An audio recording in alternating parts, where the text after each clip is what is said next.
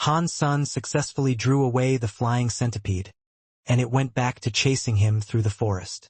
Many trees were toppled in its rampage, and many of the forest's other creatures were promptly evicted.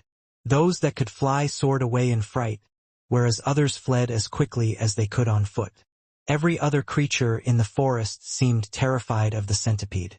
Han Sen opened his gene lock and used Dongxian Sutra to simulate the light sun of God's energy flow.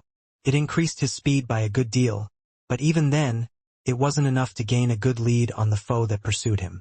All he could focus on doing was running as fast as he could and not slacking into the hungry mandibles that were chasing him.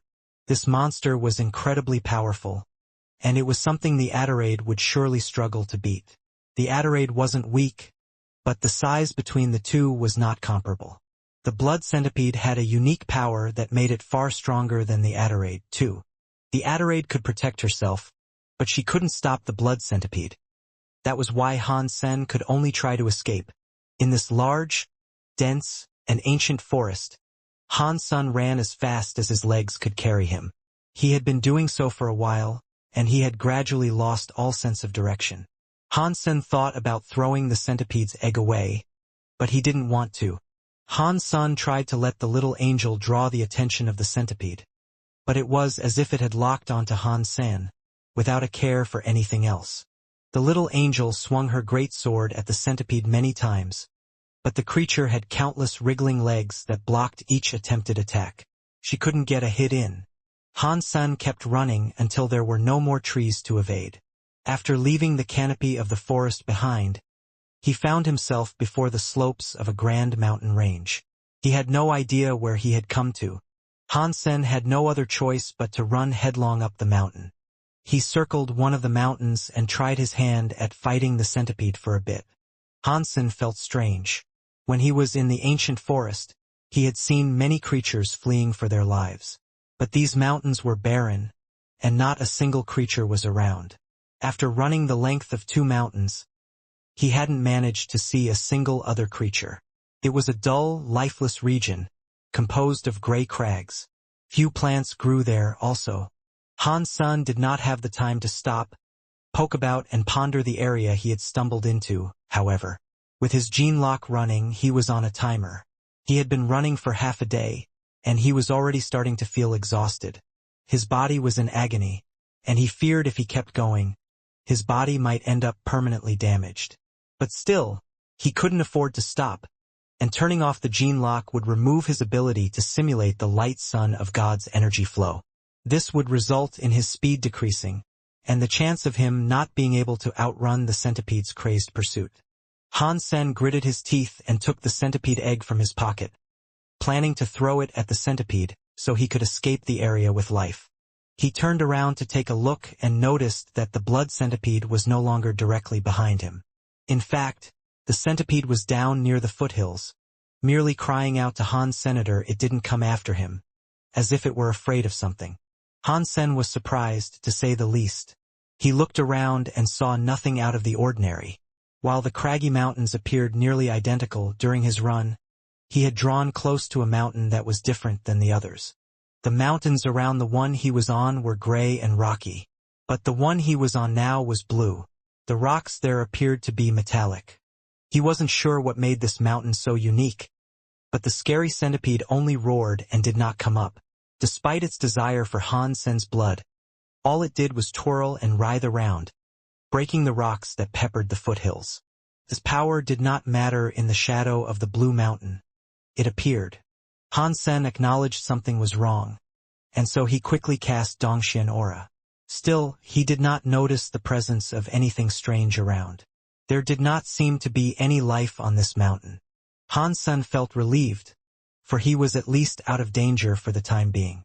But he couldn't relax, for the radius of his Dongxian aura was limited and it did not reveal all that may have been there. Han Sen then raised his head to look up the mountain. The mountain was massive, and its head rested above the clouds. He could not see what secrets its peak might have hidden. And as for the rest of the mountain, it was as barren as ever. It was entirely blue, and only metallic rocks resided there for decoration. There wasn't even a single blade of grass. What is that blood centipede afraid of? Even with its baby having been nicked, it doesn't dare set foot up here. Something has to be amiss with this place. Han-san looked up the mountain and could not see anything through the mist that cloaked the top. Although Han-san was curious about what may have been up there, he had respect for the proverb that concerned itself with feline mammals and the consequences of their curiosity. Therefore, he resolved to walk around to the other side of the mountain and descend that way, in an attempt to escape the centipede. The red centipede still did not dare ascend the blue mountain, and it only stared at Han Senator, but wherever he went, the monster carefully followed him. Han Sen gritted his teeth again and placed the centipede egg between the rocks of the blue mountain. Then he went in another direction. He hoped the centipede would remain, showing concern for the egg more than the person who had stolen it. But things did not turn out the way he expected. When the centipede saw its egg, it only enraged the centipede further.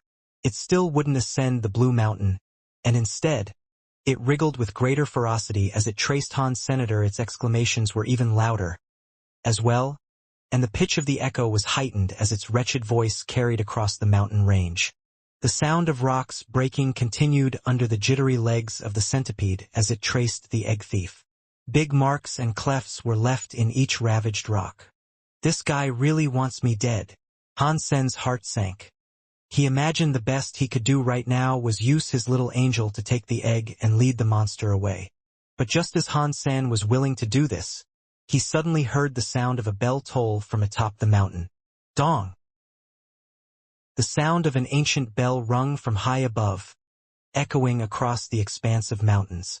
It caused the energy inside Han Sen to turn into chaos, and he quickly ran Dongxian Sutra to quell his disturbed flow. Dong! When the bell rang again, a weird power caused the energy inside him to coil and swirl in turmoil once more. Han Sen gritted his teeth and continued casting Dongxian Sutra to soothe the restless energy and fight back against the mysterious tone of the bell. The bell's sound was quite beautiful. It possessed a certain power that cast what seemed like a sonic wave, dispelling the mist and clouds that obscured the peak of the mountain. Like a curtain being pulled, the entirety of the blue mountain was then revealed.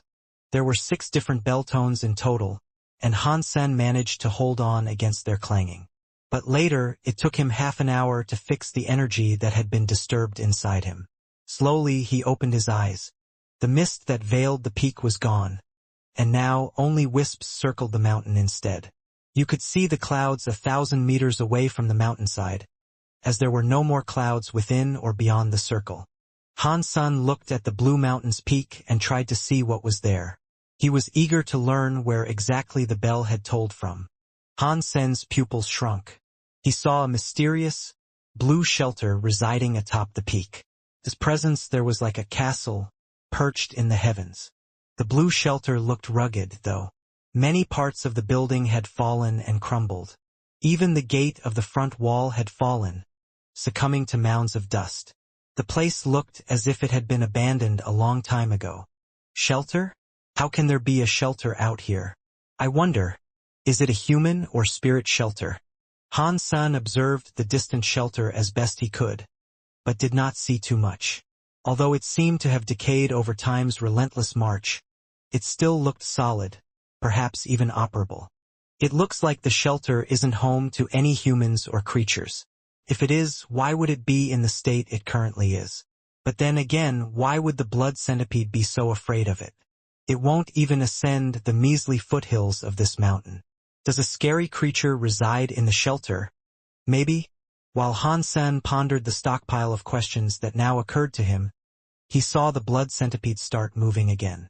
After the broken shelter had revealed itself, the blood centipede possessed what seemed like a renewed courage, and it rapidly climbed the mountain after Han Sen. Han Sen froze, and when he thawed soon after, he quickly took off running up the mountain. The monster had most likely believed the shelter was whole, which held off its initial advance. But now that it knew the shelter was an abandoned ruin, it ascended the mountain without fear. Han Sen had no other choice but to ascend. He hastened his brisk steps to ramble and climb his way up to the shelter. It was a decayed structure and it didn't look like anyone lived up there, but if there was still a teleporter inside, and it was still in working condition, he could escape by returning to the Alliance. But before Han Sen could teleport away, he thought it would best to eat the egg first. The blood centipede was quickly catching up to Han Sen, who was now standing in front of the blue shelter. He noticed that the structure had been composed of blue metal. With such sturdy construction, Han Sen pondered what events may have led to its ruin and downfall. A 20-meter-tall, few-meter-wide metal wall extended for a few miles. Along its length, it was broken and ruined in a number of different locations. Han Sen observed the dust-cloaked shelter and pondered the number of years it had been since a person last set foot inside it. Han Sen was quite ecstatic at his discovery of an abandoned shelter. All he would have to do now was find a teleporter and leave. No matter how powerful the centipede was, it couldn't follow him through. Han Sen ran inside the shelter and strode across the thick dust that had gathered so deeply that it felt like snow. The blood centipede followed Han Sen to the front of the shelter. It hesitated before the entrance for a moment, but still decided to follow him inside. The blue metal shelter had many toppled buildings, and many structures only had 1 or 2 disheveled walls remaining. Some had been cut in half or even had their roofs shaved off. Han Sen's run kept him weaving left and right between the remains of old buildings and constructs to avoid the centipede's pursuit. But by now he was getting exhausted. He summoned the little angel and gave her the egg, bidding that she fly away from him to the other side of the shelter. The blood centipede shrieked at Han Sen, but turned around and gave pursuit to the little angel now instead. Han Sen had finally achieved a moment's reprieve. He moved around the decayed shelter in search of a teleporter that may have fared better than the rest of the area. He had searched through a number of ruined buildings and was still in awe of the devastation. The entire area was a mess, as shrapnel and bits of twisted metal lay strewn about every corner. But thus far, unfortunately, he was unable to find a teleporter that was in good shape. In his search, he stumbled into a plaza which contained a half-toppled bell tower in its center. The bell was composed of blue copper, and it exuded an aura of mystique. Strange carvings were etched into the metal of its composition, with many of the drawn shapes resembling bugs. Han Sen saw this blue bell and wondered, if this place had indeed been abandoned, why had 6 bells rung out earlier? Han Sen looked around, observing the thick dust that coated each crevice of the lost shelter. He didn't see any footprints or marks that suggested occupation. Even the blue bell was covered in dust and ash. He believed it must have been years since a person last touched the bell. The tolling bell could not have been this one. Han Sen flapped his wings and flew onto the bell tower to take a closer look. Han Sen was then hit with a sudden surprise. There was a body inside the bell tower that looked like a human in rugged clothes. Through decay over time, the body was little more than a dust-covered skeleton. Han Sen summoned a lance to poke the clothing that once dressed the deceased. With little effort, the clothes and bones fell apart into ash. Was this a human shelter that got attacked by some fearsome creature? Han Sen came down from the bell tower and treaded the shelter with a little more care this time. Han Sen summoned his super armor, in case something unfortunate was about to happen. Since there weren't any other humans around, no one would see or recognize him. The fallen metal buildings were everywhere, and he couldn't find a single building that had been left untouched. Most of the houses did not contain teleporters, and the ones Han Sen found were broken and had ceased to function. Han Sen later discovered many other skeletal remains that were similar to the first one. For some reason, all it took was a little touch for the remains to crumble and wholly collapse. Han Sen had searched through half the shelter so far, and had yet to find a single working teleporter. The little angel was on the other side, keeping the blood centipede busy. He didn't fancy venturing that way. Strange. Aside from the blue copper bell, there aren't any other bell towers here. There aren't any other bells at all. What tolling bells did I hear? Han Sen thought, puzzled. While Han Sen was deep in thought, he heard the mystery bells ring once more like thunder. The shock was so strong he almost collapsed. Han Sen quickly ran his Dongxian Sutra to quell the energy inside him. He raised his head and saw the bell in the bell tower was ringing, all by itself. Not even a stiff wind brushed it, yet it tolled. Why is this happening to me? Why does the bell ring itself? Han Sen tried his best to calm the energy inside him as he stared at the bell. The little angel and the blood centipede stopped fighting, as if they were both affected by the bell as well. Dong! The blue bell rang again, at an even scarier tone than before. It was loud, like an explosion detonating right on Han Sen's eardrum. The tolling of the bell, when he had been further down the mountain, was not as strong as what he was hearing now, because he was so close to it. Every ring was like a thunderbolt that convulsed his body and caused him to spit blood from his mouth. Dong! Dong! Dong! The blue bell continued to ring, and Han Sen continued to writhe, oozing blood from his mouth. He used the Dongshan Sutra the best he could, to fight back the damage caused by the loud tolling of the bell. Although the Dongshan Sutra was powerful, it didn't provide enough relief to fight back the noise. The energy inside Han Sen went insane, and the chaos inside highlighted every vein that coursed through his body.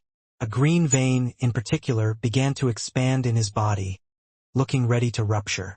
Some of his smaller veins were broken already, which dyed his skin red. It was a frightening sight to witness.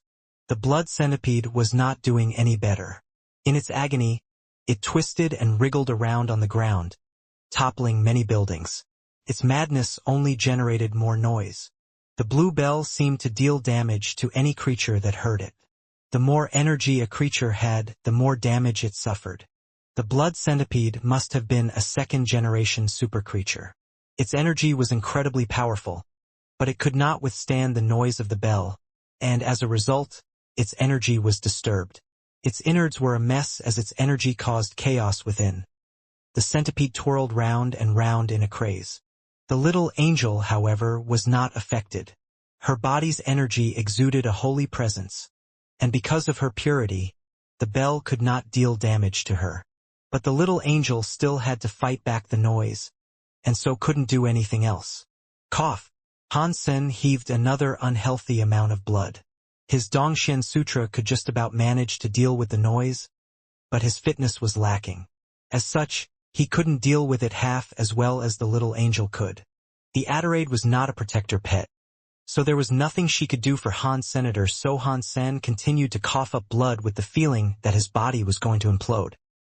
He knew things weren't going well, and his predicament was a dire one. He had to think of something. He was wearing his super armor, but it provided no resistance to the bell's tolling. Suddenly, Han Sen's mind flashed back to the berserk devil unicorn that had finished evolving. He summoned it before he considered whether or not it would even work. The black smoke whirled around Han Sen like a black hole. The sonic pulse pounded the black smoke, which caused a bit of it to evaporate.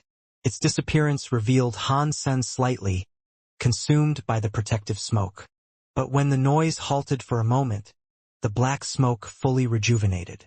It was like a shield protecting Han Sen. Through the black smoke's protection, Han Sen didn't feel as affected by the tolling of the bell. Now, his Dongshan Sutra was able to fight it. The discord of his energy began to simmer and settle down as the veins relaxed and returned to their ordinary size and shape beneath his skin. That's some good stuff. Han Sen was overjoyed.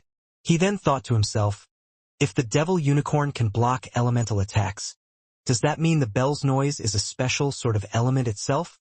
Dong! Dong! Dong! The blue bell rang another 9 times. The noise felt as if it were rocking the entirety of the world. Those who heard it felt as if they could die any second. The blood centipede had been writhing on the floor, and it consistently spewed blood from its mouth due to the discord in its body. After 9 times, the bell stopped. There was no more noise, but that only led Han Sen to discover something even more frightening. The blue bell was alive. It started flying and looking set to crush Han Sen. It suddenly went right for him without cause. Inside the blue bell was a blue metal chain, and at the bottom of the chain was a cone-shaped, blue metal ringer. The ringer was the reason the bell had rung.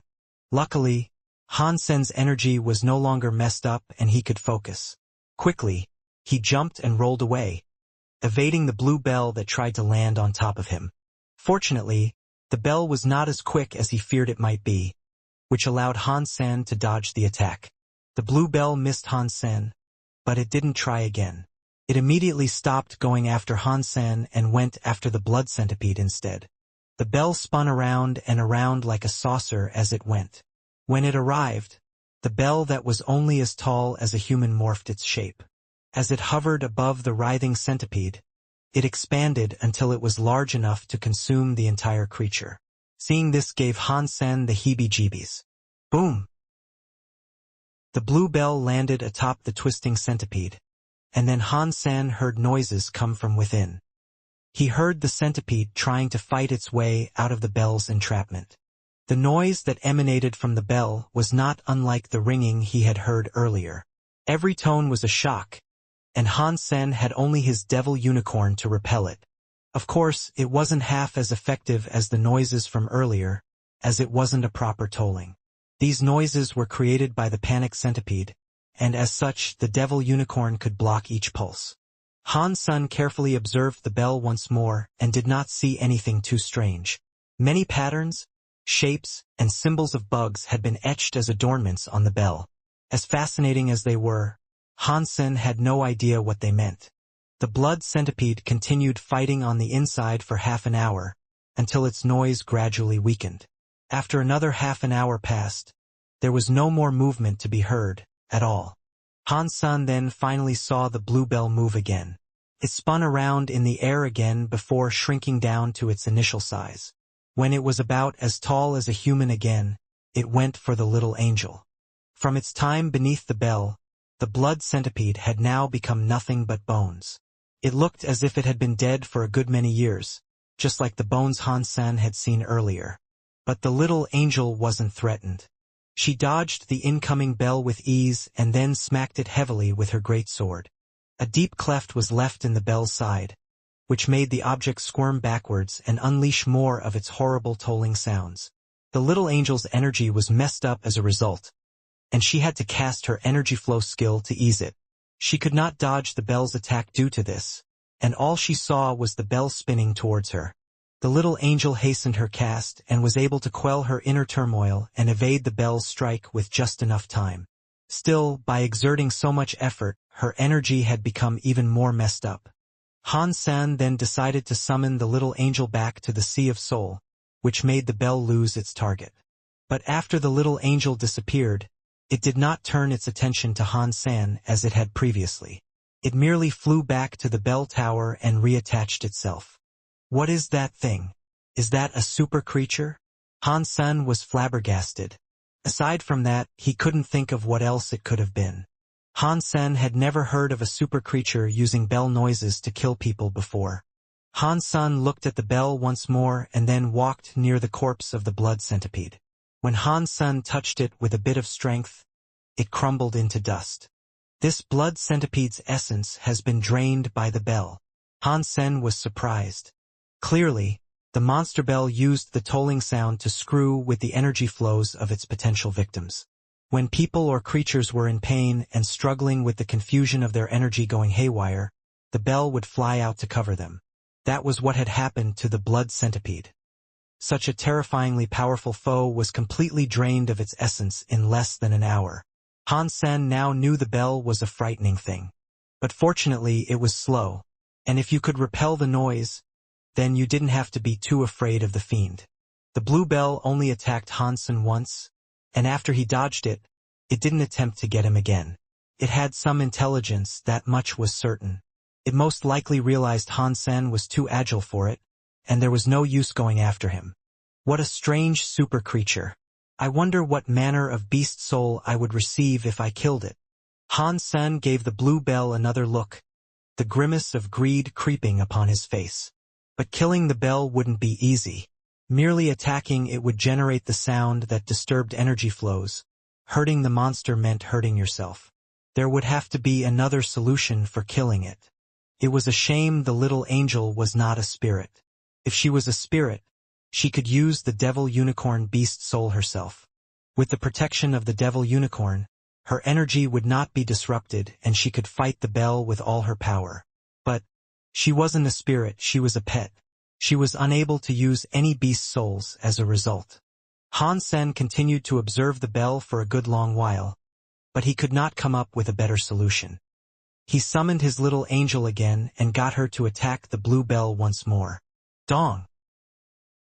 The little angel struck the bell with all her might, and it rang with its wretched toll. The strike did leave a decent mark on the bell, however, and it became enraged in response. It flew madly towards the little angel, attempting to swallow her. Han Sen immediately returned his little angel. Having lost its attacker, the bell returned to the tower and reattached itself. This could work. Han Sen was delightfully surprised. He resummoned his little angel and had her attack the bell once again. He cheesed it this way many times. The bell was covered in clefts and deep cuts before long. When the bell lost all patience with its phantom attacker, it started to toll itself. Dong! Dong! Dong! The horrible bell noise racketed across the shelter and beyond. Han Sen put the little angel back in the Sea of Soul and used the devil unicorn to shield himself from the noise's effect. After a while, the bell stopped ringing. Then Han Sen got back to it. He summoned his little angel and bid for her to attack the bell once again. After she attacked, the blue bell took off in flight. This time it was going away from the shelter, as if it wanted to escape. Han Sen didn't want this, so he commanded the little angel to chase after it. Dong! Another ringing sound erupted, and the little angel froze in the air. Fortunately, Han Sen was able to summon her back in time. It seems like it is still able to toll even during its flight. The sound is definitely weaker than when it was stationary, however. Han Sen waited until the bell stopped ringing before resuming the chase. The blue bell did not fly very fast, and he was able to catch up, even with his sacred blood wings. When he got close to it, he summoned his little angel to attack it again. Across the mountains, the sound of a malfunctioning bell echoed far and wide. No creature dared to come near the airborne fighters. Han Sen now knew the meaning of everything gets a return. Han Sen and Little Angel were unable to fight the powerful blood centipede. But with a small amount of effort, the blue bell had managed to do what they could not. And now, the bell was the one now being chased by Han Sen and the Little Angel. Han Sen trailed behind it and used his Dongxian aura to scan the bell. Han Sen could not sense a life force on the blue bell at all times. He could only sense it when the bell started ringing. Han Sen, as he observed the energy flow, thought it was quite strange. Han Sen and the Little Angel chased it 1,000 miles. There were countless marks scraped across the entire body of the bell, and they had lost count of how many times they had struck it. Eventually, however, victory was achieved when the bell was hewn in half. It no longer rang after its final hit, and it crash-landed in relative silence. Super creature hunted, death knell. The beast's soul has been acquired. Its flesh cannot be consumed, but you may collect the life geno essence and obtain a random numeric amount of super geno points, ranging from 0 to 10. The announcement chimed in Han Sen's head, which brought him great joy. But when he looked at the remains of the death knell that had been sliced in half, it didn't disappear. It remained where it had fallen. Can this guy be considered a second-generation super creature or third-generation super creature? Don't tell me a bell can produce babies. That would be hilarious. Han Sen continued to observe it, pondering whether or not it could produce offspring. But he didn't concern himself with the question for too long before seeking to retrieve the life geno essence instead. The bell did not have any flesh. Aside from its outer shape, there was only the metal chain and pendant inside.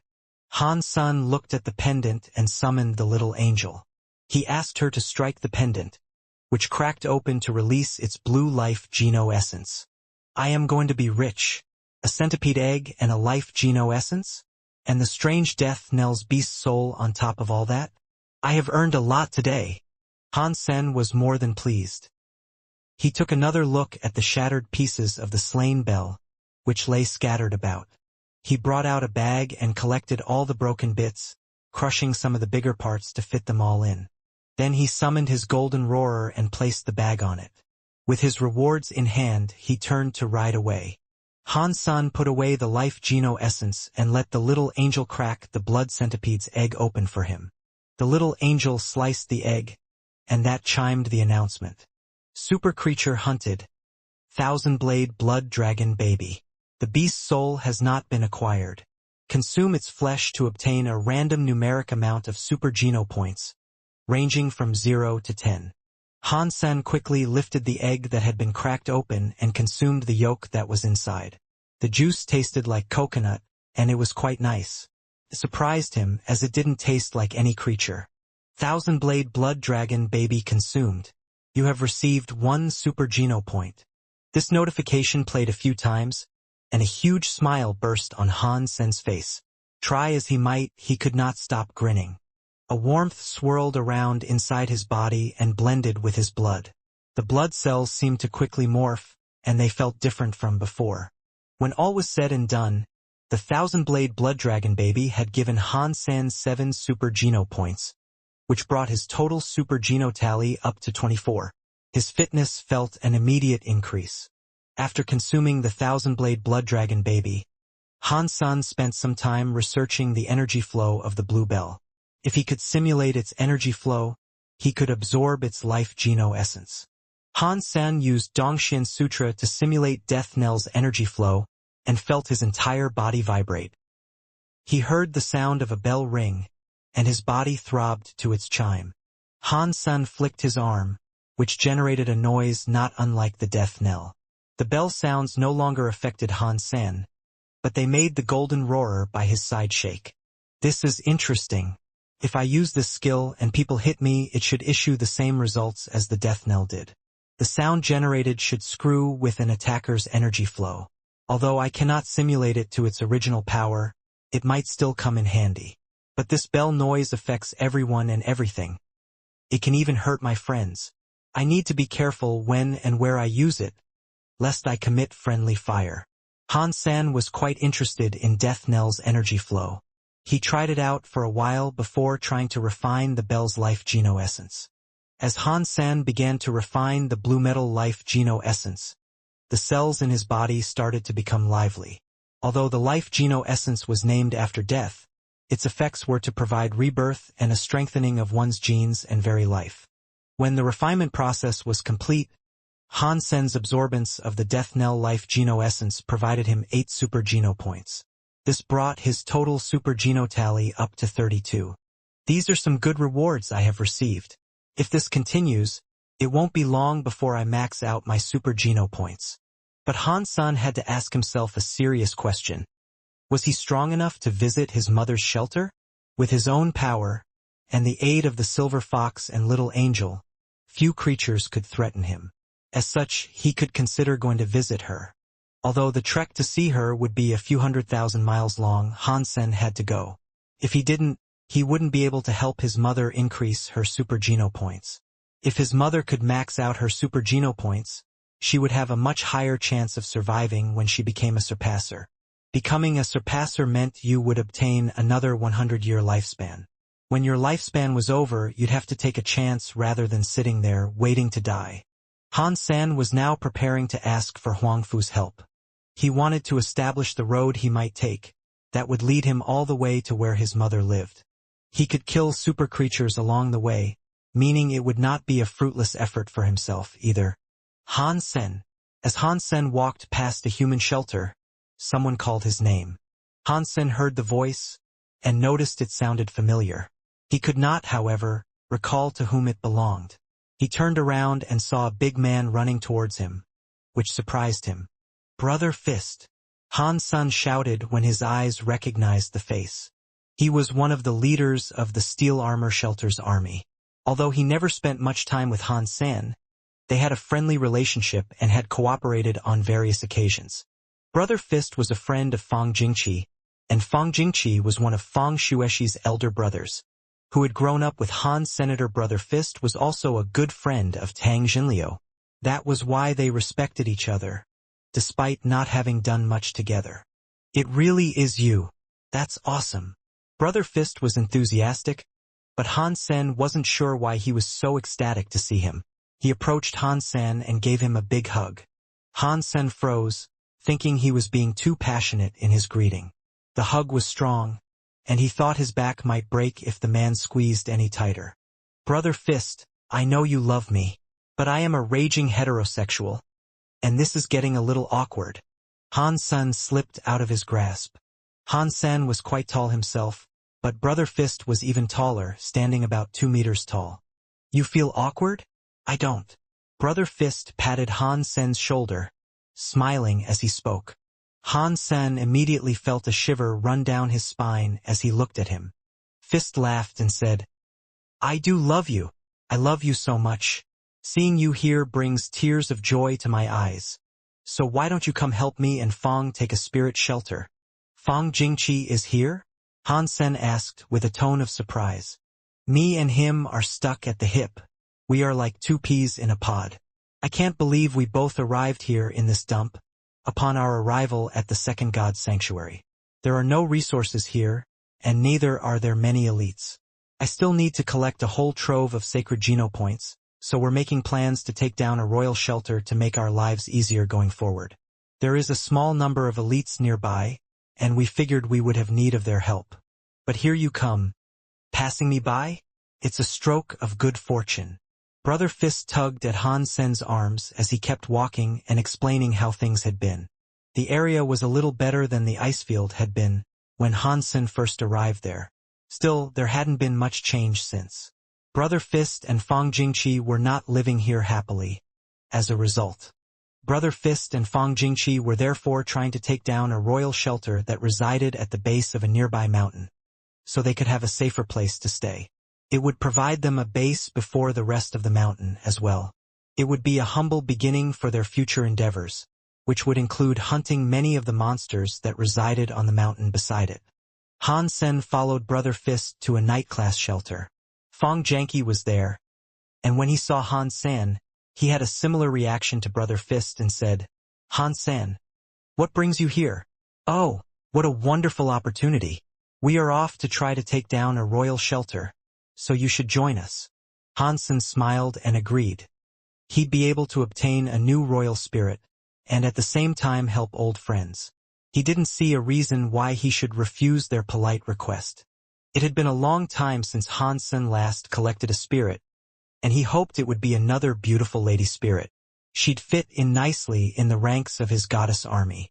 I was thinking we might not have enough elites, but with Han Sen here we can alter the plans somewhat, and as a result have a much higher chance of conquering the shelter, Brother Fist excitedly proposed. Cool.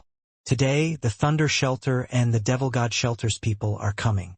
When they arrive, we can discuss any new proceedings with them, Fong Jingqi said with much excitement as well. Clearly, they had no idea Han Sen owned a super pet and had achieved what he thought to be common knowledge. They just believed Han Sen was any old, ordinary elite. Han Sen did not spoil their perception, and simply allowed them to arrange everything.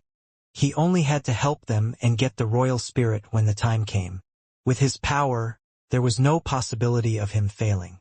But when Fong Jingqi and Brother Fist brought Han Sen over to discuss matters with the others, there were disagreements. Brother Fist and Fong Jingqi knew Han Sen was an elite, so they wanted him to receive a higher share. The people from the Thunder Shelter and Devil's God Shelter, however, did not agree.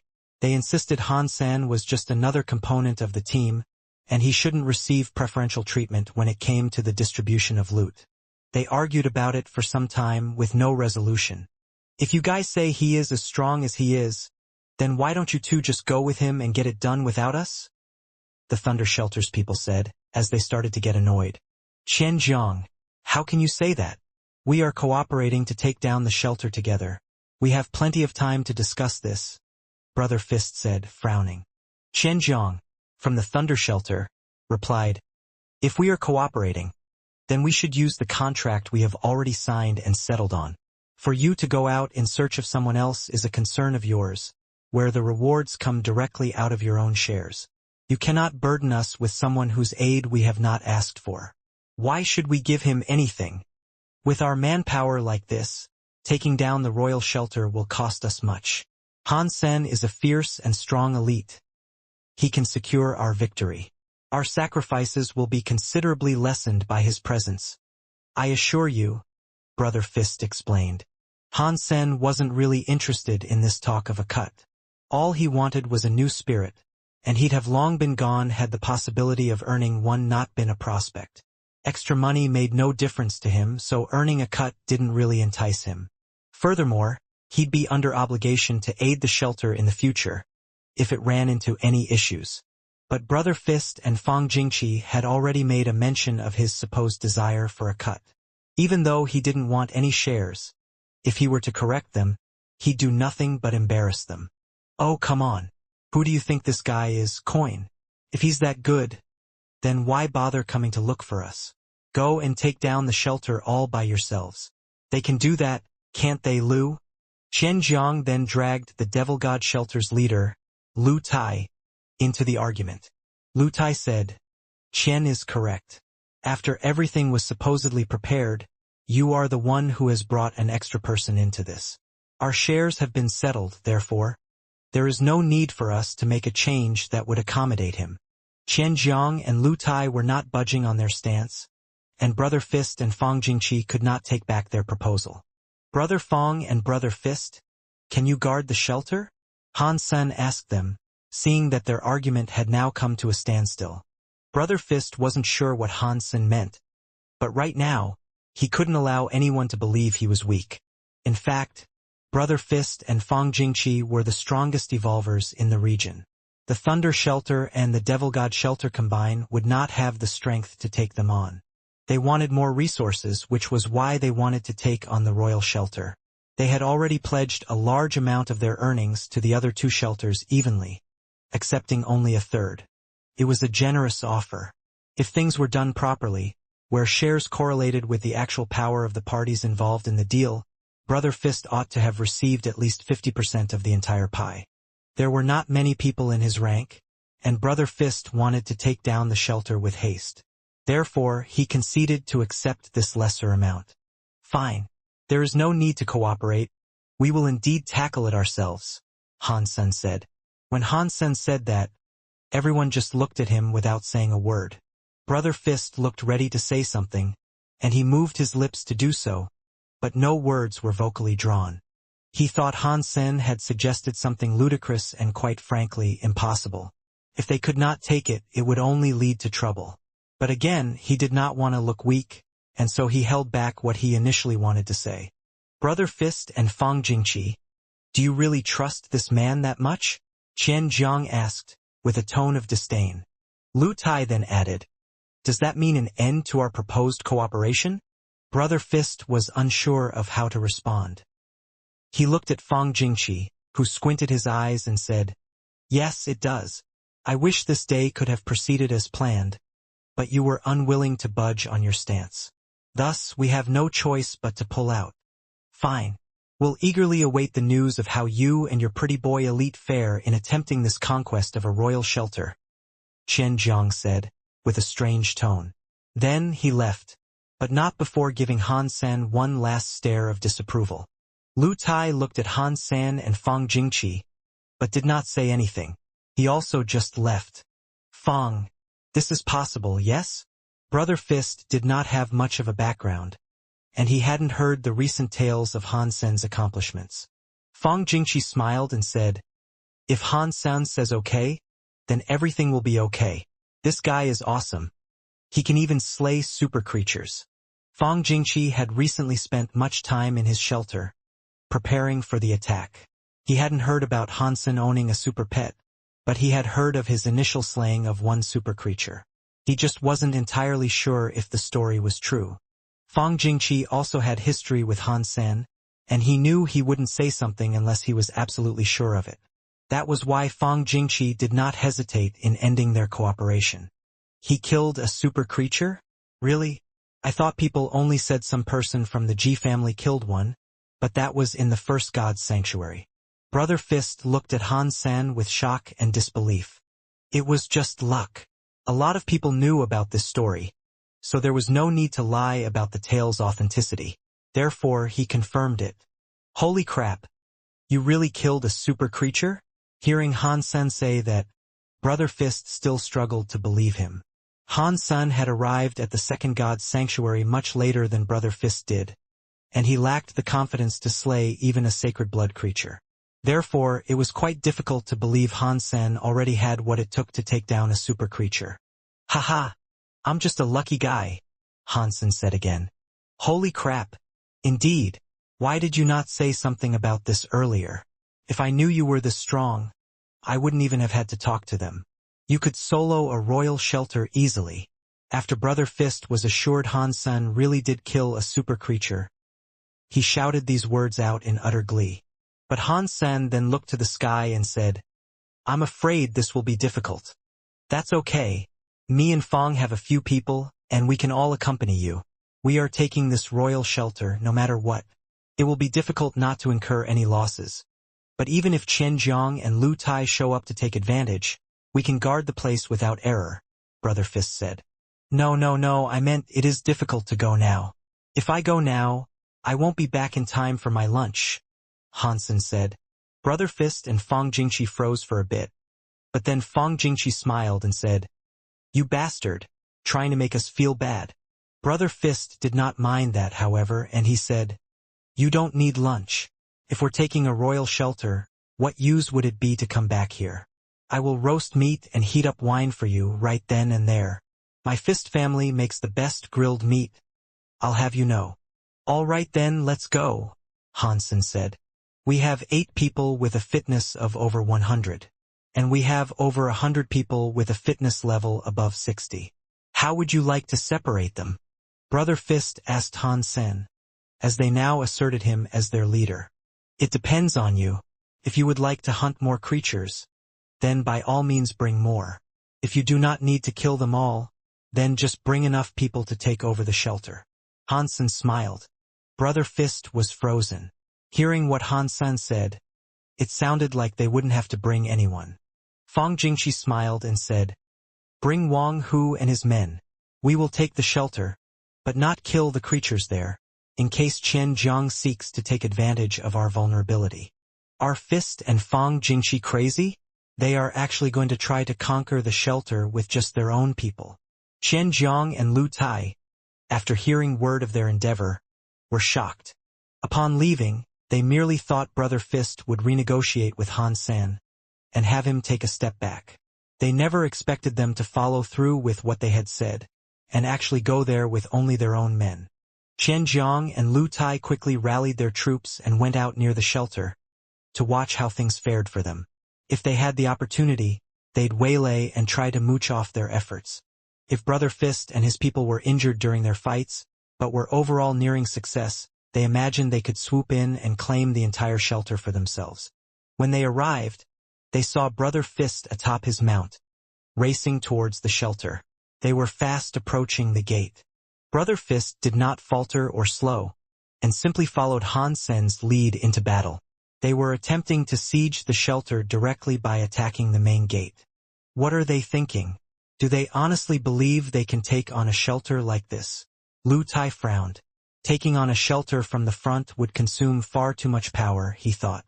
Many creatures poured out of the shelter to greet their would-be conquerors. There were wolves, bears, a variety of 10-meter-tall beasts, and a 50-meter-long snake. There were even birds, taking off into the skies so they could assail them from above. One bird had a wingspan of 20 meters. Han Sen was riding his golden growler, leading the siege. The spirit shelter was rather powerful, but it was still weaker than Princess Yin Yang's shelter. The spirit was not atop the tower either. All that appeared before them were legions of creatures. This entire scene had become familiar to Han Sen over his time as an evolver. Without blinking, he charged in. A green-winged bird soared through the skies like a green cloud that blotted out the sun. Its presence darkened the region as it descended. Han Sen did not blink, and merely waited for it to complete its descent. When it did, he summoned his flaming Rex spike and swung it upwards. In one hit, the monster was cut in half. Blood and feathers danced in the air like rain. Sacred blood creature hunted, green cloud eagle. The beast's soul has not been acquired. Consume its flesh to obtain a random numeric amount of sacred geno points, ranging from 0 to 10. Brother Fist and the rest, who witnessed this scene, were shocked but happy. They called aloud with grand excitement. Qian Jiang and Lu Tai were taken aback after seeing this. To see a giant sacred blood bird creature killed in one hit like that was a frightening thing. Seeing Han San and Brother Fist assaulted the shelter like a tidal wave. All the creatures before them were slain by Han Sen's relentless Rex spike. All that was left in their wake was blood and the dismembered corpses of the creatures that defended the shelter in vain. It was impossible to gauge how many creatures they had already killed. A 10-meter-tall beast roared. On his approach towards it, Han San leapt off of Golden Growler's back and brought his flaming Rex spike down on the creature's head. The weapon went clean through, splitting the monster in two. Each split side of the beast falling a separate way as a heap of guts dropped directly down to the ground. When Han San landed, the Golden Growler was by his side. Immediately, he leapt onto his mount and continued the siege. He was an unstoppable force. A 50-meter-long snake now guarded their approach. Han San thrust into it with his Rex spike and threw it into the sky. While it was still airborne, Han San sliced and diced it into a rain of snake bits, which fell down to the ground with thudding noises. Each piece left a deep hole. Countless wolves and bears were killed without reprieve, their charred remains illuminating the battlefield. The guy was a killing machine, and within seconds he was right before the entrance of the shelter. Qian Jiang and Lu Tai had made plans to sneak in some easy kills, but they made no movement. They were frozen in absolute shock at what they had just witnessed. So many sacred blood creatures had been laid to waste, like chickens and pigs in a slaughterhouse grinder. The entire army did not slow down for a second, and immediately hacked their way inside. Who is this man? Qian Jiang and Lu Tai had questions coming out the rear. Brother Fist and Fang Jingqi, on the other hand, were surprised. They knew Han Sen was strong, but not that strong. Under the pressure of his wretched, flaming weapon, not a single creature was given the opportunity to fight back. Swing after bloody swing, his approach was unhalted. Without any true adversity, Han Sen delivered them swiftly to the spirit hall. There, they saw a figure wearing steel armor. This person was 4 meters tall, and he wielded a great axe that was larger than a door. He was like a metal robot, standing vigil in protection of the spirit hall at its entrance. He was the spirit of this shelter. Han Sen dismounted Golden Growler as the Rex spike in his hand began to spin. It spun faster and faster as Han Sen approached the spirit, until the flames became a controlled tornado affixed to his weapon. The spirit roared and he brought his great axe down towards Han Sr. with both hands.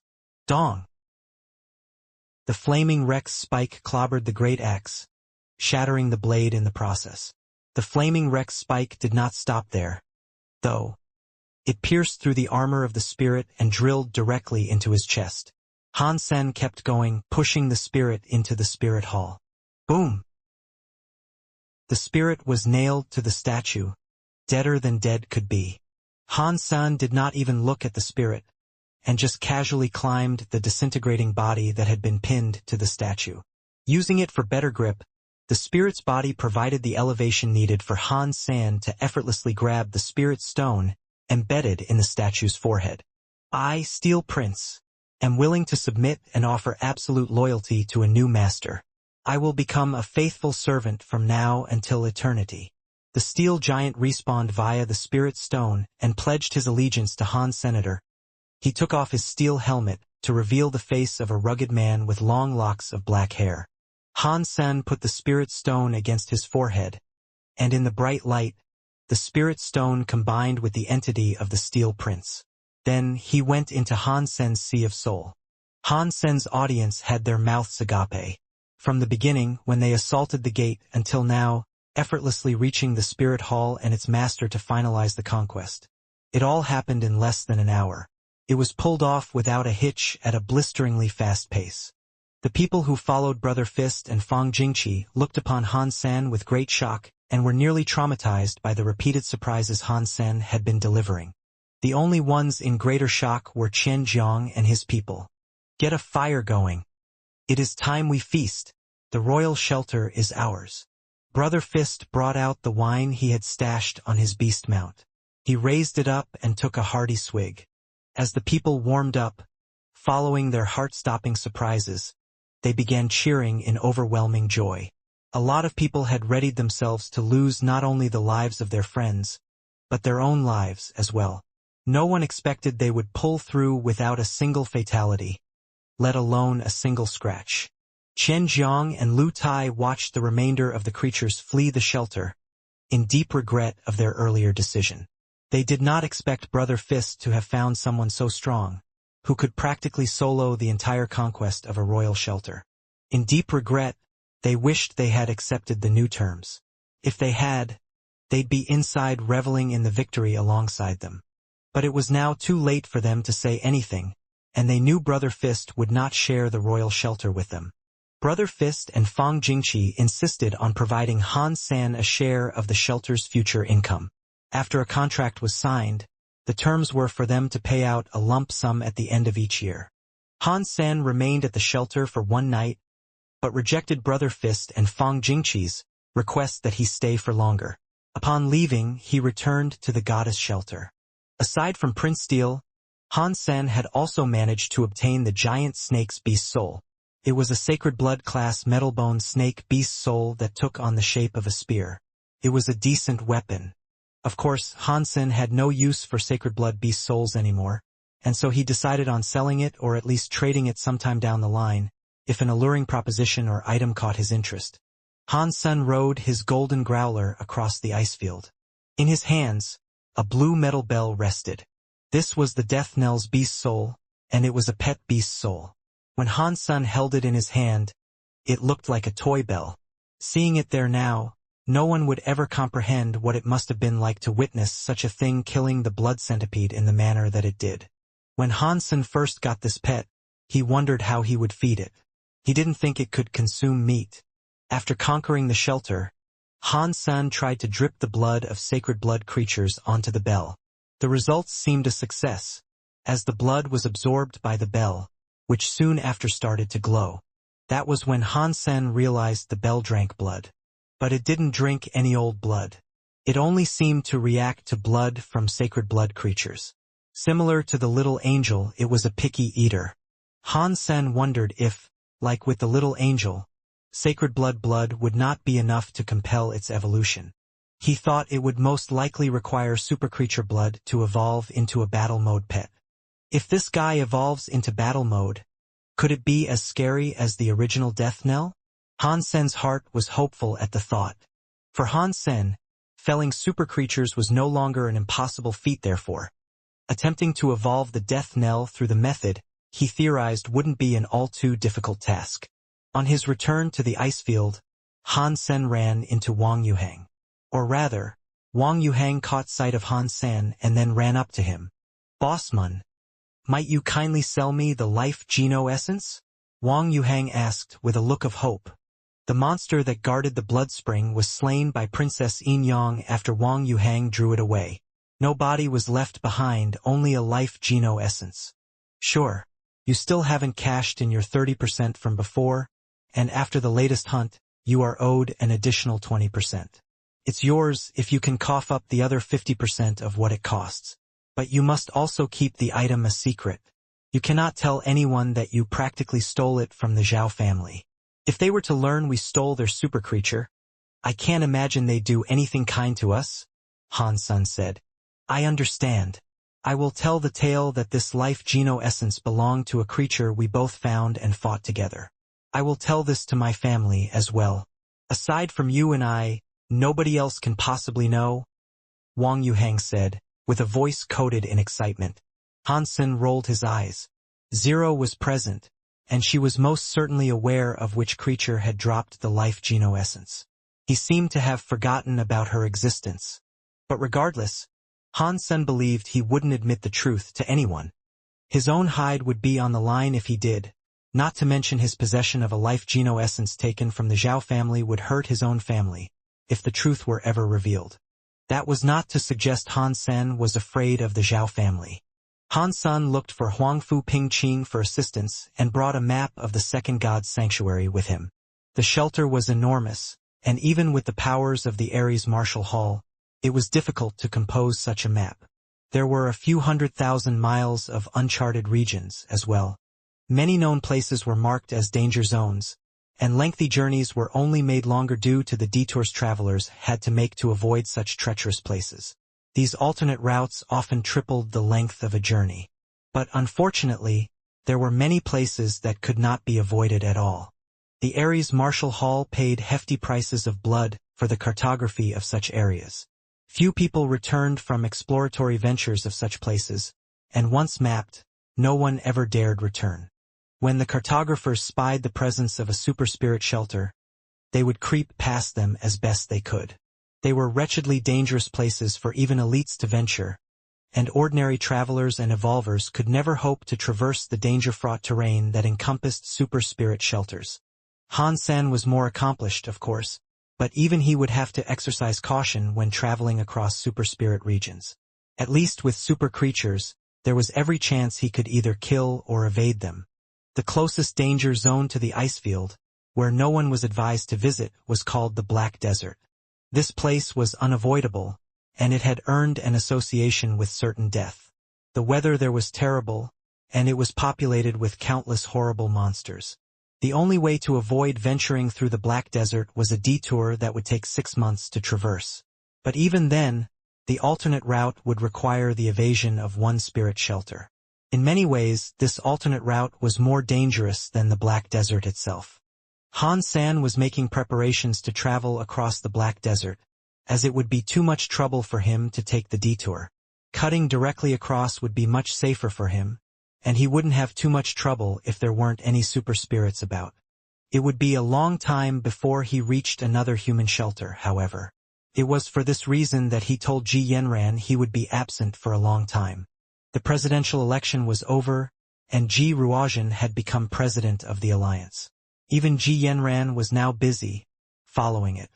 Han-san spoke with her for some time, but she was too busy to talk for long. Messages constantly popped up, requiring her attention, and there was much paperwork to be done. Han-sen sat down with a cup of tea to watch Ji Yanran work. When he did this, he noticed he had never done it before. He had never sat down and simply watched her work. Although Ji Yanran was not very talented when it came to the arts of combat, that did not imply she wasn't talented at all. She was talented in many different aspects. In fact, Ji Yanran was quite remarkable. She was very good at handling things and was not far off having all the traits of a fantastic leader. Great fighting skills were the only thing she lacked. Watching her work busily, he thought having a future comprised solely of him drinking tea and watching her work would not be an ill fate. While Ji Yanran was working, she was attractive in a different way. She was not just a pretty woman, or a lover that was weak and reliant on her man. She had a strong self-given, self-born momentum that drove her. "Why are you watching me like that?" Ji Yanran inquired, noticing Han-sen's curious stare. "It's good to have you near me." Han-sen walked in front of Ji Yanran and gave her a deep kiss on her forehead. Ji Yanran's cheeks blushed, and she responded by asking, "What makes you say that, all of a sudden?" "It is merely because of how I feel. I feel this way, and so I am inclined to say it." Han-sen pinched Ji Yanran's nose, and then continued by saying, "How much more work? I have been tasked with the depletion of an inexhaustible well of work, it would seem. I have worked until midnight every night. If you are tired, you should return first," Ji Yanran said. "It's fine. You continue how you are. I will sit here in the meantime. I will return when I am tired." Han-sen reclined on the chair with his cup of tea and resumed his observation of her work. He was feeling quite relaxed. After a while, the red color in Ji Yanran's face had yet to subside. She chased Han-sen out and said, "I can't work when you look at me like that." Inside the Angel Gene Corporation office, a man sat behind a desk. His face was gloomy. Zhao Heng and Zhao Haiyang were standing in the room, silent. With heads lowered, they could not dare look at the man before them. The man behind the desk looked to be in his 40s. He was fairly unremarkable in appearance, but his body exuded an aura of terrible power. Every faint movement he made was intimidating. Even though Zhao Heng was of the same generation, with his grandson at his side, he almost didn't dare steal the air to breathe in that room. He was the chairman of Angel Gene Zhao 7th. It was a very old-fashioned name, derived from being the seventh child of the family. Zhao Seventh had many brothers because back when he was born, humans were encouraged to reproduce. It was common for families to have many children, and this most certainly applied to the Zhao family. The 6 brothers that came before Zhao Seventh were given much better names. But each of the 6 prior babies died during childbirth, and only Zhao Seventh had managed to survive. Back in that time, people were still superstitious, and the parents allowed a psychic to predict the life Zhao Seventh would lead. The prediction, however, stated Zhao Seventh would not survive the first 7 days of his life. These 7 days did not begin immediately following his own birth, but 7 days after his last brother died. Zhao Seventh would die 7 days from that day. The psychic foretold that the bad string of luck, which made the Zhao family's babies die, would end following the death of Zhao Seventh. If the mother was to make any more babies, they would live. 7 days after the 6th brother died, Zhao Seventh almost did die. Not wanting him to die, his mother did everything she could to protect him. She clutched Zhao Seventh in her arms and did not let go. A mother, who had 6 dead children, would not just sit idly by and watch her 7th baby die. On that day, his mother guarded him without rest. And something did indeed happen. The house collapsed with the mother and son both inside. During the rescue operation, the mother was found crushed to death beneath the rubble. Zhao Seventh, however, was safe in the bosom of his mother's protection. She had died, but he had lived. He was fine, save for his mother's blood that soaked him. Upon his rescue, the baby was still licking his fingers and smiling jovially. And just like that, Zhao Seventh outlived his 7th day. Through his efforts, Angel Gene was built from the ground up, earning great renown for the Zhao family. It originally operated out of a small research facility, but it had since grown to become the Goliath entity it was on this day. Brother Seventh, I'm sorry. I messed it up. Zhao Heng was old, but in front of Zhao Seventh, he looked like a small, regretful child. His head was lowered and still. He did not dare look at the man. Everyone in the Zhao family was afraid of Zhao Seventh. They each spoke of how tough his life had been, and it was true. To develop Angel Gene into what it was, he had tread atop many corpses. The more a person of the Zhao family knew about his deeds, the greater they feared him. They knew better than anyone how scary he was. And it was because of how scary he was, they would each do everything he told them without question. Failure is nothing. It is mankind's habit to fail, and ill results are no stranger to any person. But those who do not recognize the mistakes that have led to their failure deserve a harsh response. Zhao Seventh looked at Zhao Heng coldly and continued, "So tell me, what led to your failure?" Zhao Heng, stuttering and tripping over his words, responded, "I am sorry, but it was misfortune that led to our failure this time. We did not expect the hill of the spring to contain such a foul creature. And the boy Hansen was not willing to use his super pet to stay the advance of the super creature. He also led it our way, and it was that action that led to the significant losses we incurred." Zhao Haiyang had not said a single word yet, but he chipped in to help Zhao Heng by saying, "Hansen tricked us. If he hadn't drawn the creature our way, we wouldn't have." Zhao Seventh looked at him coldly, and Zhao Haiyang swallowed the words he had yet to speak. "It is my fault." Zhao Seventh looked at both of them when he said this. Calmly, he continued, "It was my mistake for allowing you to tackle the foe without appropriate preparation. Leave now, but give Zhao Lian a shout. I need him." Zhao Heng and Zhao Haiyang breathed heavy sighs of relief. They left Zhao Seventh's office as if they had just dodged a death sentence. Not long after, a tall, middle-aged man knocked on the door of the office. He then entered. It was difficult for people to believe such a big and broad man, with a tanned face, had the name Zhao Lian. The name did not match the person, not by a long shot. "Does the chairman have any requests?" Zhao Lian politely asked. "How are the Angel Gene fluid tests coming along?" Zhao Seventh said, with a relaxed demeanor. Families always had at least one talented individual, and Zhao Lian was one of the younger family members he had taken a great liking to. Zhao Seventh gave him a lot of important tasks. "We're still in the first stage of testing. Our results have highlighted the presence of a variety of issues and problems. Time is all they request, however. They'll get it fixed in due time, Zhao Lian answered. How many first-stage test vials were formulated? Zhao Seventh asked. There were 23 of them, Zhao Lian said. Give them to Zhao Long and his men, and have them kill Han Sen at his shelter. I don't care what it takes, Zhao Seventh coldly ordered. But the angel gene fluid is not yet stable. It has destructive results in the human body.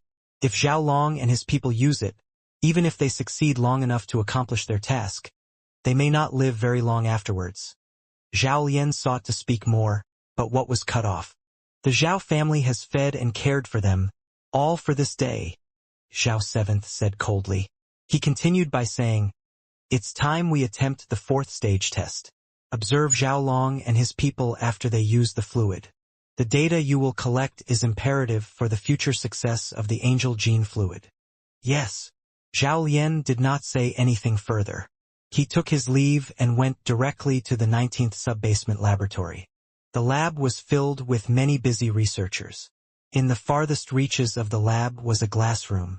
Inside it, a large man was chained to a Z-steel platinum bed. His 4 limbs and torso were all securely locked down by the Z-steel chains, preventing movement. A mechanical arm hovered over the man and injected a red fluid into him. All over the man's body, his blood vessels began to swell immediately. His body looked like it was wreathed with scary blood snakes. The man's eyes were red as he convulsed and struggled. He let out a spine-chilling shriek. Atop his head, one strange spike forced its way out. It was strange, as if it had suddenly grown out of his brain. Catcha! Catcha! The man easily shattered the Z-steel chains that tied him down. He stood up from the bed as all the muscles on his body swelled. His breathing was rough, and he slowly stepped towards the glass wall. With his red eyes, he stared at the researchers on the other side. 803, can you hear me? Zhao Lian picked up the microphone to speak into the sealed-up, transparent room. Yes. Although the man looked like a terrifying monster, he could still listen and answer. His voice was just a little bit shaky. The professor near him was extremely happy, and he proclaimed, Another successful case. Our success rate has now hit 95%. Zhao Lian smiled at the professor and said, Professor, give me the rest of the angel gene fluid. Han San was in the midst of preparing for his journey. His road up to the Black Desert would most likely be free from trouble, but the difficulties would begin after he entered that land. He would have to cross that perilous region before he reached another human shelter where he could restock his provisions. According to the Ares Marshall Hall's predictions, should nothing too awry present itself, it would take Han Sen a month to cross the Black Desert. If troubles did arise, no one knew whether or not he would emerge from that place ever again. Huangfu Pingqing advised Han Sen not to go, saying that his mother was in a big human shelter and that there was no danger there.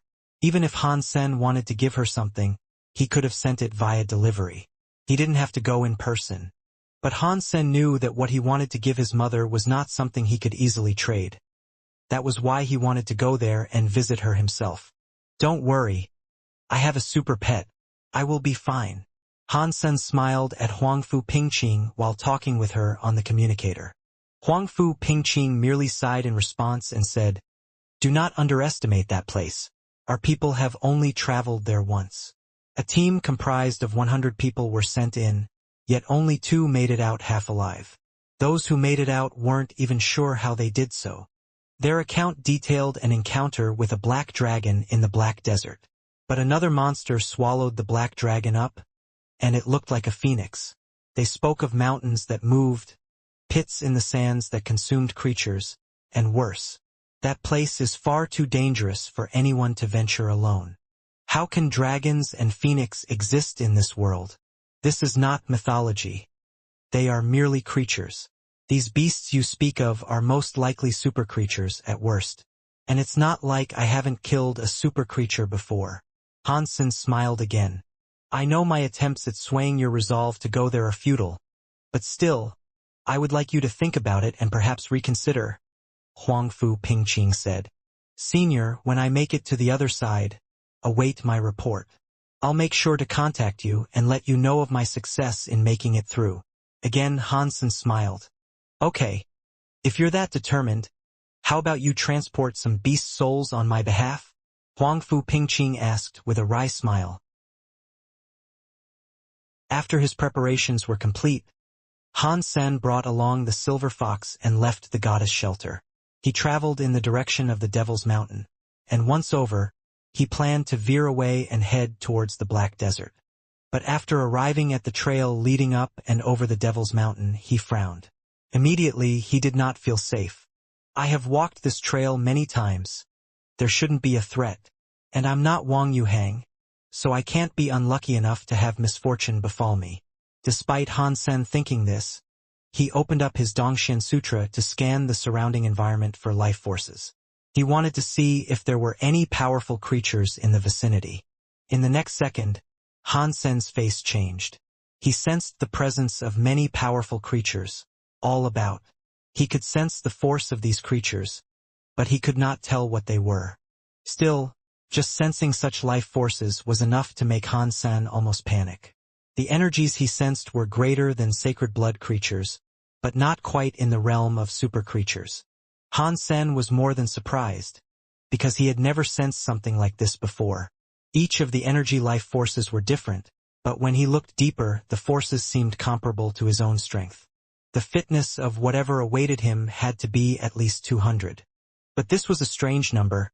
Sacred blood creatures don't reach such levels, and super creatures were never so low.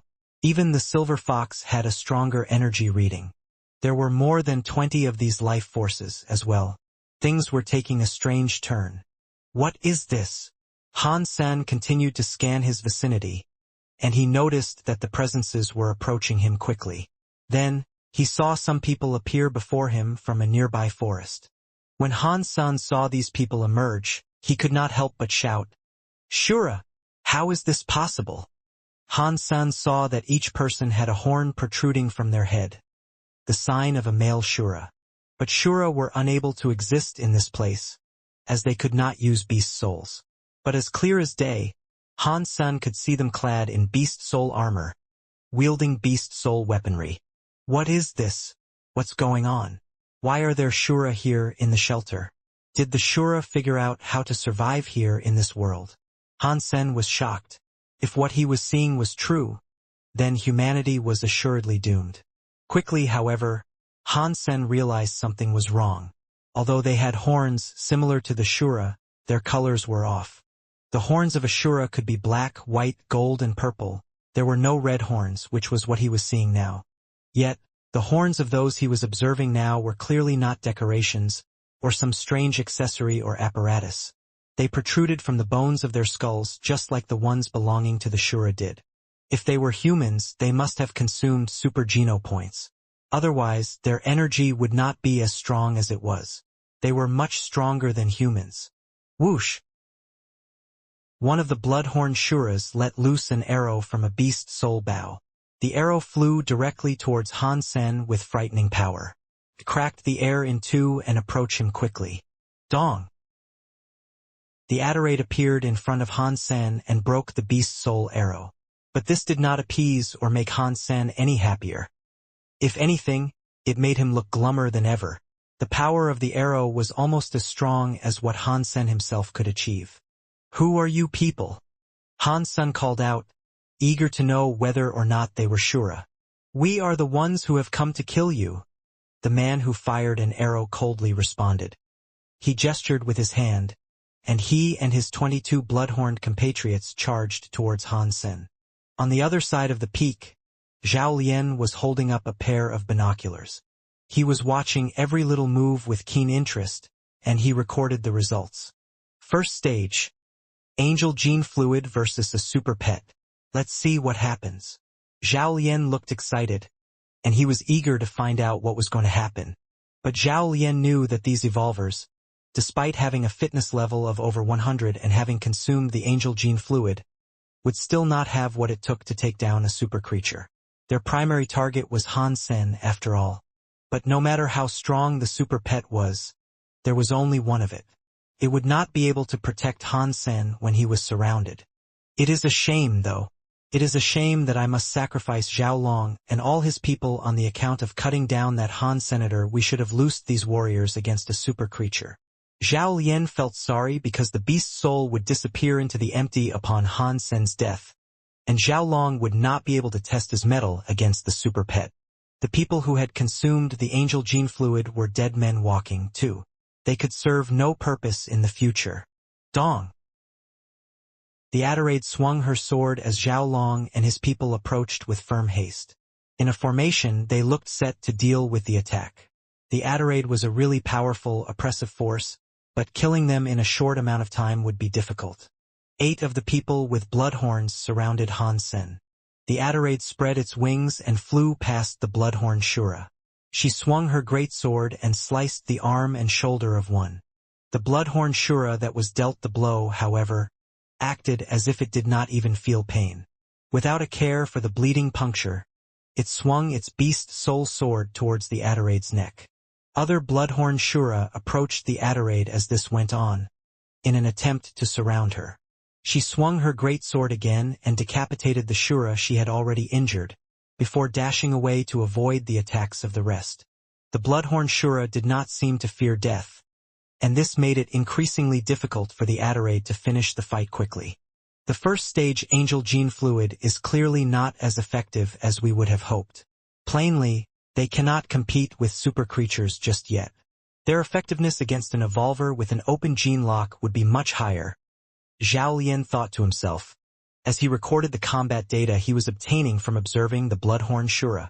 Although he could not use machinery to more accurately log the battle and performance of the combatants, he had sharp eyes, and his records would more than suffice. But non-evolvers are unable to cope with the mutation of their genes. If they could, the angel gene fluid would have been enough to allow humans to slay super creatures in the first god sanctuary. It's a shame, really. Zhao Lian then turned his gaze to Han San, and continued to think, perhaps they may not be able to kill a super creature, but killing a human should be no problem for them. Even if he is a top evolver with powerful beast souls and a high fitness level, there is no way he stands a chance against them. While Zhao Lian was deep in thought, Han San summoned a crossbow that resembled a peacock. He withdrew a bolt from his quiver and loaded it. He wants to use a crossbow to kill the Shura? He is naive. With their speed, I doubt he'd be able to hit any of them, even if he had a Berserk Sacred Blood crossbow with Berserk Sacred Blood bolts. Zhao Lian raised his lips, confident in the bloodhorn Shura. He had been in charge of the research program of the angel gene fluid and was well aware of the terrifying power the subjects wielded upon consumption of the substance. Even elites with an open gene lock, upon facing one of these test lab Shura, didn't stand a chance. The only advantage such evolvers had were the skills of their open gene lock. But in every other facet, they would be inferior. The 8 Shura surrounding Han Sen began to swing their weapons toward him with bloodlust. Their power and speed made for a frightening combination. Eager to see what would happen next, Zhao Lian began to get excited. Experimentation and improvements to the angel gene fluid were still ongoing. It would only be deemed complete when they could remove its negative side effects, and humans could freely consume it. Once it was complete, the Zhao family believed it would usher in a new era for humanity. Zhao Lian was the lead of this entire project, and he would be recognized as the person responsible. This also put him first in line for trying the final product out. But in the next second, Zhao Lian was turned to stone. Despite the scary Shura surrounding him, Han Sen raised the crossbow, which emitted a number of black flashes. The bolts pierced through each of the Shura's heads, one by one like the tumbling of a circle of dominoes. 8 of them were killed in no time at all.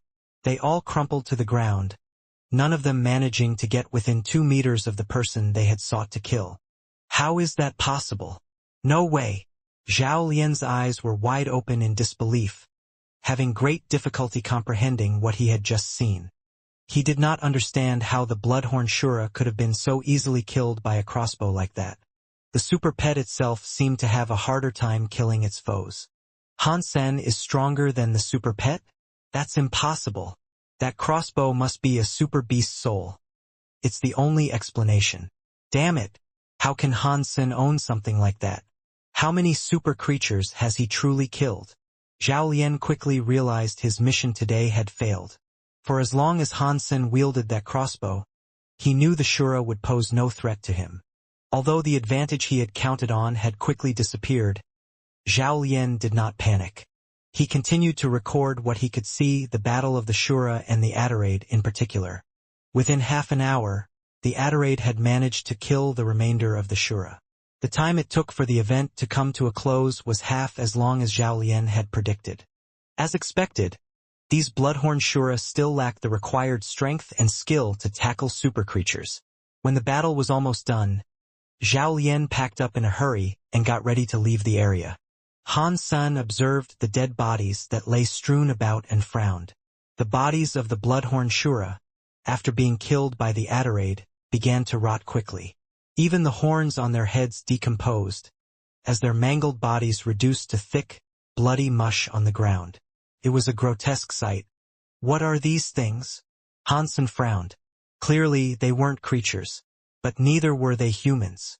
And if they were indeed Shura, as he initially suspected, there was something different about them.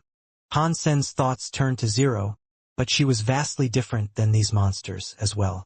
Regardless of whether Zero was in human or Shura mode, she did not have a disfigured body akin to the creatures he had just fought. Her body cleanly represented either a human shape or a Shura shape. These things cannot be a natural creation of this world. Humans must have constructed these beings. Whoever created these and set them loose upon me obviously wants to see me dead. But who would do such a thing? Hansen frowned again. Angel Jean seemed like the most likely candidate, but Hansen had once offended the Donglin company before, too. And it was no secret how good Donglin was when it came to manufacturing such things. But there were more than 2 companies in the alliance that researched genes, so even though he believed Angel Jean was the most likely suspect, he couldn't be 100% sure. Hansen did not continue. Instead, he returned to the nearest shelter and teleported back to the alliance.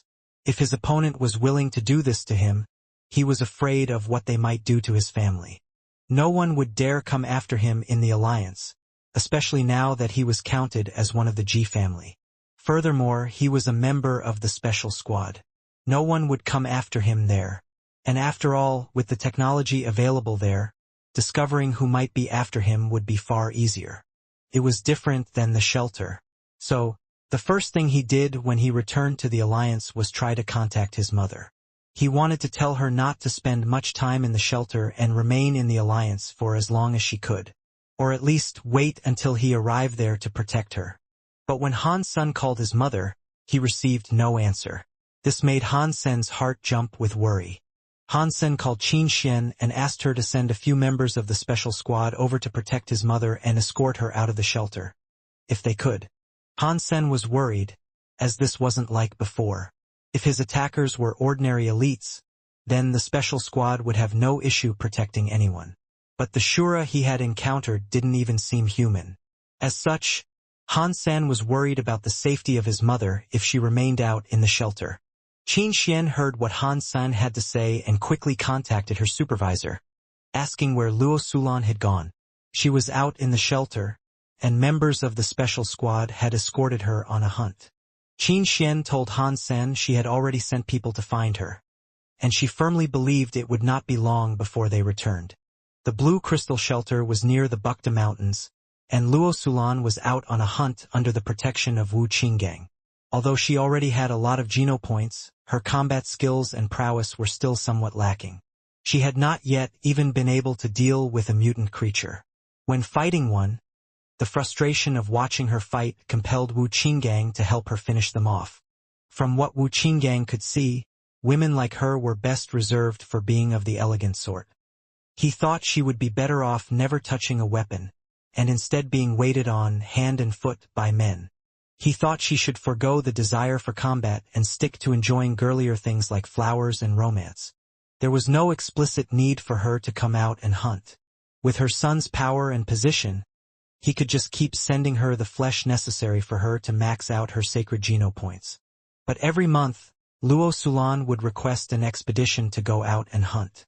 She only wanted to kill ordinary mutant creatures, and Wu Qinggang would always be fraught with the desire to help her when he watched her try to deal with the monsters she sought to fight.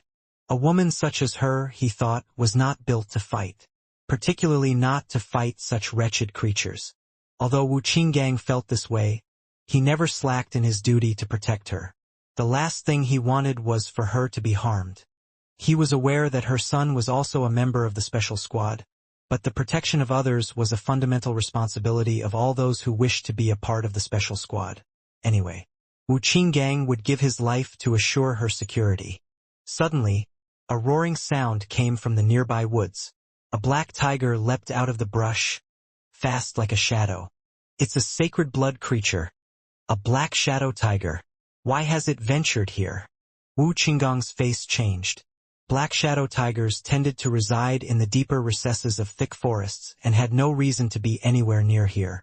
Mrs. Han, hide behind me and do not flee. Wu Qinggang stepped in to eliminate the mutant creature, removing it from the field of play. Then he walked in front of Luo Sulan. Seeing the black shadow tiger approach, Wu Qinggang drew his long sword and ran to meet it.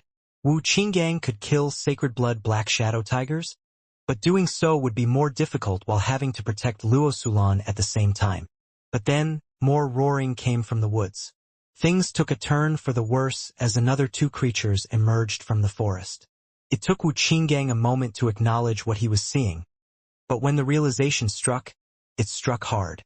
His face dropped, watching two more sacred blood creatures emerge from the woods.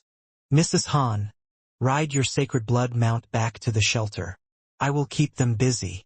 Wu Qinggang rushed into battle with the black shadow tiger as he bid for Luo Sulan to escape. Little Wu, please be careful. Luo Sulan summoned the sacred blood Mount Han Sen had given her and exited the area with haste. Wu Qinggang's sword shone with a blinding light as he fought to buy her the time she needed to reach absolute safety. She had reached the bottom of the mountains, not a great distance away from the blue crystal shelter. Once she had left that place, she would be safe. But as Luo Sulan rode her sacred blood mount, nearing the exit, a dozen people appeared in front of her. They barred her passage and surrounded her mount. Mrs. Han, it would be best if you came with us. A leader of sorts stepped forward to speak, and as he finished his line, delivered a half-smile. Who are you people? And why should I follow you? Luo Sulan asked, frightened at their sudden approach. Do not worry. We do not plan on bringing you harm. We are here to bring you reunification with your son, the middle-aged man said. What happened to little San? Luo Sulan quickly asked.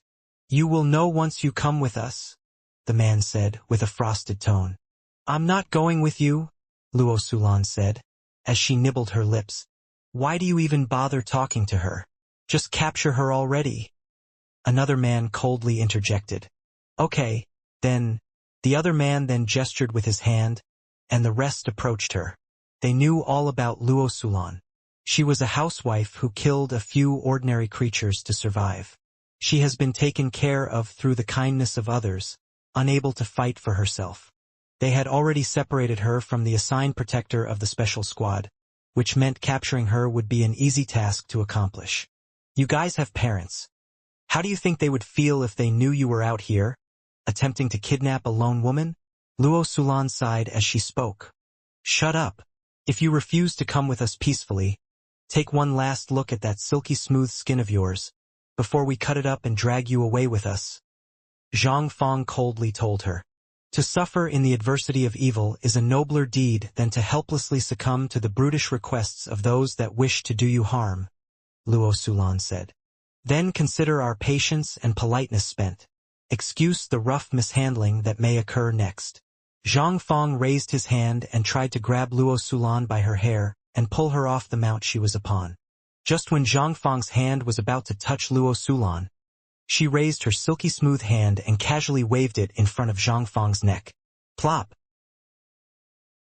He was only 2 feet away, and Zhang Fong's head was removed from his neck as if it were severed by an invisible knife. The head went a great distance, as a trail of blood followed in its airborne wake. The eyes were sullen, and seemed to suggest that what had just happened wasn't fair. Have any of you ever felt hopeless? Luo Sulan's face was like ice. She did not look scared or afraid at all. She looked devoid of emotion. Cold. Just cold. Their hearts shivered, as chills ran down their spines. Arg! Blood spread all about like flowers. She quickly moved around, and with each directional turn, red syrup followed. Devil. You are the devil. Du Ruji was petrified with fear. All the elites around him, including Zhang Fong, and two with open gene locks, they most likely had the power to slay or capture a super creature. If they didn't possess such power, it would have been impossible for them to shake out 3 sacred blood creatures to attack and draw away Wu Qinggang. But the elites were now mercilessly slain by a woman that only had to walk 10 quick steps to sever each elite's head from their neck. Yet, with the claret blood that sprayed and flowed, not a single droplet stained the woman's clothing. Luo Sulan still looked as elegant and as gentle as ever. The woman stood in front of Du Ruji, who no longer thought she was a pretty woman. She was now the devil. The woman was about to take her last 11th step, when Du Ruji's legs seemed to crumble and almost sent him falling to the ground. He couldn't even think of running away, due to how scary she was. She was truly scarier than the devil. Don't kill me. I still have my parents, and I have a wife and kids. Du Ruji slobbered his plea for mercy, after dropping down to his knees. The devil doesn't believe in tears. Luo Sulan gave Du Ruji was one last, cold look. She swung her hand, and another head rose to the sky with an airborne wake of blood. The Blue Crystal team found Luo Sulan out near the mountains and quickly brought her back to the shelter. Wu Qinggang killed 1 sacred blood creature and managed to chase away the other 2 before returning himself. The Blue Crystal team believed things were not as simple as they might have initially seemed, as those sacred blood creatures should not have appeared where they were in the first place. But aside from their intrusion, nothing else happened. Luo Sulan was safe. Although it was strange, Luo Sulan's safety was all that mattered. After she returned to the shelter, she teleported to the Alliance. Near the base of the mountains, the ground seemed disrupted. The soil seemed fresh, as if something had been recently buried. Mom, are you okay? Qin Xian had told Han Sen what had occurred at the shelter, and he found it strange as well. But if they wanted to bring harm to his mother, it didn't seem like the attraction of the 3 sacred blood creatures would be enough. I'm fine. What could have possibly happened to me? Luo Sulan asked. Mom, I may have offended someone in the shelter. They have tried to come at me already, but they were unsuccessful. Since they could not take out their grievances on me, I fear they may come for you, my family, in response. As such, I don't believe you should leave the safety of the Alliance for the time being, Han Sen told her directly. He could not hide things from his mother, and for the issue that currently concerned him, he had to tell her the entire truth so she could understand the gravity of the situation. If she did not, and happily left the safety of the Alliance, she might find herself in trouble. What had happened was strange, yes. But Han Sen did not want anything else to happen to her. Until he reached his mother's location, he did not want her to leave the Alliance. Little Sen, who did you offend? Will something happen? Luo Sulan worriedly asked. Don't worry. I can handle all this. Your son is strong now. Han Sen smiled as he spoke. It's my fault, for being unable to protect you. Luo Sulan spoke, with a tone of sadness. Mom, it was difficult enough for you to raise me. Now I should be the one protecting you, Han Sen quickly told her. Little Sen, do you still have your great-grandfather's relic? Luo Sulan asked him, seemingly randomly. Of course I do. Do not worry for that, Mom. I always carry this pendant, Han Sen said. All right then. A look of relief then washed over Luo Sulan. After hanging up the communicator, Luo Sulan's expression was complicated. She thought to herself, after all these years spent working so hard, can we still not escape this loop? After Han Sen confirmed his mother's safety, he decided to resume his journey to the Blue Crystal Shelter. The Black Desert. An endless black desert that looked like the inside of Hell's furnace. The colors were bleak and hopeless, far more depressing than an average desert. Han-san was riding Golden Growler through the Black Desert, and because of the region's vast size and barren wastes, he looked lonely and small in its midst. I wish I did not have to eat or drink. At least I would feel better in this damn place, if I did not have to. Han-san had been on his traversal of the Black Desert for 6 days, before realizing he was lost. A massive black sandstorm had kicked up 2 days prior, which was quite threatening. It did not harm Han-san, but in his escape, he ended up losing all sense of direction. Han-san now focused on walking in a single direction, in the hope he could wander out of the Black Desert before exhausting all of his nutrient solutions. The silver fox didn't look comfortable under the sunlight. It still remained perched on Han-san's shoulder, but it used its own tail as a shield or fluffy parasol to block the sunlight. It also yawned a lot. A shelter. Han-san saw a really large building in the middle of the black sands he traversed, which made him open his eyes wide. Even if it wasn't a human shelter, and as long as it wasn't a super shelter, he could venture inside and obtain a new spirit. If he did that, he could teleport back to the Alliance and have a hot shower. He could rest, restock, and prepare himself once more. Han-sen hurried his Golden Growler, wanting to approach the place faster. He keenly observed the shelter as he drew closer and closer. It was fairly small, so he became certain that it wasn't a super shelter. From how small it actually seemed, it didn't even seem royal shelter-sized. He assumed it was more likely a noble shelter. But when he got closer, Han-san began to feel a little disturbed. The shelter looked a little disheveled and rugged. It didn't look to be in total ruin, but it most certainly looked like an ancient city that had been abandoned a long time ago. This cannot be an abandoned shelter. Oh, please, God. Let the teleporter still be functional, Han-sen prayed in his heart. As he got closer to the Yellowstone city, things were not as bad as they initially seemed. It was indeed a human shelter, and before the front gate, he noticed a giant parasol had been placed. Under the parasol was a sunbathing bench with a person lying on it. There was a beautiful woman lying there. She had nice long legs with short black hair. Her butt was firm and round like a peach, whose limelight was only stolen by her large boobies. Her waist was slim but solid, and you could be a little muscle there. In the middle of this boring black desert, Han-sen's eyes almost fell out at how amazing this sight was.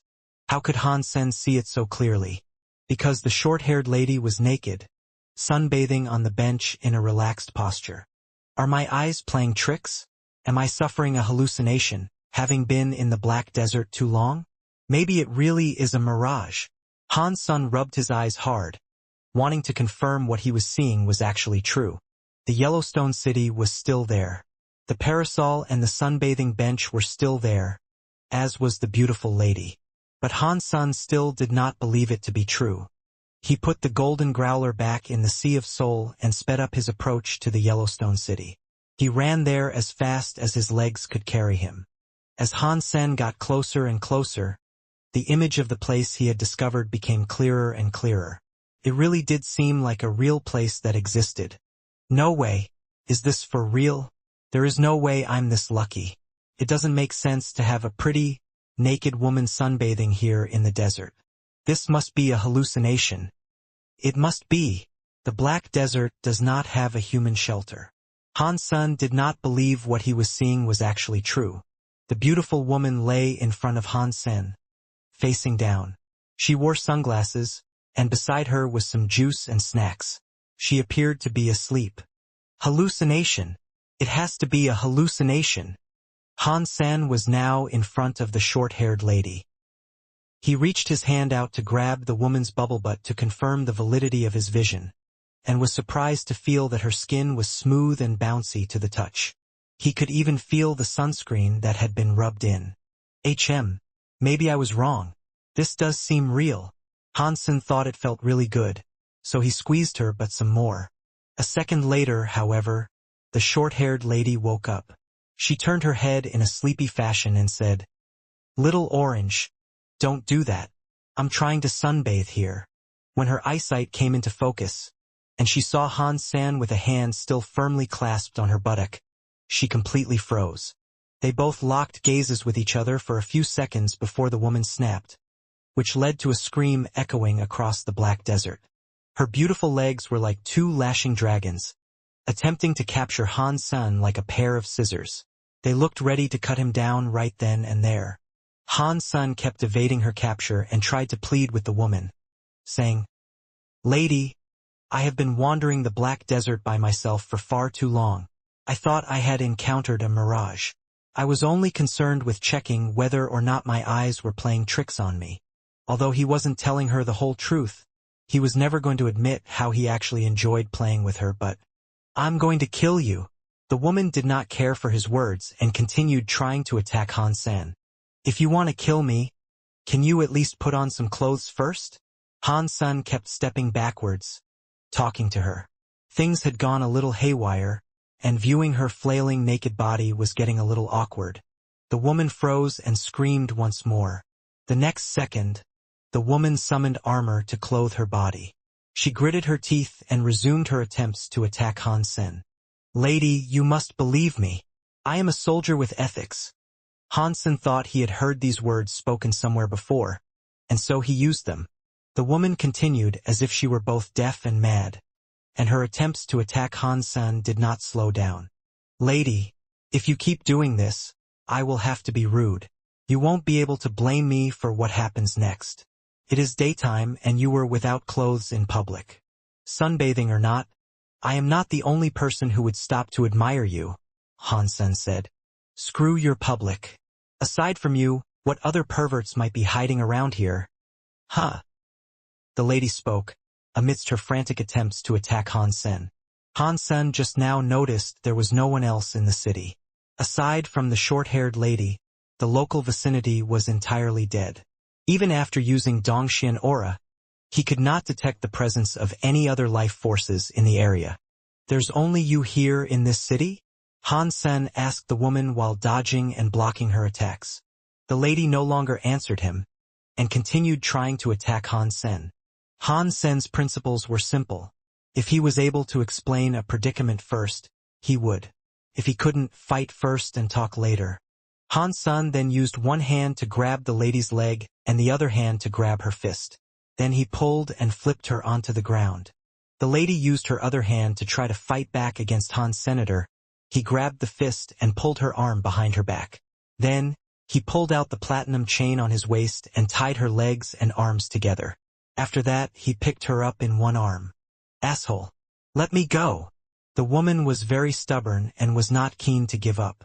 She now tried to use her teeth to bite Han San, but from the way she was being held, she could not reach him despite her best attempts. "When you calm down, I'll let you go." Han San continued to hold the lady who had been tied up. He picked up one of her beverages and started to drink it. "Cool." Han San drank 3 of her beverages and belched loudly. "You are an asshole, obscene and cheap. Don't touch my beverages." The lady became even angrier as she watched Han San consume her drinks. Han San ignored her and carried her into the city. The city was desolate. The ruined remnants of old stone houses were all that was there. Dust and sand had caked much of the ruins, and it looked like no one had lived there for many years. There was no trace of occupation to be found. Han San proceeded towards the plaza. A small shelter like this did not contain teleporters in ordinary rooms, only public ones in either the plaza or spirit hall. The plaza wasn't very big, and the floor was comprised of many yellow tiles.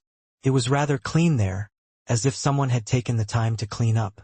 But when Han San saw the teleporter, he was disappointed. The teleporter appeared to be damaged and inoperable. Han San walked deeper and deeper into the city, but found little more than lines of ruined houses, sand, and dust. The houses were only 2 stories tall, but there was a spirit hall. The spirit hall stood out amongst the rest, at 4 stories tall. Han San walked before the spirit hall, and the woman suddenly appeared frightened and said, "Don't go in! Leave this place." "Why?" Han San noticed she finally appeared to be willing to talk, so he lowered his head to ask her. "You can't go in there because you can't," the short-haired woman said as she gritted her teeth. Han San noticed her resume talking nonsense and ignored her. He walked forward. "Stop! Don't go in. There is a scary spirit in there, the short-haired lady quickly shouted. Han-sen lifted his lips and told her. But it's such a small shelter. This is a noble shelter at the most, so what manner of scary spirit can possibly reside here? Besides, if there is one, how have you managed to teleport in and out of this place? There really is a spirit in there, and I have never left this place, the short-haired woman stressed. PFFF, don't tell me those beverages came with you on a journey here. Han-sen was not buying her story. When the short-haired lady heard that, she thought about Han-sen not only squeezing her butt, but also drinking the beverages she had held onto for so long, and the fact he drank 3 all at once. Angrily, she said, "Yes, that is right, you big horny asshole. Give me back my beverages." PFFF. Han-sen still did not believe her. Still carrying the woman, he approached the door and pushed it open. Han-sen had already used his Dongshin aura to take a peek inside, but couldn't detect anything. Therefore, he believed she was lying. "Don't go. There really is a scary spirit in there, and you'll regret stepping inside. Let me go and die inside there all alone. Don't drag me down to hell with you." The short-haired lady noticed he was ignoring her plights and warnings, so she did her best to persuade him not to open the door. She almost cried aloud. The moment Han-sen stepped into the spirit hall, his heart jumped. A scary force approached him like a black shadow or a toxic snake. Dong!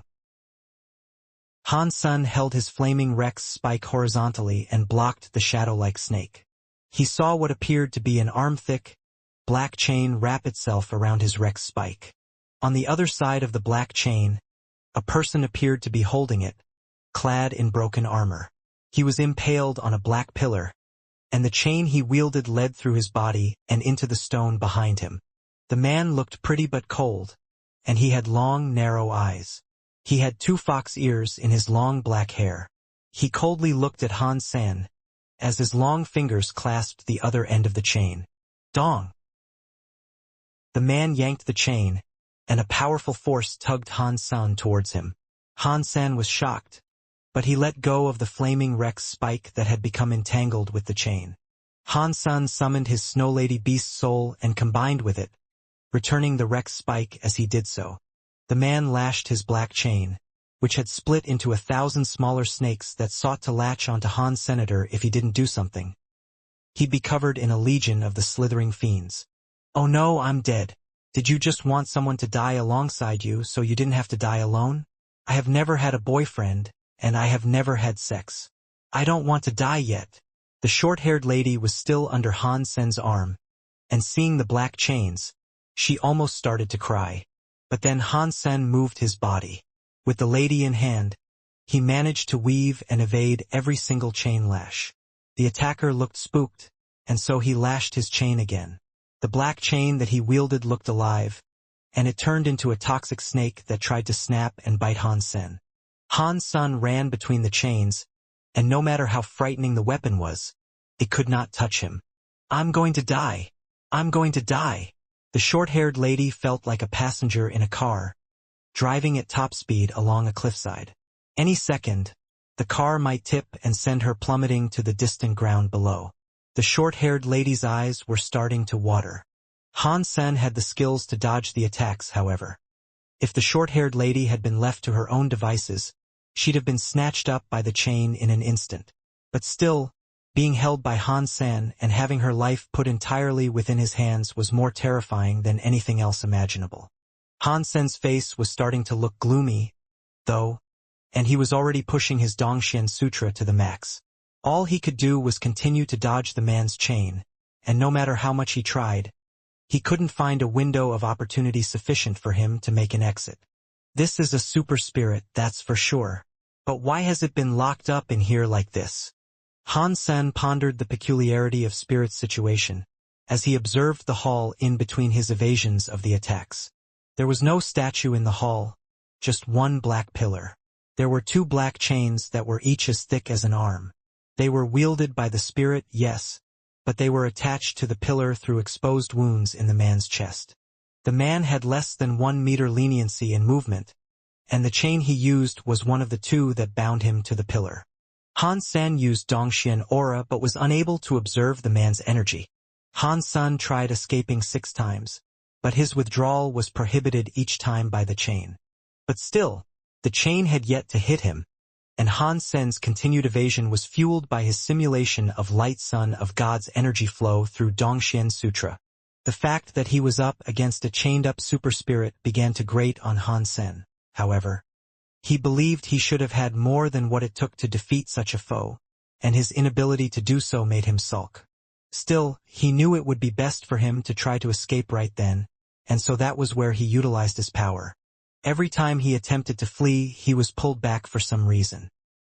He didn't feel anything, but the short-haired lady was in tears as if she was riding a roller coaster. She had screamed so much, she had now lost her voice. With a sobbing, tear-drenched face, all she could do was helplessly remain carried in Han Sen's arms. Although he was unable to observe the man's energy flow, he could still memorize the pattern and methodology of how the man used the chain. If he learnt his chain skill and understood all his movements, he could escape the spirit hall without issue. Fortunately, the spirit itself was chained to the pillar and unable to move. If it wasn't chained up, he wouldn't have concerned himself with fighting the spirit, and would have just summoned his little angel instead. But battles such as this were very educational for Han Senator. He rarely encountered a weapon such as this, so viewing it was quite the surprise.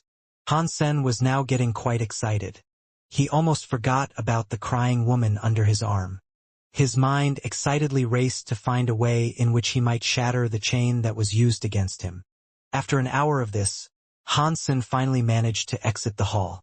The spirit's full power was undoubtedly restricted by its binding. Why is that spirit chained up here? There is no statue or spirit stone here. It's pretty strange to say the least. Because he had no spirit stone, Han Sen had no particular interest in killing the spirit.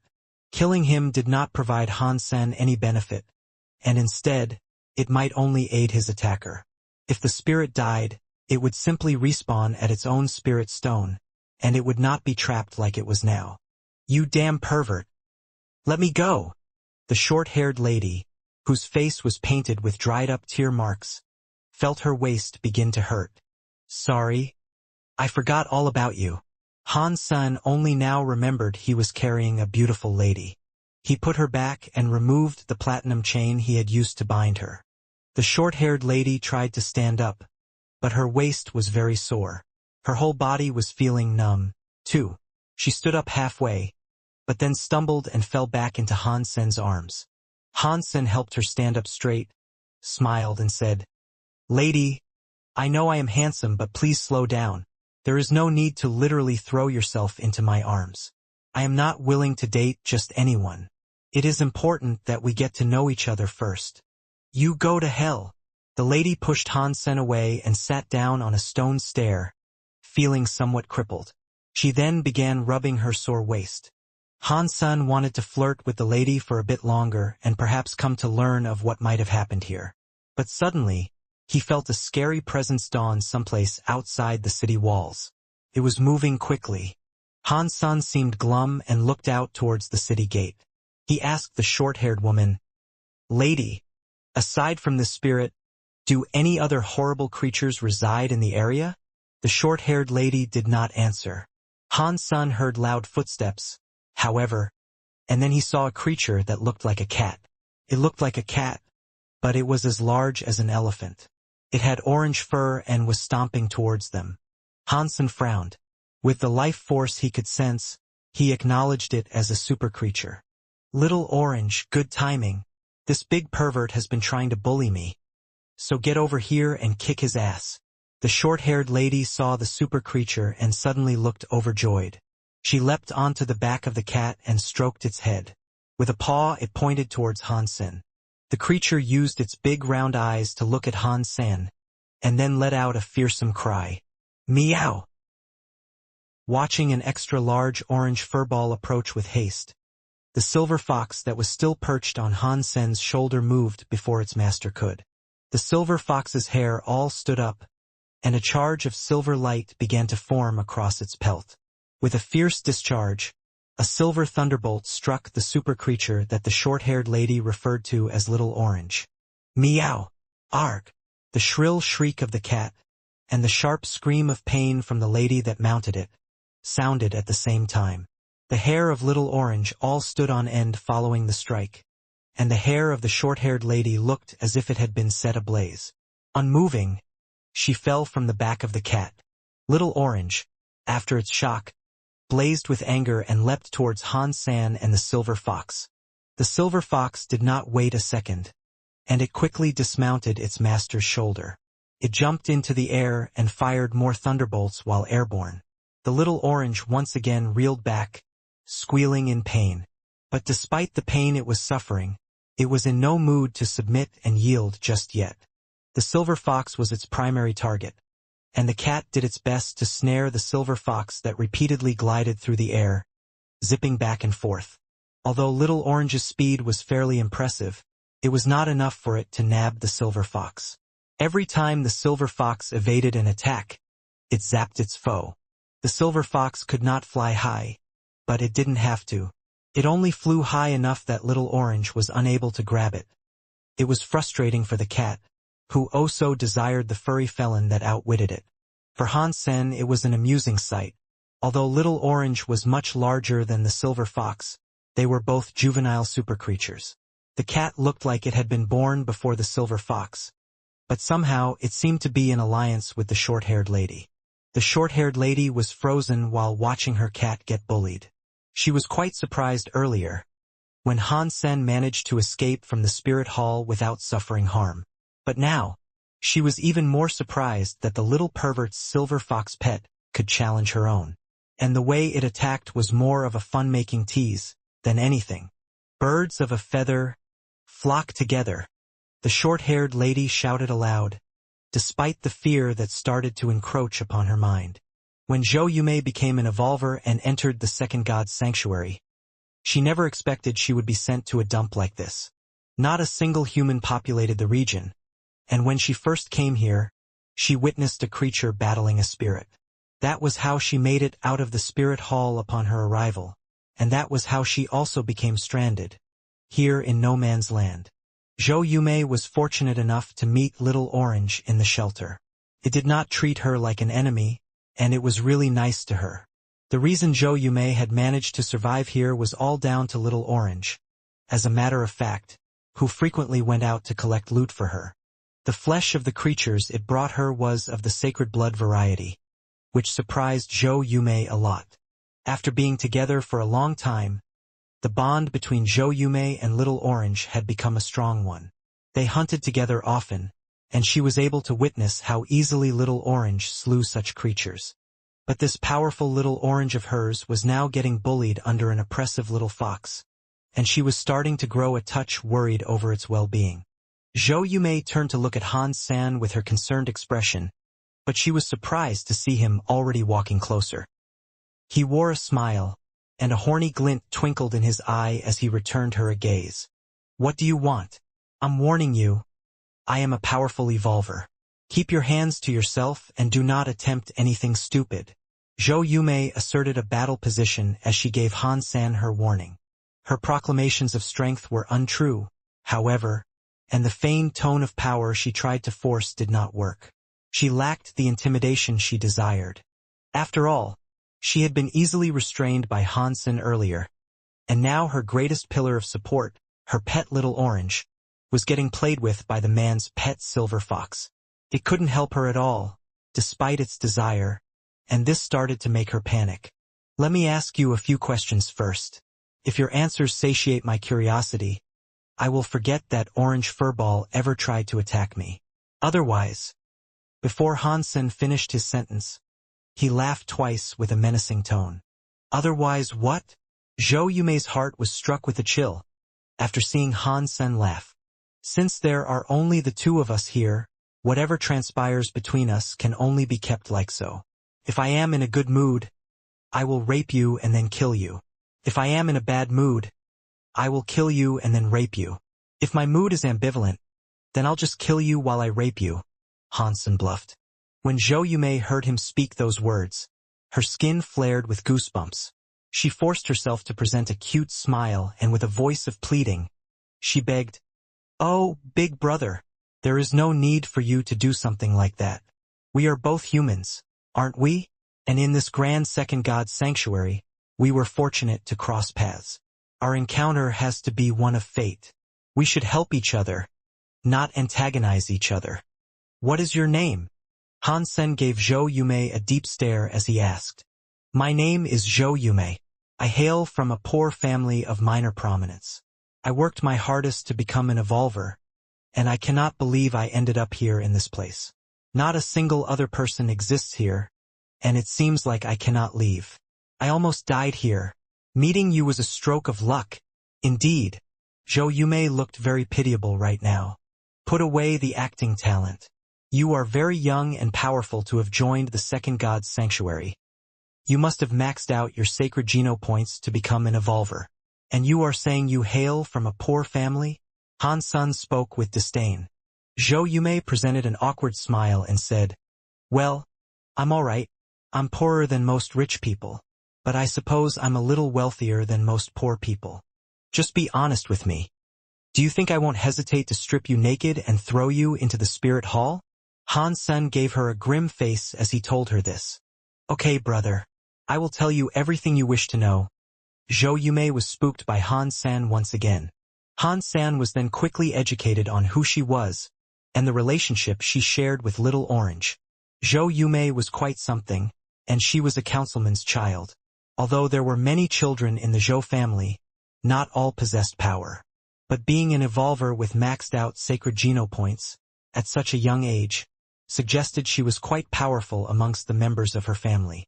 Han-san then learned all about Zhou Yume and Little Orange's bond, which wasn't all too different from his with the silver fox.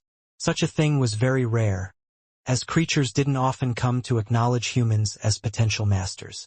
Little Orange was a second-generation super creature, and Han-san knew this by observing its energy flow.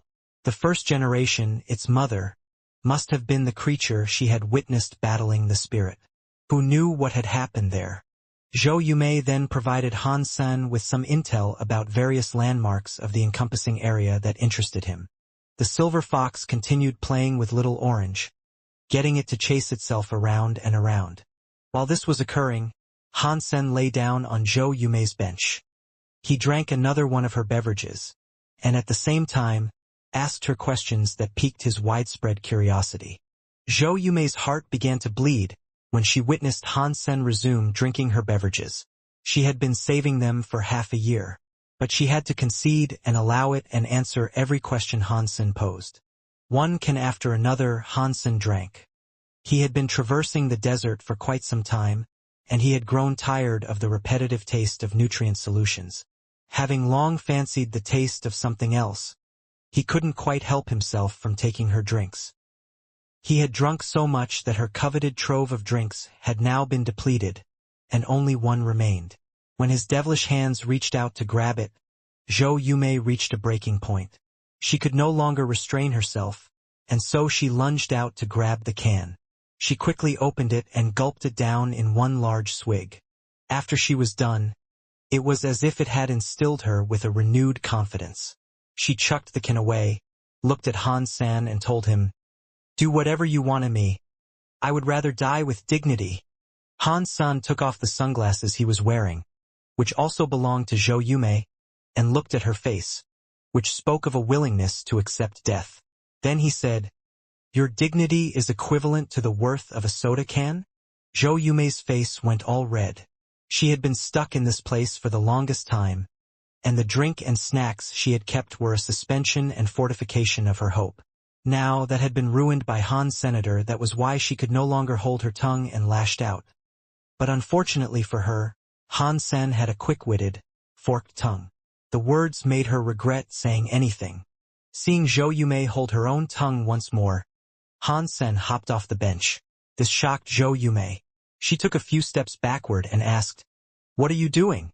What? Must I report my comings and goings to you or something? Han Sen smiled at Zhou Yume. No. You aren't. What? Zhou Yume's tongue tangled itself, tripping her words. She looked happy. If you really want to die, I can aid you in accomplishing this desire, Han Sen said. No, you commit to your own deeds. I can take care of that myself. Zhou Yumei was starting to talk nonsense. Han Sen ignored her, for she was just a young woman. He only wanted to tease her, not outright bully her. Pervert. Horny bastard. Asshole. Animal. Obscene. Cheap. Watching Han Sen enter the city, and end up a good distance away from her.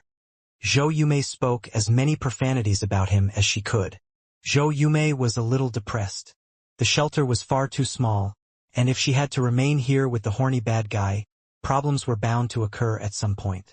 I'm so young and sexy. I have a great figure. There is no way that bad guy will refrain from touching me. Should I escape into the desert now? But then again, I have no idea where I am or where I might go. And there are so many creatures out there. It'd be dangerous. If I don't escape, the holy temple of my body will be desecrated by that bad guy. Zhou Yumei struggled with the decision.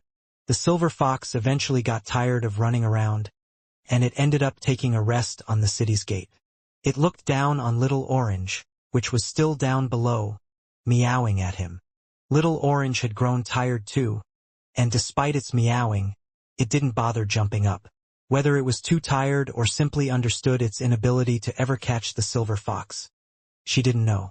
The pet is just like the master. All it does is infuriate others. They are both just as bad as each other. Zhou Yumei thought to herself, as she peered at the silver fox that was resting above the gate. She was mad. She didn't want to provoke it, however, as she had seen and felt firsthand how powerful the silver fox was.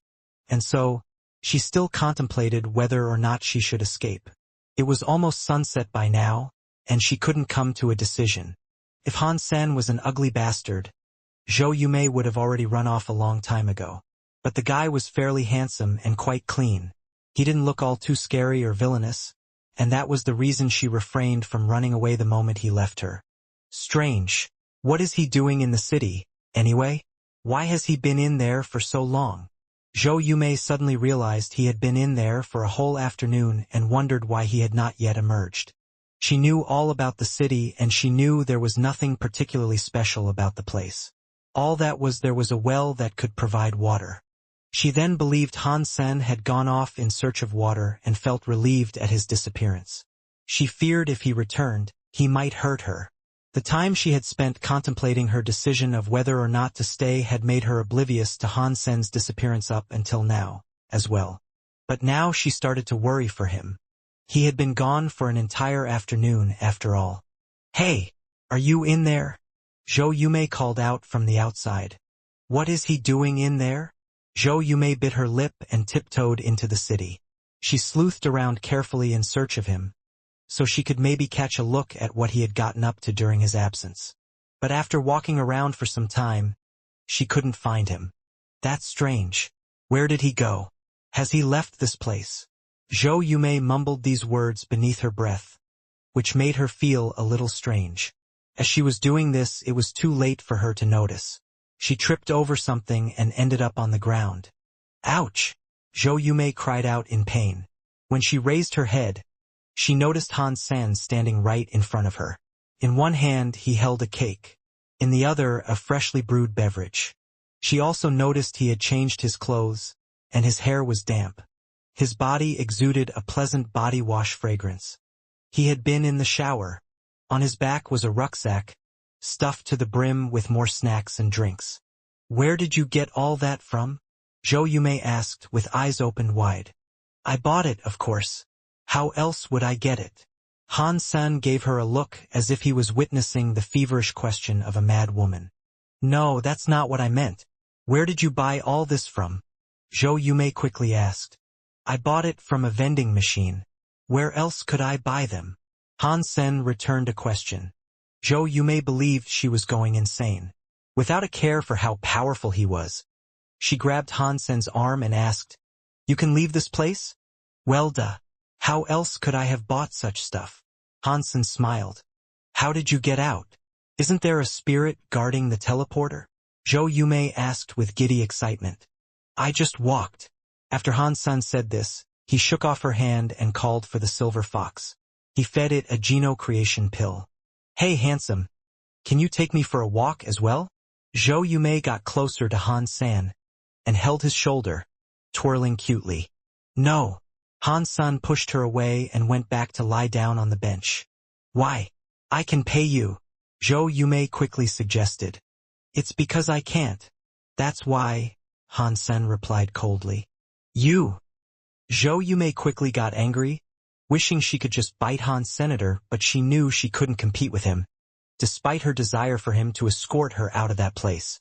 Big brother, if I offended you earlier, in any capacity, it was because of how young and reckless I was back then. Could you find it in your heart to forgive me? Zhou Yumei held onto the urge to try to strangle Han's senator. She hovered around him in a cute pose, smiling fondly towards him as she spoke. Okay, I forgive you. Hansen nodded. Brilliant. Then come on, let's go. I'll pay you back once we're free from this place. When should we head out? Zhou Yumei had been driven slightly mad, after being here all alone for so long. Humans desired and required social correspondence, and they always lived together. She, however, had been stuck in this place for over a year all by herself. If it wasn't for the presence of Little Orange, she would most likely have been driven completely insane. Although her initial encounter with Han Sen had been a bad one, her desire for contact with someone else, no matter who that was, overcame her wrath. That was why she had made the decision to stay. She was afraid of being alone once more, and even if it was with a bad person or a person she would incessantly argue with, it was better than being alone. I told you I forgave you, didn't I? I didn't say I'd take you out of this place, Han Sen calmly told her. You? What do you want? Zhou Yumei almost fainted in anger, and her finger trembled as she pointed it at Han Sen. Nothing. I just don't want to commit to the effort of getting you out of here, Han San told her, drinking his beverage. Saving people was a good thing, but it was more often than not a troublesome task. If he brought Zhou Yumei out with him now, the Zhou family would most likely be made aware of the connection he had with her. If he didn't bring Zhou Yumei, perhaps the Zhou family would hate him for it. If Han San tried escorting her away, and something was to happen to her while she was in his hands, the Zhou family would be out for his blood, too. Perhaps the Zhou family would be understanding, but with what he had recently been embroiled in, he wanted to be more careful. He would rather have her see him as a bad guy than end up in trouble. If Zhou Yumei followed him, he would have liked to bring her along. If something did happen through such a circumstance, perhaps the Zhou family would not treat him as a foe. Zhou Yumei was fuming mad, but she knew there was nothing she could do. She couldn't beg, fight, or do anything for him. Suddenly, Zhou Yumei's eyes drifted to the snacks Han San had brought with him. She suddenly grabbed the bag and ran. While she ran off, she said, "You drank all my beverages. This is payment for that." Zhou Yumei quickly jumped on top of Little Orange and presented Han San with an ugly face. She pulled the drinks and snacks out of the rucksack and shouted to Han San, "Since you aren't going to make an effort to bring me away from this place, I'm going to eat all the snacks envisioning they are you." Zhou Yumei imagined the snacks were Han San, and so she ripped, tore, and bit into them to release her anger. It had been a long time since she last ate and drank like that. Once her belly had been stuffed and she couldn't eat anymore, she went to sleep atop Little Orange. When Zhou Yumei next woke up, she noticed Han San and the silver fox were gone. She thought Han San had returned to the Alliance for a while and would come back shortly, but after he had disappeared for a whole day, she began to get worried. Han San had previously asked her what points of interest there were in the area, and she had informed him of a black mountain that wasn't too far off. That mountain was inhabited by a strange twin-tail purple scorpion. It was a creature that even Little Orange was afraid of, and was most likely a fearsome super creature. When Han San heard of a lonely super creature out there, he had shown a feverish desire to slay it. If it was a second-generation super creature, that would have been the icing on the cake he very much desired. According to the directions Zhou Yumei gave him, Han San had to walk 100 miles to just about see the mountain in the distance. The mountain did not have a sharpened peak, and was more like a rolling mountain range. It was strange to see mountains lined up like so, out in a place such as that. Han San rode his golden growler towards the mountain, and with the silver fox by his side, all the other creatures that inhabited the area hid. The creatures he did see, however, were not grouped as he expected. The Black Desert was very unique in this aspect, as most of the creatures that inhabited this place tended to be alone. It wasn't long before he began his ascent of the Black Mountains. He managed to detect the life force he had been searching for and hurried his golden growler up the slopes. Eventually, he laid eyes on the twin-tail purple scorpion, which he found wandering the foothills of the mountain. It was fervently digging into the sand. There were many black rocks in the hole it dug, and it was a trying task for it to remove them. The twin-tail purple scorpion was 1 meter deep, but Han Sen could not guess what it may have been searching for. Han Sen wanted to observe the twin-tail scorpion's strange behavior for a little while longer, so he did not summon his little angel to immediately attack the fiend. For a better view, he climbed atop a 10-meter-tall boulder and then resumed watching the scorpion digging up the rocks. He had become quite keen. While watching, he opened his gene lock with the Dongxian Sutra to observe its energy flow and assert whether or not it was a second-generation super creature as he had hoped it to be. Han Sen was disappointed, however. The energy inside the scorpion was all blurred, and he could not watch the energy flow properly, which meant it was only a first-generation super creature. Since it was only a first-generation super creature, all he could hope for by defeating it was a beast soul. The life geno-essences weren't useful to him, and only fronted a monetary value. Han Sen didn't want to sell too many life geno-essences, either, as they tended to make others jealous. The entire alliance was currently focusing on him like starved beggars admiring a spit roast. Unsure of what others were thinking, Han Sen thought it was best to maintain as low a profile as possible. Let's see if I can get a beast soul at least. Han Sen stared at the twin-tail scorpion, knowing that the chances of obtaining a beast soul were low no matter which way it was cut. He had calculated that, even with his own luck, the drop rate for a beast soul was only around 50%. But Han Sen was still quite curious, and he was keen to learn what the scorpion was doing. It continued to dig into the black rocks beneath, and by now it had dug 3 meters into the ground without slowing down. Is this guy a little too thirsty? Maybe? Perhaps it's trying to get some water. Han Sen said this in half-jest, because he knew that super creatures did not need to eat or drink to survive. Only certain special super creatures or pregnant super creatures would occasionally eat. But even still, he had never seen them drink water. What is it doing? Han Sen had a strange feeling while observing this. Han Sen watched the scorpion for a while as it continued to dig. It kept on digging until it vanished from sight, and all Han Sen could see was the remaining presence of a hole. Han Sen summoned his wings and flew up high to get an aerial view of the hole. Upon inspection, he noted that the hole was a dozen meters deep and it eventually opened up into a cave or cavern of sorts. There has to be something special down there. Han Sen was surprised, and so he summoned his super armor and ventured inside with his silver fox in hand. Once he had dropped down into the cave, he noticed the presence of an opening in one of the walls. He ventured closer to have a look, and what he saw surprised him. There was a further cavern inside, one that was massive. He couldn't even begin to predict how large it was. It was decorated in bamboo-like fauna and flora, many of which reached up to the cavern's ceiling. It was an incredible sight. The twin-tailed scorpion was inside, snapping the bamboo-like plants. The shoots were hollow inside, but many of them contained big white bugs, not too dissimilar to silkworms. They were only about 10 centimeters long, but they looked juicy and fat. The scorpion ate the white bugs and bamboo together, which produced an echoing munching sound. Are those white bugs creatures, by any chance? If the scorpion is eating, that most likely means it is pregnant. Han Sen reviewed the situation and asked himself a number of questions. The bamboo and the white bugs in the cave were eaten in droves by the hungry scorpion. Eventually, it looked to be full and wanted to leave, and so it started to return in Han Sen's direction. Han Sen quickly made his exit and evaded the scorpion's sight. It wasn't long before the scorpion itself re-emerged, and when it did, it went up the mountain. Han Sen did not give the scorpion chase. If it really was pregnant, he knew it'd be a waste to kill it now. He much preferred the idea of waiting until it had given birth before slaying it and the baby. But Han-san still had a strong interest in the bamboo he had observed down below, and the white bugs they seemed to contain. He waited until the scorpion was long gone and then, with a command for the silver fox to stand guard, ventured back inside. He didn't want to risk having the scorpion return and corner him. There were many bamboo-looking plants in the cavern, and they were about 30 centimeters in diameter.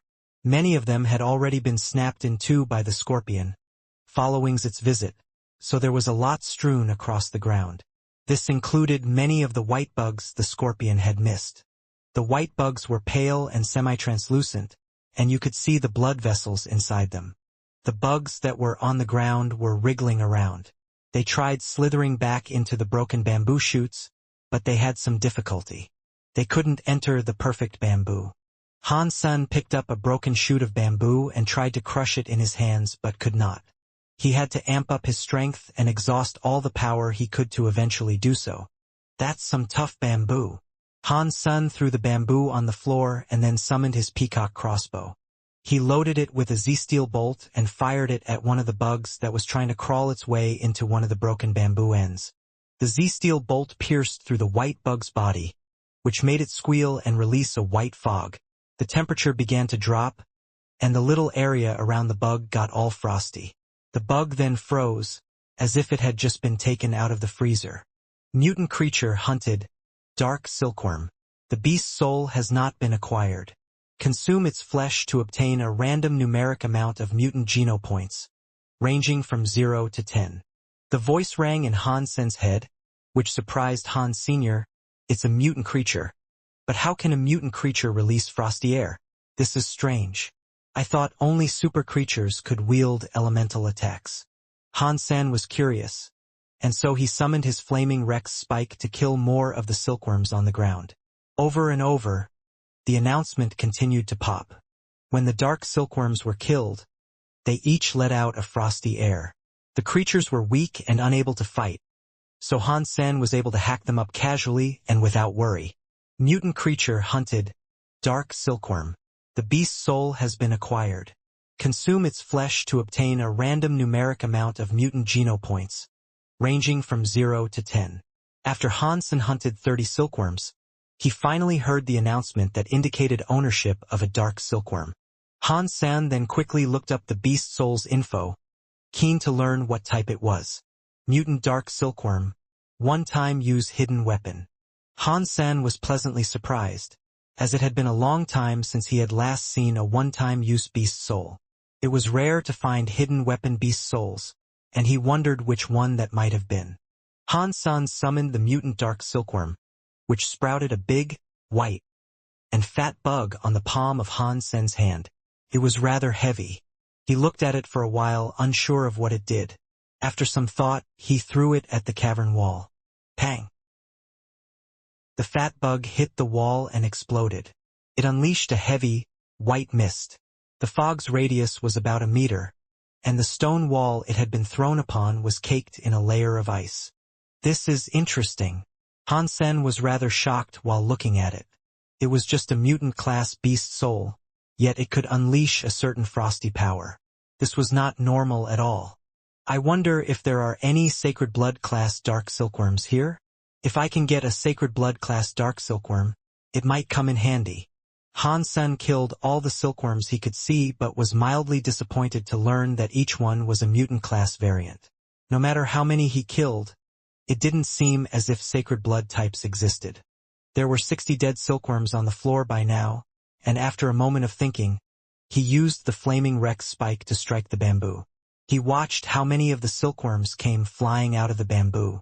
After killing 100 more of the wriggly silkworms, he managed to obtain another 2 mutant beast souls. But still, no Sacred Blood types. Never mind. Let me pack up the ones I've already killed and vacate the area. If I dry them up and grind them into powder, people who eat them will be able to increase their mutant genopoints with ease. That's not too bad. Han-san used a bag to collect the 100 frozen silkworm bodies and turned around to go outside and dry them.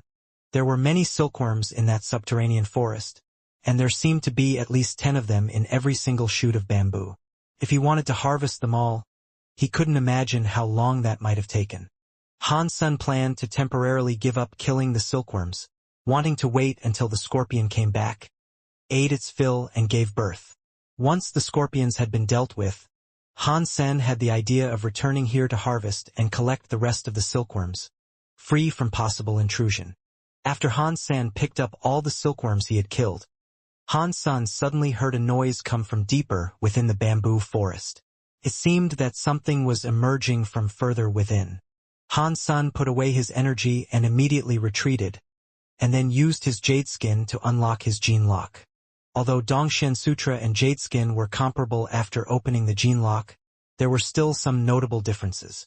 Jade skin also focused on enhancing the seventh sense, although it wasn't as detailed as the Dongshan Sutra, it had a greater range.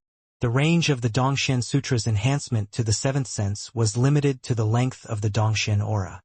Han Sen scanned the bamboo forest with alertness, as if he had activated God mode. With his senses, he was able to determine that something was traveling towards him at a rapid pace. It was currently 3 miles away, but that distance was sure to close fast. Han Sen could sense its approximate size, and deduced it was around the size of an average household cat. Its shape was circular like the grubs he had just harvested. What it wasn't was slow. Unlike said bugs, what was coming towards him was very fast. Like a mad rabbit, it came running. Is it a sacred blood dark silkworm? The thought of this made Han Sen quite happy. As time ticked by, the unseen menace closed the gap between them. When it emerged, Han Sen was finally able to see that it was an extra-large grub. Its body glistened like ice. A frost aura encompassed it, and it left a trail of ice in its wake. Han Sen switched his gene lock over to Dongshan Sutra and took a reading of the icy fiend that had approached. Its life force was far stronger than mutant, and was indeed most likely a sacred blood class silkworm.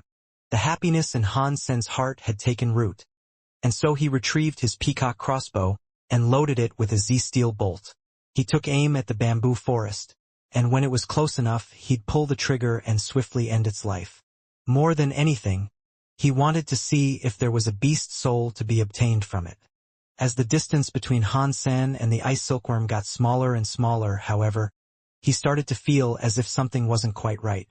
The closer it came, the stronger the life force of the silkworm became. It soon exceeded the measure of any sacred blood creature he had dealt with before. Is it a super creature? Han Sen's face changed. He scanned it multiple times to gain a more accurate reading, but it still left him as puzzled as ever. It was definitely not a super creature. Berserk sacred blood, perhaps? Han Sen squinted his eyes. He rarely encountered berserk sacred blood creatures out in the wild, so he was surprised at his discovery of one here, of all places. Watching the ice silkworm draw nearer and nearer, it had now come within 1,000 meters of Han Senator. He refocused his peacock crossbow, but then heard more noises from the bamboo forest. Rustle, rustle. It now seemed like an entire choir of creatures were frantically racing through the forest. At this, Han Sen's face changed. Now, he was seeing a large number of icy silkworms emerge from somewhere in the bamboo woods. From his quick initial tally, he managed to count 100 of them. Impossible! How can there be so many berserk sacred blood creatures in one spot? Han Sen was rightfully shocked. They didn't frighten him, as he knew they were of no match for him. He just thought the number of them was scary. Han Sen could accept the presence of a dozen sacred blood creatures, but berserk sacred blood creatures were far rarer. The ratio of sacred blood to berserk sacred blood was somewhere in the ballpark of 100 to 1. But now, berserk sacred blood creatures were emerging as a massive group. If there were that many berserk sacred blood creatures, then there had to be thousands of ordinary sacred blood silkworms someplace in the area as well. Still, such an occurrence had to be impossible. The ice silkworms he was currently sensing were stronger than most sacred blood creatures. The strength of their energy flow was not too far off the bloodhorn Shura he had encountered not too long ago. One silkworm was ahead of the rest, and the gap between it and Han Sen was now under 500 meters. He pulled out his peacock crossbow, took aim, and pulled the trigger. Instead of guessing, Han Sen wanted to kill one and find out the truth. The hard light string moved and the Z-steel bolt took flight. It was like a beam of light, traveling 500 meters in the blink of an eye. It pierced through the ice silkworm's body and pinned it to the ground. Han-san was delightfully surprised, thinking the silkworms were easier to kill than he initially imagined they would be. If it was a berserk sacred blood creature, he expected it would be able to react or even evade the bolt. But it didn't. It was struck and it died, simple as that. Mutant creature hunted. Dark silkworm. The beast's soul has not been acquired. Consume its flesh to obtain a random numeric amount of mutant genopoints, ranging from 0 to 10. Han-san suddenly froze with his jaw agape. He was like that for quite a bit. This isn't right. That can't be right. How can that be a mutant silkworm? How can a mutant-class creature possess such a high life force? Han-san couldn't believe the fat ice silkworm was the same creature as the dark silkworms from earlier. But the announcement in his head could not be incorrect. It was a rule of the world he inhabited. If it said he killed a mutant creature, then he did indeed kill a mutant creature. Seeing more and more silkworms approach, Han-san ran ahead to kill them all. They were mutant-class dark silkworms, same as the ones he had killed inside and outside the bamboo shoots earlier. Han-san was perplexed, and not yet able to think of a reason why their bodies would be so vastly different. The life force in their bodies was far stronger, and there was no discernible reason why these mutant creatures could possess such strength. This isn't right. It really isn't right. This is strange. It's crazy. These things are weird. How can the silkworms inside the bamboo breathe ice? 2. Even sacred blood creatures can't do something like that. There must be an external force affecting these little icy blobs, one that I have not yet been made aware of. Whatever it is, it's imbuing them with frightening strength. Han-sen killed the 100 big silkworms that approached and managed to obtain one additional beast soul. Han-sen quickly summoned it to take a look. Its definition was the same, but its physical appearance was different. The head was bigger and the body was practically ice. Han-sen threw it at a wall like before to check it out. It was much more powerful than the others, and the icy fog it unleashed had a radius of 3 meters. The frosty air itself was far more powerful, too. If they are both mutant dark silkworms, why is there such a clear difference between the two? If I killed baby ones earlier and mature ones just now, it shouldn't affect the beast soul I just received. Beast souls do not factor in the age of a creature. This mystery is getting deeper. I wonder, what is the cause for this curious anomaly? Han-san observed the bamboo stalks with a bewildered face and inquisitive heart. I have to examine and analyze this further. I need to go deeper and I need to find out what is affecting these strange silkworms. Silkworms have great genes, but it is a large race and they cannot all be mutant class, surely. There have to be ordinary ones out there, too. The fact that all these are mutant class dark silkworms is nigh unbelievable. Han-san pondered the matter a little more, but then decided to hail for the silver fox to come down and join him. With the silver fox, he traveled deeper into the bamboo forest. In fear of the silver fox, all the silkworms went into hiding. If they couldn't escape, they'd hide in their bamboo shoots and shiver, which even made the stalks themselves quiver, producing noise like the rustle of leaves in the wind. The subterranean bamboo forest was enormous, but it had no stone pillar or significant stalagmites to support it. Supporting this humongous cavern was the bamboo itself, as the countless bamboo shoots rose from the ground and supported the ceiling. Han-san had traveled 30 miles through this subterranean kingdom, but he had yet to see an end. It looked mostly the same as well. The only difference he noticed was in the temperature. The deeper he went, the lower the temperature seemed to tick. The thickets of black bamboo all around him grew denser, and after another 50 miles, the bamboo stalks were as thick as the trunks of trees. Frost covered the ground and the temperature had dropped to what would be an insufferable level for most people. Han-sen proceeded, unfazed and unchilled, and it wasn't long before he ventured into a wholly ice-veiled area. The bamboo there was thicker than ever, and it would take 3 grown men, with their arms outstretched, to circle just one shoot. If there are dark silkworms in here, I wonder how big they are? Han-san used his Dongxian aura to investigate but could not see through the black bamboo to tell whether or not there were silkworms inside. Deeper in this wondrous bamboo forest, however, Han Sen managed to detect one particular life force. This force was like a babbling brook of spring water, and he was curious what manner of creature would possess such an enticing life force. Han Sen approached it with moderate alertness and strode through the bamboo forest with a little more care and caution. He came across an empty meadow amidst the bamboo shoots. The meadow was skirted by the thick bamboo, but not a single one of the shoots grew atop the field. Despite possessing jade skin, this frosty area and the icy life force that swirled around it had Han Sen shivering with the cold. The energy he had followed was strange, indeed. As he drew closer to the sparse meadow, Han Sen's eyes remained fixed upon it in deep observation and contemplation. It was thickly iced, and in the center was a chilly, but not totally frozen, lake. In the lake, a plant that looked like a narcissus rested. The flowers were white. Han Sen had seen his fair share of strange flora before, and although the narcissus was strange to see there, it didn't stand out or even unnerve him. If there was a super creature guarding the narcissus, Han Sen would be glad. But that wasn't so, as he couldn't espy the presence of any super creatures around the lake. What Han Sen did see, however, was a man sitting beside the still waters. He stared at the narcissus without moving, and this surprised Han Sen. Han Sen could tell that he was a human due to his attire. He was wearing a human battlesuit. Creatures and spirits wouldn't wear what this man was currently geared in. Why are there other people here? Han Sen used Dongxian aura to observe the fellow, and the results surprised him. He had quite the life force, one that was far from weak. This place having an actual living person surprised Han Sen, as he believed himself to be the first person to ever set foot here. After all, the only entrance he knew of was the one that the twin-tail scorpion had made. But it wasn't as if he had reached the end of this place, and perhaps further ahead was another more accessible entrance. Friend, what is your name? Han Sen carefully walked across the ice and tried greeting the man.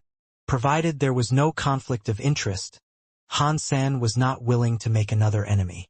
After all, meeting others of the same kind in a place such as the Black Desert was a delightful thing. And even a simple correspondence or dialogue with someone of your own kind was nice enough. The man did not respond to Han Sen, though, and it looked as if he was sleeping. Of course, Han Sen couldn't properly tell, as the man was facing away from him and toward the narcissus. His position was set to suggest he had been observing them, but with his back towards Han Sen, he couldn't quite be sure. Neither could he wholly deduce what the person looked like. Friend, I come without cause for alarm. I mean you no harm, and have found myself wandering here of my own accord and curiosity. Would you like to have a chat? If not, I'll be happy to move along. Han Sen continued talking as he approached the man. Still, there was no response. He didn't turn around or give any reaction. All he did was continue gazing at the narcissus in the lake. Han Sen continued his approach, despite the lack of engagement from the other person. By now, it was starting to be a little unnerving, and Han Sen felt as if something wasn't quite right. Han Sen got closer but did not go near the man. He didn't approach him head-on, and instead walked around him a bit so he could get a look at him from the side. When he saw him more clearly, Han Sen was shocked. It wasn't a living man. The man's clothing was fine, but the body inside had been frozen solid. It was like an ice statue. The fact that only his flesh had been frozen was strange, indeed. His clothing didn't even have a speck of frost upon them. Also, he did not understand why the life force inside him seemed to swirl and suggest that he was a living person. Han Sen's face quickly became grim. The man before him wore a battlesuit, but its model was something that hailed from the previous century. It seemed to be a relic from over 100 years ago. How can this man be frozen here?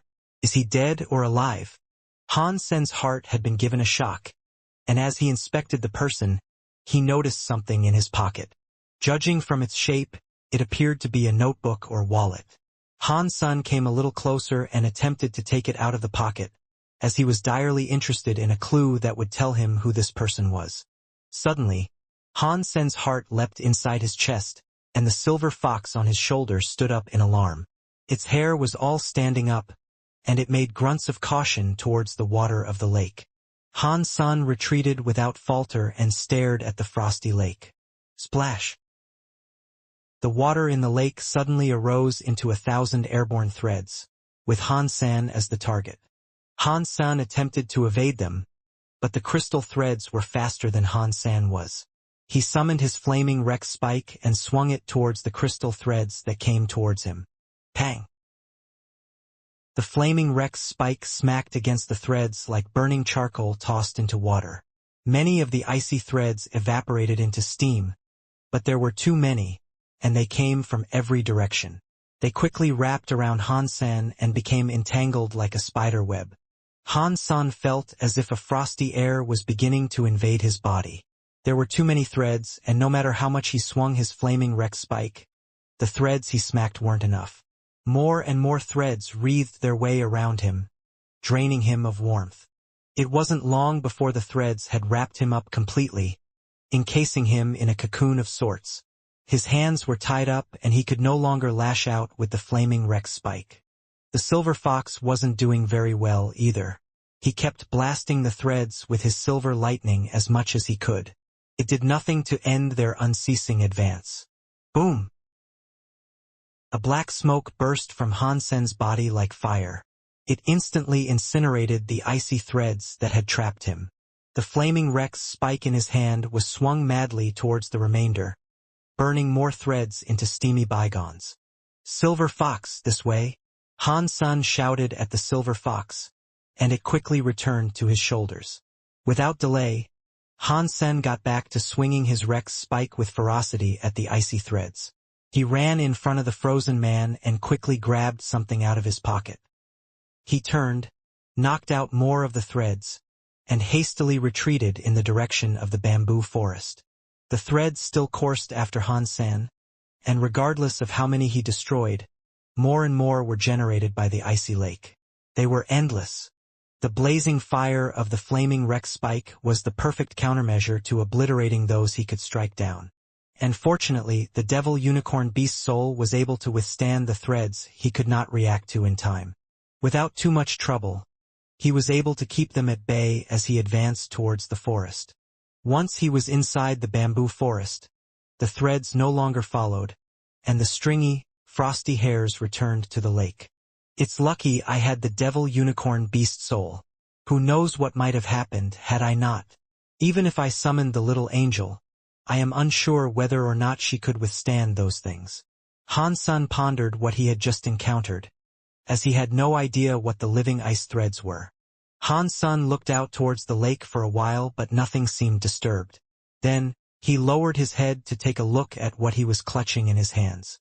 Han-san had taken a wallet out of the man's pockets, and it had many cards inside. They looked very old, too. They were much bigger than modern cards and thicker. They weren't as light as the current cards were, where 100 of them could be folded together and still be really thin. There were 30 of the cards, and their thickness and number filled up the entire wallet. It looks like that man really was over 100 years old. It's possible that he spawned in a shelter somewhere in the Black Desert, stumbled into this place as I have, and fell prey to the icy threads. Han-san observed the cards and contemplated the identity and possible story of the frozen man he had found. They were old cards, and aside from some cards that belonged to a few interstellar banking firms, Han-sen had no idea what the majority of them were for. Suddenly, Han-sen's pupils went smaller. He found a card which bore a familiar symbol. 9 Life Cat. Han-sen was shocked, not expecting to see this symbol here. That meant this man who had died near the lake may have been a member of their organization. It looks like that organization has been around for a long time. Does it really have a connection with Blood Legion? Han-sen continued to examine the rest of the cards. Then Han-sen's eyes stretched wide. Within the cards was a working license, and on the front was something he saw clearly. Secret Service, Team Number 7. Investigator, Qin Huaijin. This working license was the exact same as a relic Han-sen once received after someone died. The only difference being the name. Qin Huaijin. Could he be from the Qin family? Han-sen remembered Qin Xian once told him she had an elder who worked in the Secret Service's 7th team.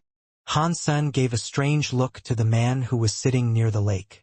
If he was a member of the Qin family, What may have led him to die all the way out here? Wait a minute. Is he really dead? He still has a powerful life force swirling inside him. It's not something you can fake. So, is he really dead? Han Sen looked hopeful while staring at the man. Han Sen wanted to know what might have happened to the seventh team. If that man really was an elder of the Qin family, and he was still alive, Han Sen was keen to finally learn the truth. With great interest, Han Sen turned his whole body towards the man on the lake. There was a big chance he was still alive, and cryogenic technology had matured quite a bit even back then. Many people went into cryogenic sleep to be defrosted and awoken sometime in the future. It wasn't a difficult process, but it required modern technology. Straight up freezing yourself dealt tremendous damage to the body, and simple defrosting rarely led to survival. Han Sen did not know if the man could survive after being defrosted. There were no tools readily available for him, and he'd have to bring him back to the Alliance if he wanted to guarantee his survival. Han Sen thought it over quite a bit, but then settled on returning to the lake. He really wanted to know what had happened to the seventh team, and it looked as if this might be his best and only chance. After all, almost all members of the seventh team had died. Finding one of them who was half alive was too good of an opportunity to let pass by.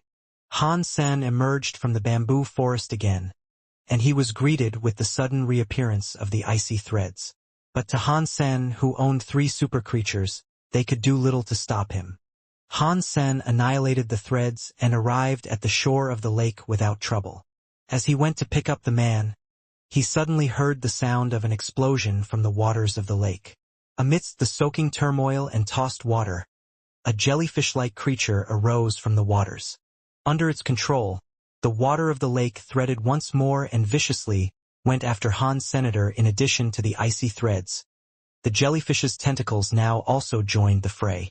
With the flaming Rex Spike and Devil Unicorn, Han Sen was able to withstand and repel the icy threads well enough, but his movement was restricted quite a bit. After slashing a number of threads, however, a crystal tentacle writhed its way around Han Sen to ensnare him. Han Sen felt his waist drop in temperature as a strong power began to grow and pull him towards the lake. Han Sen was infuriated, so he raised the Rex Spike to bring it down on the tentacle. But before he could strike, another tentacle grabbed a hold of his arm. The silver fox was spitting its bolts of lightning in a raging fury, doing its best to break the grip of the tentacles. But soon after, it too was grabbed. Another tentacle wrapped it up and began dragging it towards the water with its master. The silver fox's body unleashed as much silver lightning as it could, but still, it wasn't enough to break the hold the tentacle had on it. Little Angel! Han Sen, unable to fight back, summoned his Adorade. The little angel appeared from the sky, swooped down, and with her great sword, sliced the tentacles that had grabbed a hold of the duo. The jellyfish creature thrashed around in pain, letting out a shrill shriek amidst the chaos. Little Angel, great work. Go and kill that asshole. Han Sen was extremely happy, and gleefully issued the little angel the order. Then, he swung his Rex Spike towards the icy threads that had amassed and were coming towards him like a tidal wave. The little angel's cold face was like that of a goddess. Her blonde, flowing hair danced around as her body broke the air with her attacks. The great sword slashed countless icy threads, as if she was tearing the seas asunder to get at the jellyfish-like creature. The little angel's greatsword delivered a great cut to the blobby jellyfish. But in the next second, the wound it suffered was immediately healed.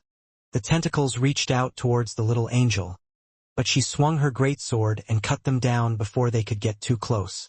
Han Sen was relieved after seeing this, but it didn't last. The tentacles regenerated into their prior shape in less than a second. The jellyfish was most certainly a super creature, for it could regenerate at an incredibly fast pace. The little angel's greatsword sliced and diced countless encroaching tentacles and delivered a number of 1-meter-deep wounds to the primary host, but seemed to be to no avail. Within seconds, all the damage dealt would be nullified through the rapid regeneration and recovery of the jellyfish. They weren't getting anywhere like this. Seeing this made Han Sen nervous, and there could be little hope for victory if things continued this way. Han-san looked at the flaming Rex spike in his hand and acknowledged that the fire element was what was needed to bring down the jellyfish. But the little angel was just a pet and aside from pet armor, could not make use of ordinary beast souls. Therefore, he was unable to give her his Rex spike. Han-san continued slashing the icy threads that wove across the battlefield, all the while observing the jellyfish. He was looking for a window of opportunity in which he could safely deliver an attack of his own. With good fortune, the flaming Rex spike's fiery elements would be enough to kill it. The jellyfish was enraged, however, and it did not seem afraid of getting injured. Even when the tentacles were cut, or a number of abrasions and lesions had been delivered to its body, it did not slow down in its attack of the little angel. Han-san frowned. The little angel had slashed everywhere on the jellyfish by now, and they had not yet discovered a weakness. Nothing seemed to halt the recovery of its wounds. Does it really not have any weaknesses? If that is true, then it might very well be invincible. Han-san frowned. He had previously thought something like this was impossible, but here it was happening right before his eyes. It was at this time that the eyes of the little angel flashed. She rose up into the air, holding the great sword with both hands, and delivered a flurry of strikes onto the jellyfish with ferocity. Boom!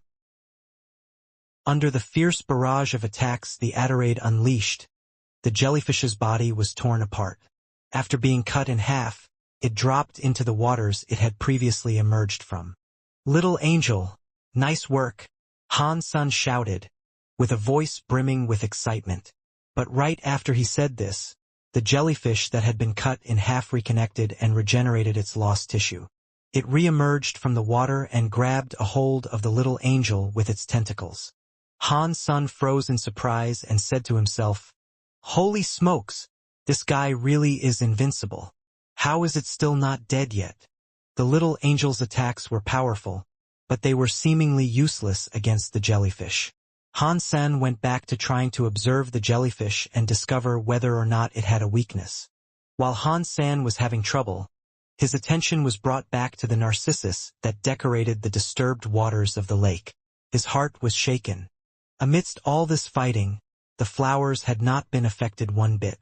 Not a single petal had been damaged or fallen. Strange. The lake isn't all that big. So how has it not been affected amidst the absolute chaos that has transpired here? Han-san thought to himself, as he checked the narcissus out. Han-san observed it for a while and noticed that the jellyfish was in fact protecting the narcissus. When the tentacles were cut down, they did not immediately fall into the water. When one was cut, icy threads arose from the water to carry it gently under. The jellyfish was preventing any sliced tentacles from falling on top of the flowers. Something is not right. Actually, I do not think it is the jellyfish controlling the threads. Rather, it is the narcissus themselves controlling the threads. Han-san had made a startling discovery.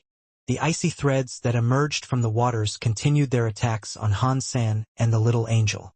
If the threads were controlled by the jellyfish, then their organization ought to have been disrupted each time the monster was dealt damage. But throughout the entire fight, no matter how much damage was dealt to the jellyfish, the icy threads remained unchanged and continued their attacks without a moment of disruption. Because of this, Han-san confirmed that the jellyfish and narcissus weren't related.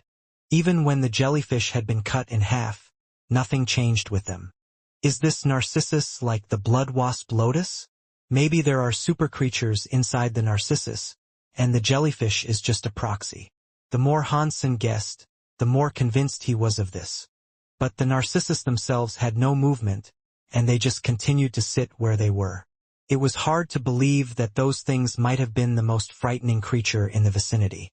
Han-san wanted to approach the ice lake and test out his theory. If things simply continued the way they were, he did not believe they could kill the jellyfish. When Han-san approached the icy waters, he cast arrow. He used it to run across the water, get as close to the narcissus as he possibly could. The flaming Rex spike became a raging tornado of flame as he raced towards the flowers. The little angel struck at the same time. Her supreme greatsword tore the jellyfish in half once again, preventing it from protecting the narcissus. The Narcissus that had been quiet and still the entire time suddenly turned to face Han's senator like a volcanic eruption. The icy threads arose en masse from the water, quickly rushing over to cover Han Sen's entire body. In a moment, the threads formed together to create an iceberg inside of which Han Sen was trapped. "Get out of my way!" Han Sen roared, as a black smoke erupted from his body. Inside his body a bell pulsed, which made the icy threads begin to shiver and shake. The flaming Rex spike drilled onwards, forming an exit from the ice. The twirling weapon now commanded wind and fire, and the Narcissus was in its sight. Boom! The flaming Rex spike roughly drilled into the Narcissus and drilled deep. The flowers let out strange screams of their own, as they suffered the wrath of the raging weapon. The petals abandoned their flowery ship as the roots of the plants were evicted and incinerated, which led to the release of a white fog all at the same time. Han Sen, who had a high frost resistance due to jade skin, felt as if he had fallen into an icy bath when touching the fog. His hair and eyebrows grew icicles of their own, even. Splash! When the Narcissus was destroyed, the jellyfish and threads turned into water and fell down. The ice lake quickly froze over and provided an additional layer of frost to the areas surrounding it. From the perforated flower, a small body fell out. It was a beautiful woman whose body was naked. She had stunning butterfly wings attached to her back. She had long white hair and pupils that reflected the ice she governed. Snowflakes adorned her body. But the woman was tiny, no larger than the palm of a hand. She was like a fairy of myth. Han Sen did not hear an announcement, and when he looked at the fairy, he knew exactly what had happened.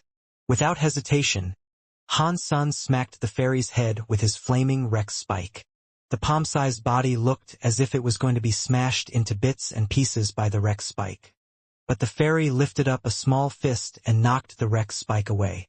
A frosty air swiftly rose and doused the fire the flaming Rex spike commanded and froze the weapon completely.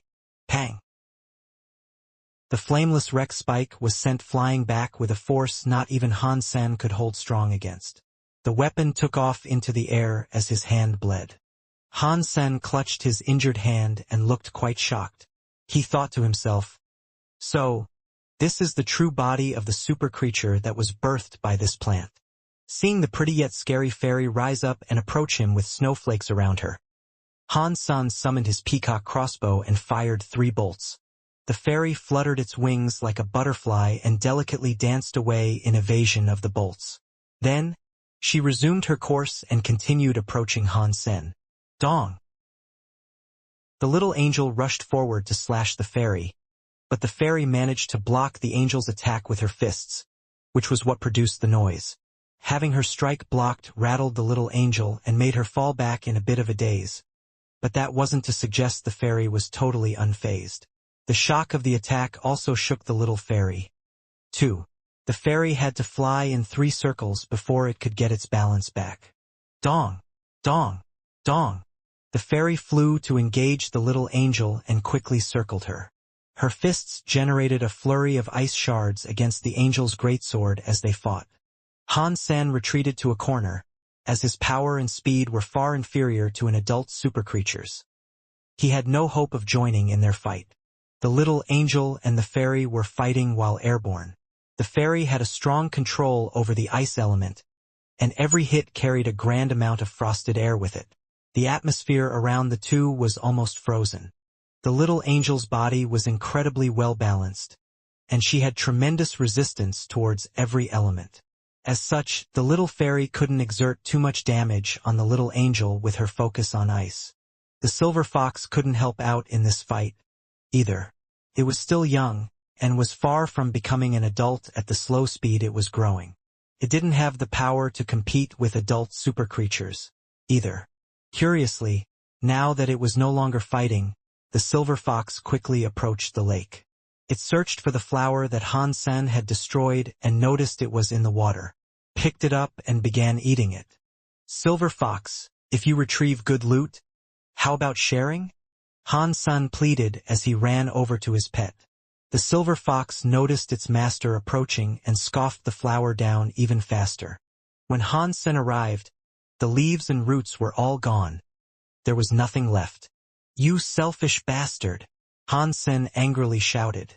The silver fox returned to acting all cute and looked up at Han's senator. It jumped onto Han Sen's shoulder and no longer moved. The silver fox's fur was a light silver now, and it exuded a frosty air. Whatever. There was nothing Han Sen could do now. Watching the little angel fight the fairy, without anything he could do himself, he thought now was the time to do something with the frozen man who was sitting next to the lake. He ran towards him to see if he could move him out into the bamboo forest for now. In case the little angel was unable to defeat the little fairy, at least they could escape and bring the frozen man with them. When he approached the man, Han Sen was suddenly surprised. He appeared to be thawing. Is it because the Narcissus was destroyed? Han Sen wondered, as he dragged the man into the bamboo forest. The ice on the man was thawing quickly. By the time Han Sen dragged him into the bamboo forest, the ice on his body was all gone. Will he survive such a simple defrosting process? Han Sen frowned. Humans required special equipment to aid their thawing after being frozen. Because of this, Han Sen doubted he would survive. Han Sen observed the man. He watched his life force grow stronger and muscles become firmer. Perhaps he was going to live after all. Han Sen looked at the man nervously, not fully understanding how he had managed to defrost so quickly. The temperature where they were was still quite low. Han Sen could feel the frosty air inside the man slowly fade, as the thump of a slow heartbeat returned. In half an hour, the frosty air was all gone and the man's heart and organs returned to being fully functional. The man's eyes were still closed, but that was when Han Sen finally began to see movement underneath his eyelids. Nervously, he looked at the man. If he really was Qin Huaizhen, and if he woke up, the mystery would finally be explained. Then suddenly the man opened his eyes. The black eyes looked empty, but they were wide open. He was staring upwards. "Are you awake? Can you hear me?" Han Sen was not sure what to say, so he crouched near the man and asked these questions to see if he was fully conscious. The man moved his eyes slowly until his vision ended up on Han Sen. The moment he saw Han Sen, the man's face looked full of fright and shock. He grabbed Han Sen's arm and used all his strength in a struggle to say, "Be wary of Jing Ji, squelch." After the man spoke those few words, blood came out of his mouth and his body began to twitch and convulse. His eyes turned white. "Hey, is there something wrong?" Han Sen quickly held the man and put a recovery potion to his lips. But it didn't work due to the constant spitting and oozing of blood. While the man twitched, he continued holding Han Sen's arms tight. His white eyeballs continued to stare at Han Sen, and it was as if he still wanted to say something. With a mouth full of blood, all he could do was gurgle on the claret and not speak an audible word. The man used the last of his power in a struggle with his hand, and pointed at his pocket. Before he made another move, he straightened himself out and coughed blood, splattering Han's senator. Then he stopped moving, his eyes still open and looking at Han Sen. Han Sen's face looked ghastly, and the life force of the man before him had all depleted. He was dead. But what the man said confused Han Sen greatly. "Be wary of Han Jingji? Why should I be wary of Han Jingji? Did he say that to me specifically, or were those words meant for someone else? Maybe he thought I was someone else."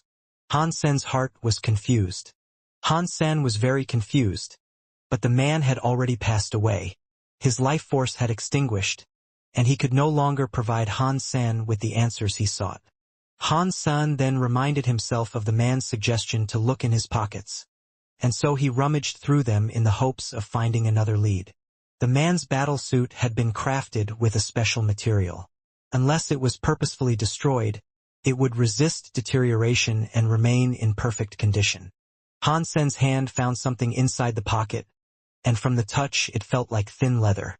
It was soft and delicate, and he couldn't quite tell what animal's hide it might have come from. Han Sen pulled it out to reveal a 2-square-foot parchment of leather. It had yellowed somewhat in submission to time's advance. Curiously, words had been written upon the page, and it looked as if they had been inked in blood. On the left side of the parchment was a symbol of the nine-life cat. On the right side of the leather, there were two words written in a larger font like a title. It said, Blood Pulse. The Blood Pulse of the Blood Legion? Han Sen was surprised. Blood Pulse was a tenet of the Blood Legion. Blood Pulse contained records of the Blood Legion's doctrine and some of the mythology that composed their organization. It was only in the future that the Blood Legion became recognized as a cult, and the texts of Blood Pulse were forbidden from sale. Most of the cultists only knew certain snippets of the text, as few had seen the complete work. Han Sen was disappointed. Blood Pulse was merely a religious document pertaining to a faith he had no interest in abiding by. Therefore, this leathery document was useless to him. Han Sen still failed to understand why the man's dying act was to point at his pocket, however. Is he just a fanatic cultist? Han Sen guessed as he looked over the Blood Pulse. But when he looked a bit closer, he was surprised. It wasn't merely a religious text he was holding, it was a qi gong. He could only view a part of it, but with his knowledge, he was able to tell it was a very mysterious qigong. It was almost up to par with his jade skin. Taking a closer look, Han Sen noticed how the parchment simply explained how one might learn it. He folded it up carefully and then put it away. This was not the time to read, after all. He gave the man another search but was unable to find anything else of interest. The little angel was still fighting the fairy, and it was difficult to guess who the victor might be. Han Sen dug a 6-foot hole, placed the man in it, and covered it back up.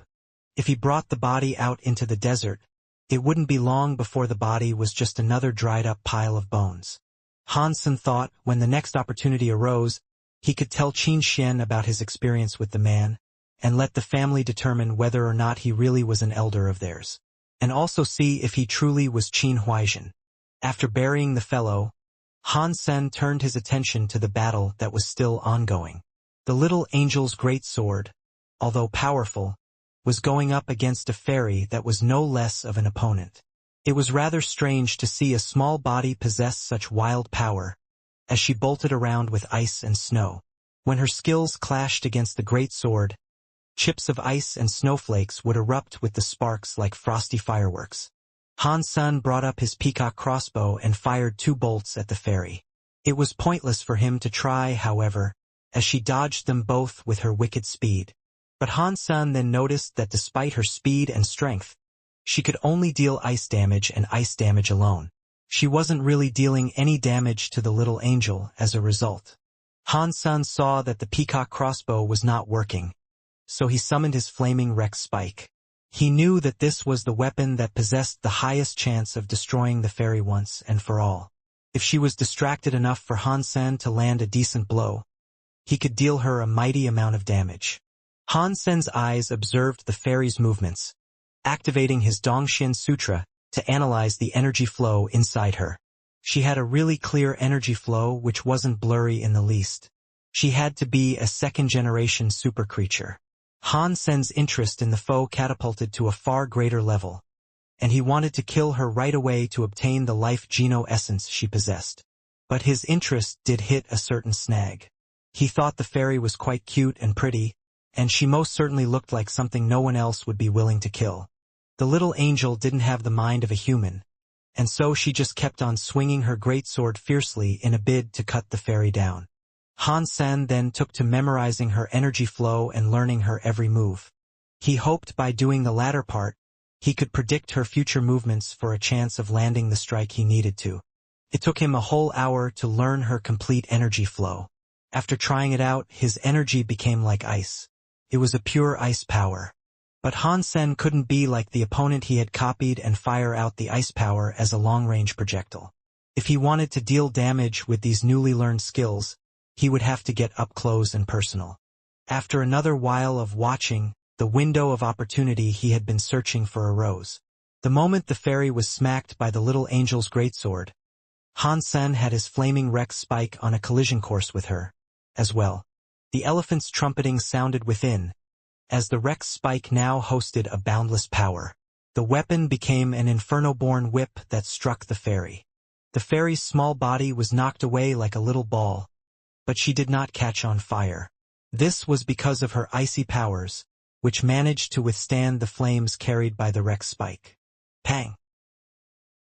The fairy's body smacked into the iced earth to create a deep hole. It wasn't long before the fairy returned, however, with a fury Han Sen had yet to witness.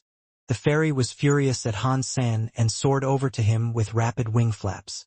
Han Sen turned around to run as he had just used Elephant Rex Strike. Now that his body was drained of energy, he couldn't fight back. But knowing that move didn't kill the fairy, he quickly became aware that no matter what he tried, he'd be unable to defeat her. The little angel cut off the fairy's advance and Han Sen, with the silver fox, ran off through the bamboo forest. He was now well aware that there was no point in remaining where he was. He wanted to leave, recover, and later come back to try to fight her again.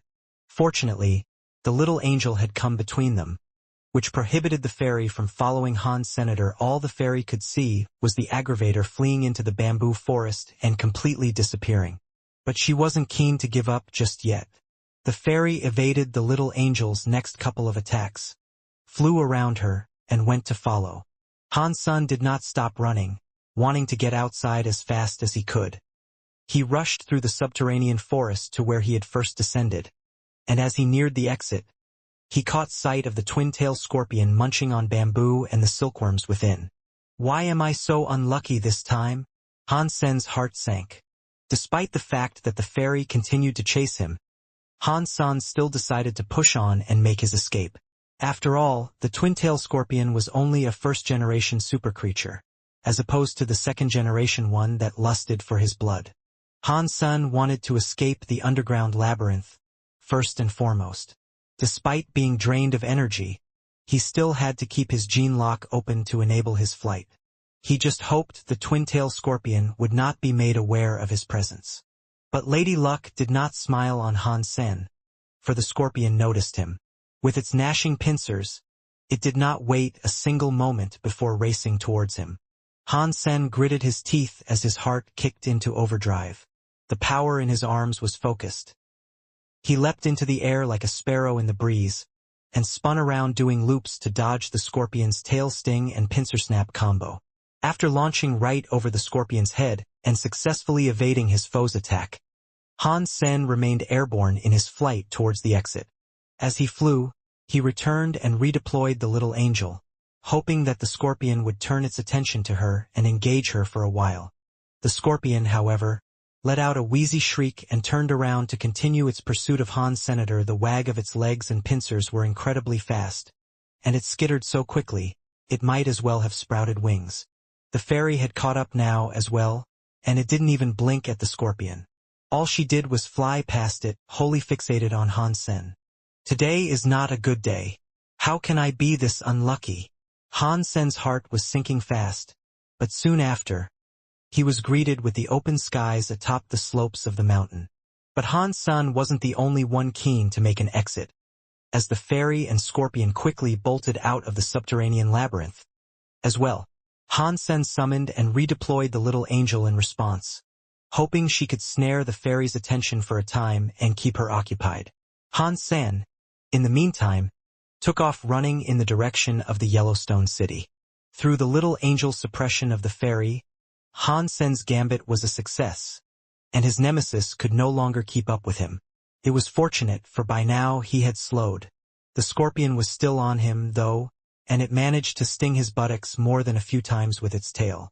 Luckily, he was still clad in his berserk super armor, and this provided the protection he very much needed. Although the tail's stinger managed to pierce through the plate, the subsequent damage was significantly reduced, and the literal pain in his ass just made him shout. The scorpion's tail was very sharp, and if it wasn't for the protection provided by the armor, it would have skewered his entire body. Han Sen's body was exhausted, but he had little time to pay his tiredness heed. On and on, he kept running in the direction of the shelter he had previously departed. It was now in sight, and just that mere glance perked up his rapidly declining spirits. Zhou Yumei had waited 2 whole days for Han Sen's return, but he had yet to show up. She was as mad as she was sad at his absence. Asshole. Horny bastard. Scumbag. I can't believe he just left me hanging like that. I curse him to be eaten by creatures. Zhou Yumei's spirits had rarely dipped so low, and so she just lay slouched on the bench outside the shelter's gates. Being alone for over a year had taken its toll on Zhou Yumei, and her brief interaction with Han Sen made her realize how afraid of being alone she now was. Meeting him was an extremely rare stroke of luck, and although she wasn't particularly fond of his character, his presence still enthused her. At least she did not have to remain under the desert's baking sun, alone. Even arguing with the bad guy was better than being alone, bored to death. What was worse was the fact he had just left without saying a single word. Her eyes were now swelling red at the thought of no goodbye. As Zhou Yumei cursed him to high heaven, she suddenly saw the man running towards her with extreme speed. It made her overjoyed, and she immediately stood up and shouted to Han Sen, "Mr. Asshole, I thought you were gone for good. What brought you back?" Han Sen removed his armor and approached Zhou Yumei like the wind. He didn't say anything to her. He just grabbed her by the waist and carried her inside the city. "You sick pervert. Let me go." Zhou Yumei was a little embarrassed and tried to shout as she struggled. "Take a look at what is following me. Do you really want me to leave you as their lunchtime snack?" Han Sen casually told her, as he continued to run forward. Zhou Yumei then took a proper look, and she saw the twin-tailed scorpion that ravenously followed. She also saw the little angel further behind, but not the fairy. The fairy was too small for her to see from that distance. But Zhou Yumei quickly understood what was happening, and her face changed as swiftly as one could turn a page. She said, "Big brother, run faster." The scorpion waved its tail as it approached, trying to sting them, and Zhou Yumei's heart leapt at the creature's every attempted strike. With each dodge, a gasp and a tear or two would follow. Han Sen didn't have the time to respond, and simply rushed into the shelter. He turned around to take a look and noticed that only the scorpion had followed them inside the city. The fairy seemed wary of something and stopped pursuing them near the gate. She flapped her wings in the air but did not go inside. This turn of events made Han Sen happy. If he only had to deal with the scorpion, he could manage, and he would no longer be forced to run for his life. Han Sen ran towards the plaza and simply waited for his little angel to deal with the scorpion. Meow! Little Orange saw Zhou Yumei getting chased by the scorpion, and it growled angrily in response. With rage, it rushed towards the creature to engage. "Little Orange," Zhou Yumei worriedly called out. Although Little Orange had jumped onto the scorpion, the foul creature lived up to its namesake and spread its tail in two. With both ends, it stabbed Little Orange, making the cat cry out in pain. "Please save him. Little Orange cannot fight the scorpion. He used to run off whenever we saw it in the past." Zhou Yumei was dribbling tears as she pleaded for Han Sen's aid. Han Sen did not make a move, but the silver fox acted on his behalf and spat out a bolt of silver lightning to nastily strike the scorpion's head. Pang! The scorpion was shaken by the lightning, and Little Orange managed to free itself. But then, Little Orange sunk its teeth into one of the scorpion's tails and made a hissing sound.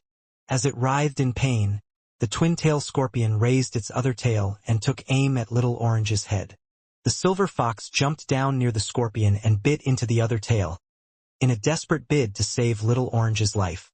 When the little angel finally arrived, she swung her great sword down on the scorpion's head under Han Sen's command. The shell of its head cracked open, as green fluids squirted out of the crushed carapace. Hzzh! The twin-tailed scorpion hissed and squealed in immense pain.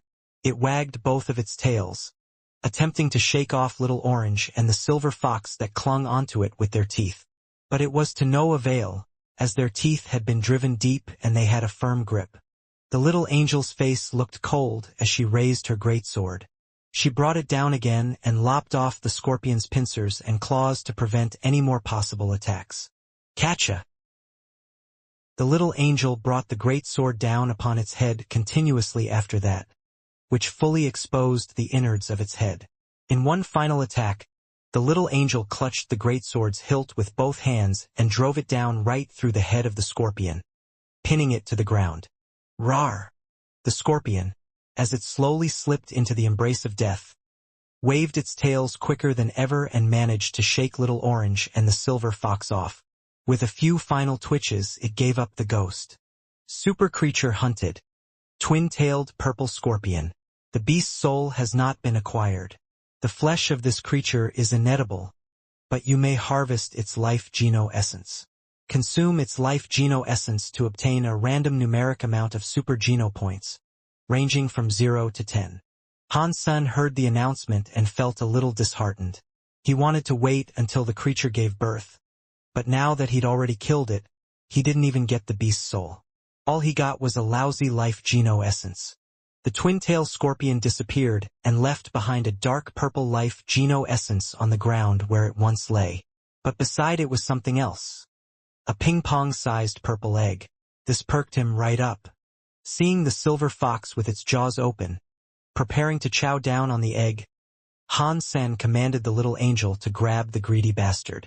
The silver fox whined at the little angel in obvious anger. It didn't attack her, though, for it knew how powerful she was.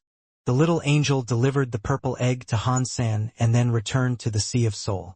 The silver fox brushed its head against Han-sen's leg and looked up at Han-sen adoringly, with its eyes wide open. It looked like it was begging. "Get out of here, you already ate that Narcissus earlier. This is mine." There was no chance he would give the egg to the silver fox, so for now he just pocketed it. Han-sen could see right through the silver fox. When they first met, the silver fox had acted all adorable and elegant. But over time, after Han-sen had accepted him as a pet, its mouth was revealed to be a cruel, vicious, slobbering munching machine. It'd eat whatever delight it could find without reprieve, and not leave a single morsel for its master.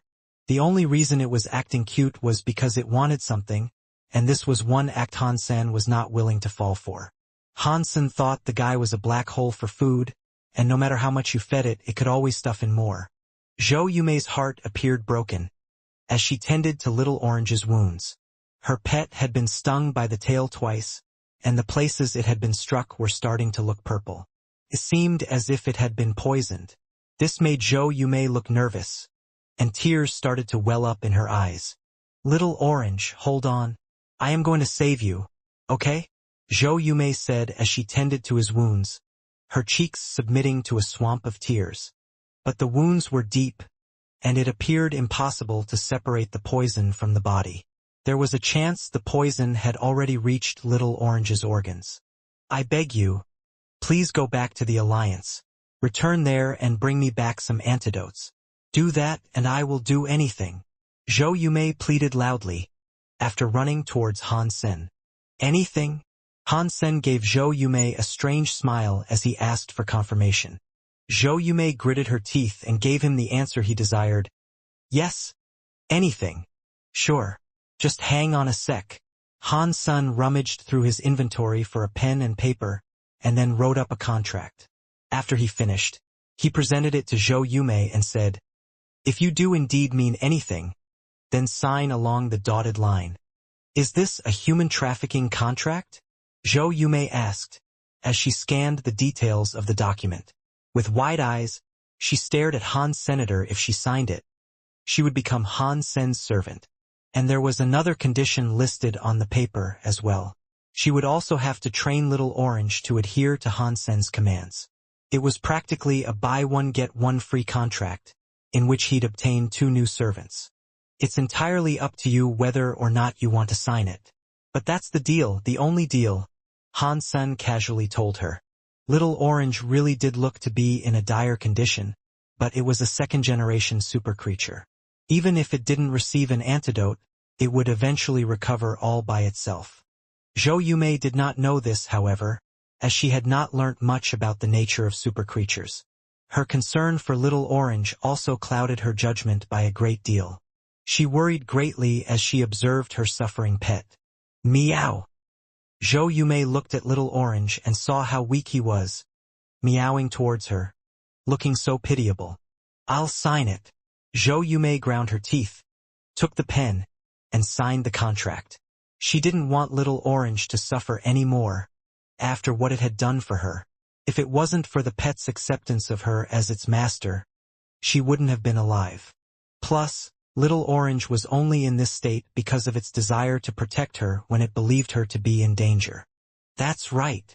Han Sen reached out his hand to take back the contract, but Zhou Yumei pulled away. Antidote.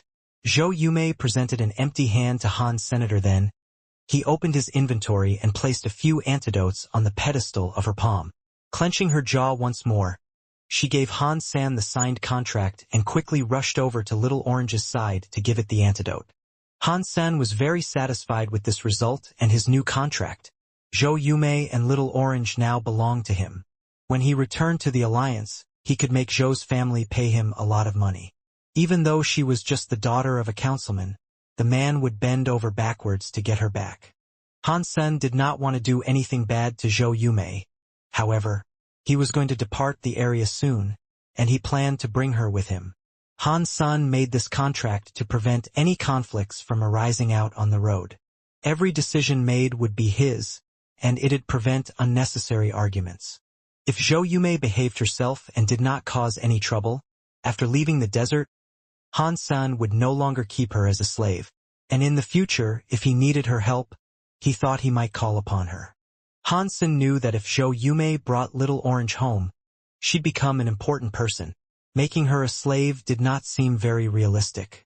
The antidote worked, and after 2 days, the poison inside Little Orange had disappeared completely. Han Sen found himself a corner, away from the rest, and tried to cut the egg open. Super creature hunted. Uncompleted build. The beast's soul has not been acquired. Consume its flesh to obtain a random numeric amount of super geno points, ranging from 0 to 5. Han San had never heard of only 5 super geno points being up for grabs, and the announcement didn't even speak the creature's name. The egg had to be little more than a fetus, and the creature inside had yet to formulate. But a single super geno point was better than none. Han Sen cooked it on an open fire and added a number of spices before eating it. You have consumed the flesh of a super creature. Your super geno point total has increased by 1. A weird sensation entered Han Sen's body, and his cells felt more energized. The announcement sounded 4 times, bringing his number up by 4 to a total of 36. Until Little Orange was healed, Han Sen gathered resources for the road ahead of them. He was ready to exit the shelter and try to find a way out of the Black Desert. Over the past few days, he hadn't found hide nor hair of the fairy around the shelter, so he assumed it had returned underground.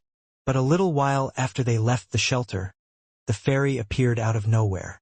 It flapped its wings to produce snow and madly came at Han Sen. Han Sen hadn't thought the fairy could hold such a grudge. He had only hit her once and still she desired payback. Without a choice in the matter, Han Sen quickly brought Zhou Yumei back to the shelter. Although the little angel could distract the maniacal fairy, the creature would not allow them a single break or moment's rest if they attempted the trip while it was after them. And this was a trip that would require stops, so they couldn't continue with the fairy on their heels. And Han Sen was responsible for the life of Zhou Yumei right now as well, so he had to share concern for her too. Therefore, Han Sen decided to return to the shelter and formulate a plan for how they might kill the fairy, or at the very least lose its pursuit. If they couldn't figure that out, they'd never be able to leave. After a few days, Han Sen had come up with a number of ways he might be able to fight the fairy. But if he could not kill her, he could not lose her. Does that thing really want to fight to the death with me? Han Sen thought it was an awkward predicament. Fortunately, the fairy did not dare to enter the shelter. As such, he planned to stay in the shelter for an even longer amount of time and see whether or not she would leave. No matter how much she despised Han Sen, she couldn't remain watching this place forever.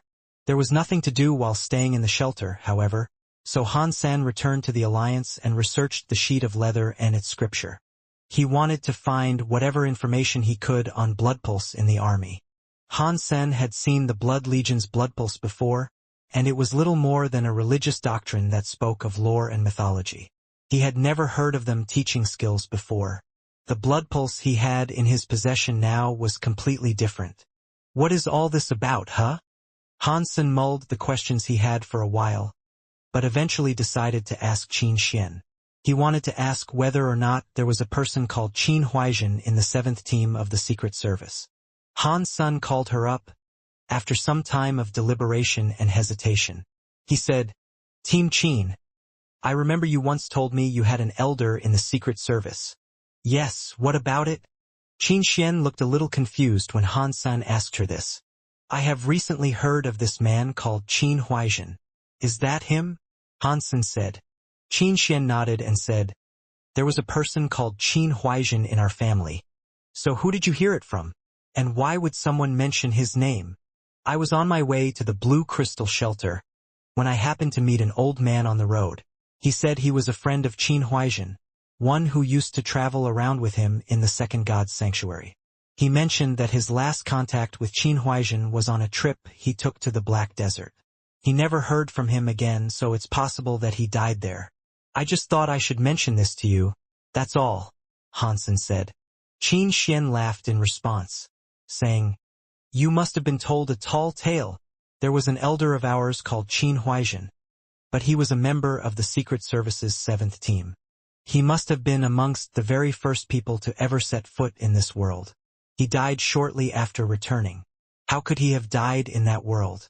And how could it have been the Second God's Sanctuary? Back then, they had only just discovered the existence of God sanctuaries. When he was alive, they didn't even know about the difference in tiers between sanctuaries." Han Sun froze for a moment, having not thought of this issue before. When Han Jingji first entered, it was shortly after the discovery of the sanctuaries. Even he would not have known about the tiers that separated them. Even if they did know, they couldn't have been there long, and they most certainly couldn't have been in the Second God's Sanctuary already. After returning from the sanctuaries, people died one by one. They didn't return to the sanctuaries, so there was no way they could die there. And they especially couldn't return to the Second God's Sanctuary. But this only added to Han Sen's confusion. If that person was not Qin Huaijin, who was he? Why would he possess Qin Huaijin's working license? I must have been fooled then. I apologize. Han Sen coughed afterwards. Where are you now, anyway? Qin Xian smiled and did not press the issue further. I'm still in the Black Desert. Han Sun did not dare to say he found the body of that man. If it really wasn't Qin Huaijin, telling her would only confuse her. After he ended the conversation with Qin Xian, Han Sun found himself trapped in a perplexing quandary. Identifying that person seemed hard, and trying to learn what may have transpired there seemed even more difficult. But Han Sen was not a truth-seeking person. If there was a puzzle that was proving too difficult to solve, he'd rather shelve the issue than continue confusing himself with it. Han Sen did not plan to learn Blood Pulse.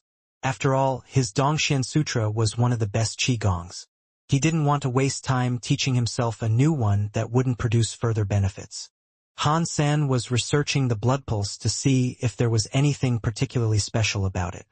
But after his time reading, Han Sen began to pick up on the fact that Blood Pulse had a greater depth to it than Jadeskin. While Han Sen had only unlocked one, Jadeskin had 9 tiers he could unlock in total. His Dongxian Sutra had 10 tiers. Blood Pulse also had 10 tiers of possible unlocks, which placed it on the same level as the Dongxian Sutra. Through Han Sen's research, he came across the knowledge of a function of Blood Pulse he thought to be particularly remarkable. Practicing Blood Pulse could extend your powers with it. The powers you earned could also be genetic, and their traits and benefits could be passed down to your children when they were born. To put it more scientifically, after practicing Blood Pulse, it would be written down in your genetic code. The generation that followed the learner would be granted the powers when they were born. It was a scary thought. Technology had come so far, it had allowed humans to modify certain genes and cure genetic afflictions that carried across generations. But passing skills to children via their genes was supposedly impossible. Human genes were affected after a few generations or dozens of generations. It was something that humans referred to as evolution. This manner of evolution was rather slow, but the results were easier to see following the discovery of the God sanctuaries. Every new generation of the sanctuary's inhabitants naturally possessed a greater fitness level. The increases weren't massive, however, and noticeable differences only arose after a few generations. But for the learning of blood pulse to become a natural genetic gift to your children was quite a shocking aspect. A power like this was scarier than simple gene modification. Heirs of such a talent could be considered cheaters, even. For those who inherited the skill, it would undoubtedly prove to be a big leg up right from the moment they were born. It was like being a few generations ahead of your peers. The leather text Han-san was reading said that the initiation of blood pulse practice required a blood pulse relic. If you obtained one, only then could you truly begin to learn the skill. Attempting to learn it before getting one of these relics would be a waste of time. Han-san searched for more and more information concerning the Blood Legion and found a few topics pertaining to Blood Legion relics. Unfortunately, no one else knew what they were either. The only information that was available stated that the Blood Legion relics were gifts given to humans by blood gods. They were typically handed down through the generations by ardent family followers of the Blood Legion. Outsiders were never privy to them, and not even low-level members of the cult could see them. They were reserved for high-ranking members of the Blood Legion only. Although Han-san would have loved to give his future child a leg up, he had no idea where he might find a relic of his own. And being entirely truthful with himself, he was unsure whether or not this requirement that was stated on the leather parchment was true. He didn't think it was very credible. After showering, Han-san fancied having some food. Before departing, however, he heard a knock on his door. It was Ji Yenran. "My captain. How have you found the time to visit me in my little cottage?" Han-san jested, smiling. Ji Yenran looked strange on this day, though, and it didn't seem as if she was in the mood to play along with Han-san's jokes. She eyed him weirdly, and it was as if she wanted to tell him something, but for some reason, a phantom force held her tongue. "Yenran, what has happened?" Han-san rarely saw Ji Yenran in such a condition, and this worried him. He immediately held her hand and drew her in close. "What happened, baby? Don't scare me like this." Han-san was panicking, having never seen Ji Yenran's face like so. Ji Yenran clenched her jaw. In response to Han-san's pleading, she turned around and said with a voice as quiet and strained as a mosquito, "My grandfather wants to see you." It was as if her voice hit a mute button, as her sentence trailed off. Her cheeks were red, as if they had been set ablaze. "Your grandfather? What does he want to see me for?" Han-sen was surprised. "Nothing. But if you don't want to go, that's fine. And if so, I will return." After Ji Yenran said that, she ran off in haste and did not look back. Han-sun watched her go in a daze, and he didn't even have the time to think about what just happened. What is going on? Her grandpa wants to meet me? Her grandpa is one of the few demigods. Why would he want to meet me? Is it because of the life Geno essence or my little angel? Han-sun mulled over these questions while he gave chase to Ji Yenran. But she was too quick, and after turning a corridor, she was too far ahead to catch up. "I feel so sorry for Ji Yenran. Being with an asshole like you." Annie was standing outside a door, coldly looking at Han-san as she spoke. "What does that mean?" Han-sun frowned and returned Annie's gaze. "What do you mean? What does that mean? You are a man. She is a good lady. She has been with you all this time and you have yet to propose. How is she supposed to explain this to her family?" Annie coldly explained. Han-sen's face turned red. He opened his mouth to speak, but no words departed his lips. "Or are you waiting for the lady to ask first?" Annie coldly said. "Her grandfather wants to talk with me about a proposal?" Han-sen asked, shocked, as he had no experience in these sorts of things. "Discuss a proposal with him? He'll kill you." Annie looked at Han-sen as if she was observing an idiot. "Sister Annie, you know I have no experience with these matters. Why don't you offer me some guidance? If you do, I promise to repay your kindness." Han-sen quickly pleaded with Annie, due to his complete lack of knowledge of the subject. Annie's face looked calmer, but she still coldly said, "If you continue being with Ji Yenran like this, with no indication of proper commitment, it won't just be the traditional old men who can't bear you. I won't be able to stand you. If you really want to be with Yenran, at least get engaged. Then that would be a sign for her family. Have you ever stopped for 1 minute to think about how much pressure she has been put under for being with you? Especially a family like hers." It is my negligence, Han-san quickly responded. Old Ji really loves his children, and he's a very traditional old man. If you see him, you best suggest this matter of a proposal. If you instead talk more bullshit, he will kill you. Annie paused for a moment but then went on to say, but before that, Yuo Ji Yen ran a proposal. If you don't have one in the cards now, then there is no reason for you to go visit her family.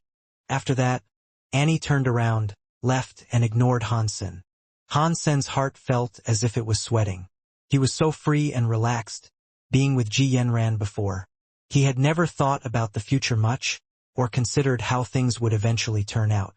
He used to think about these things, but he had assumed it was too early. He wished to complete his service first. The one thing he hadn't paid mind to was the pressure she might have been receiving from her family. This was my own fault, Han-sen blamed himself. He really did want to live and be with Ji Yenran. There were many pretty girls, but being with someone you could be yourself with and feel comfortable alongside, even if it was only a silence that was free of awkwardness. Few girls offered this type of companionship. Sometimes all it would take was a look or a slight movement to know what each other wanted. Han-sen liked Ji Yenran a lot, and he knew she loved him in return. There was nothing bad in that. Han-sen was positive in his desire to marry her. Even if the Ji family did not approve, he'd still find a way to marry her. Such a good woman like that.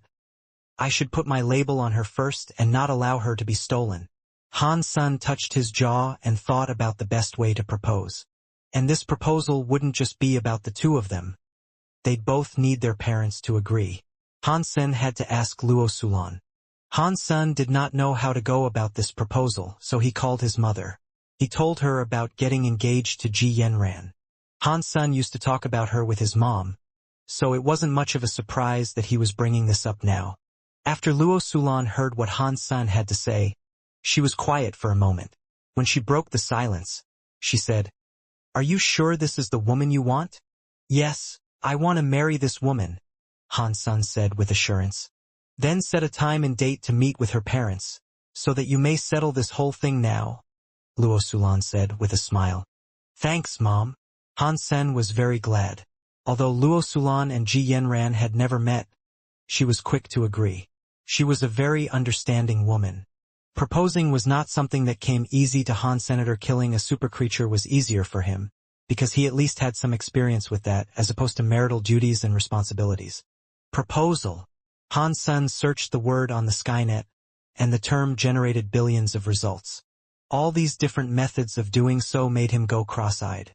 There were so many different ways, all great and romantic in their own way. But the sheer amount made it impossible for him to decide. For a time, anyway. Soon, he found one that suited him just fine. He ordered a ring, and while he waited for it to be delivered, he got around to formulating his plan. The next day, Han-sen visited Ji Yenran's office. "Baby, would you like to have dinner with me tonight? It's my treat."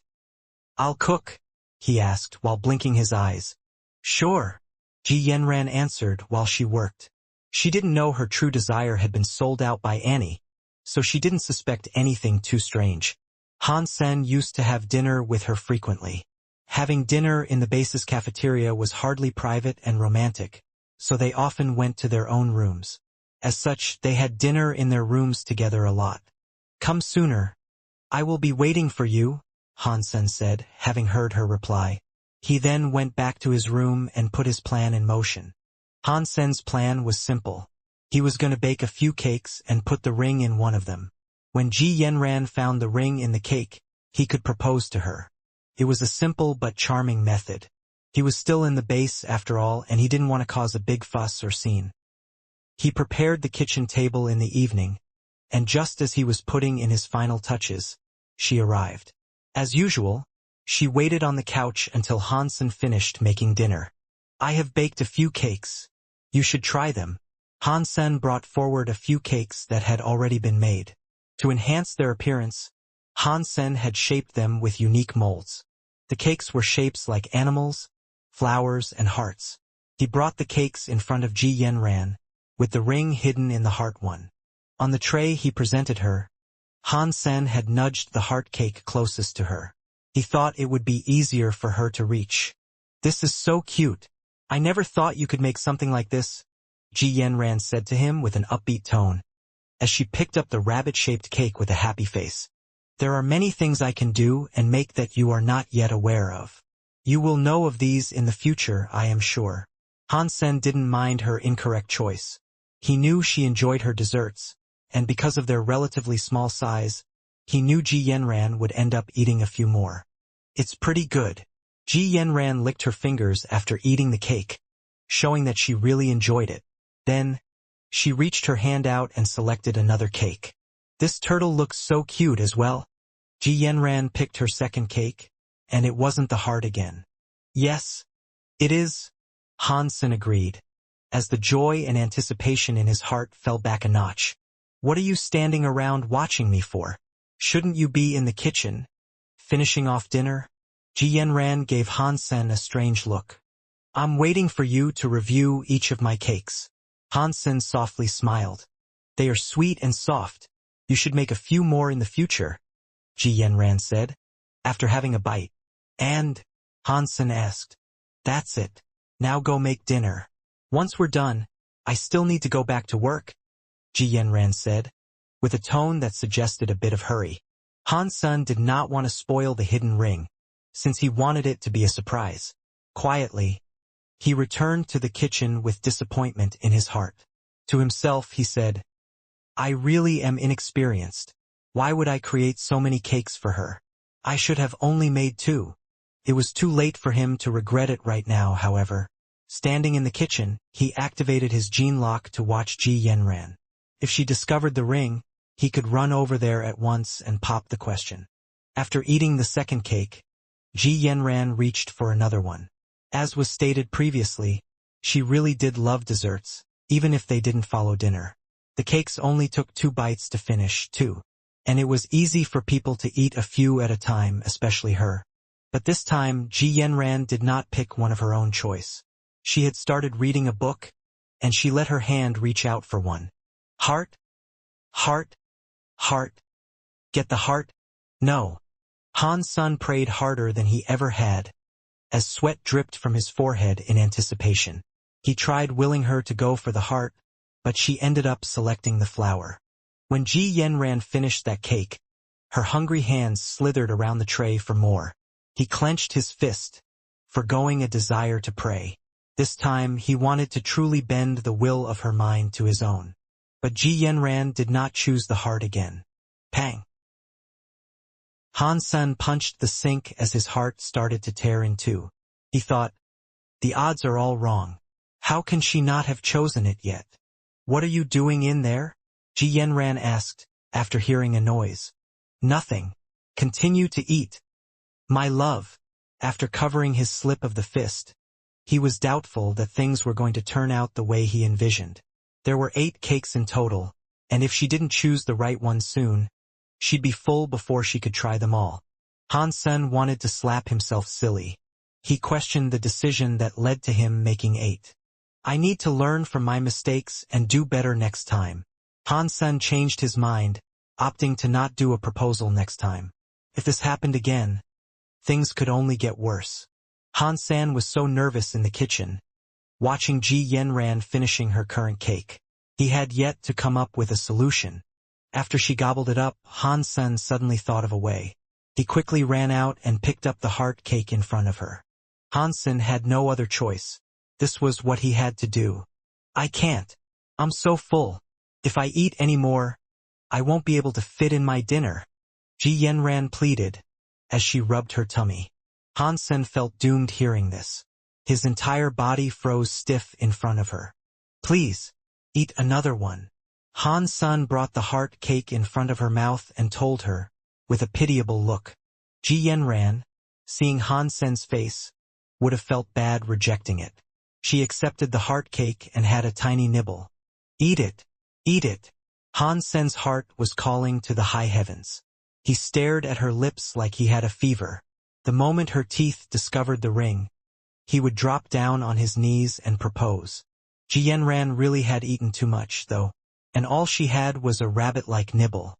She gnawed at the cake slowly, and it looked like it would take a while for her to reach the ring.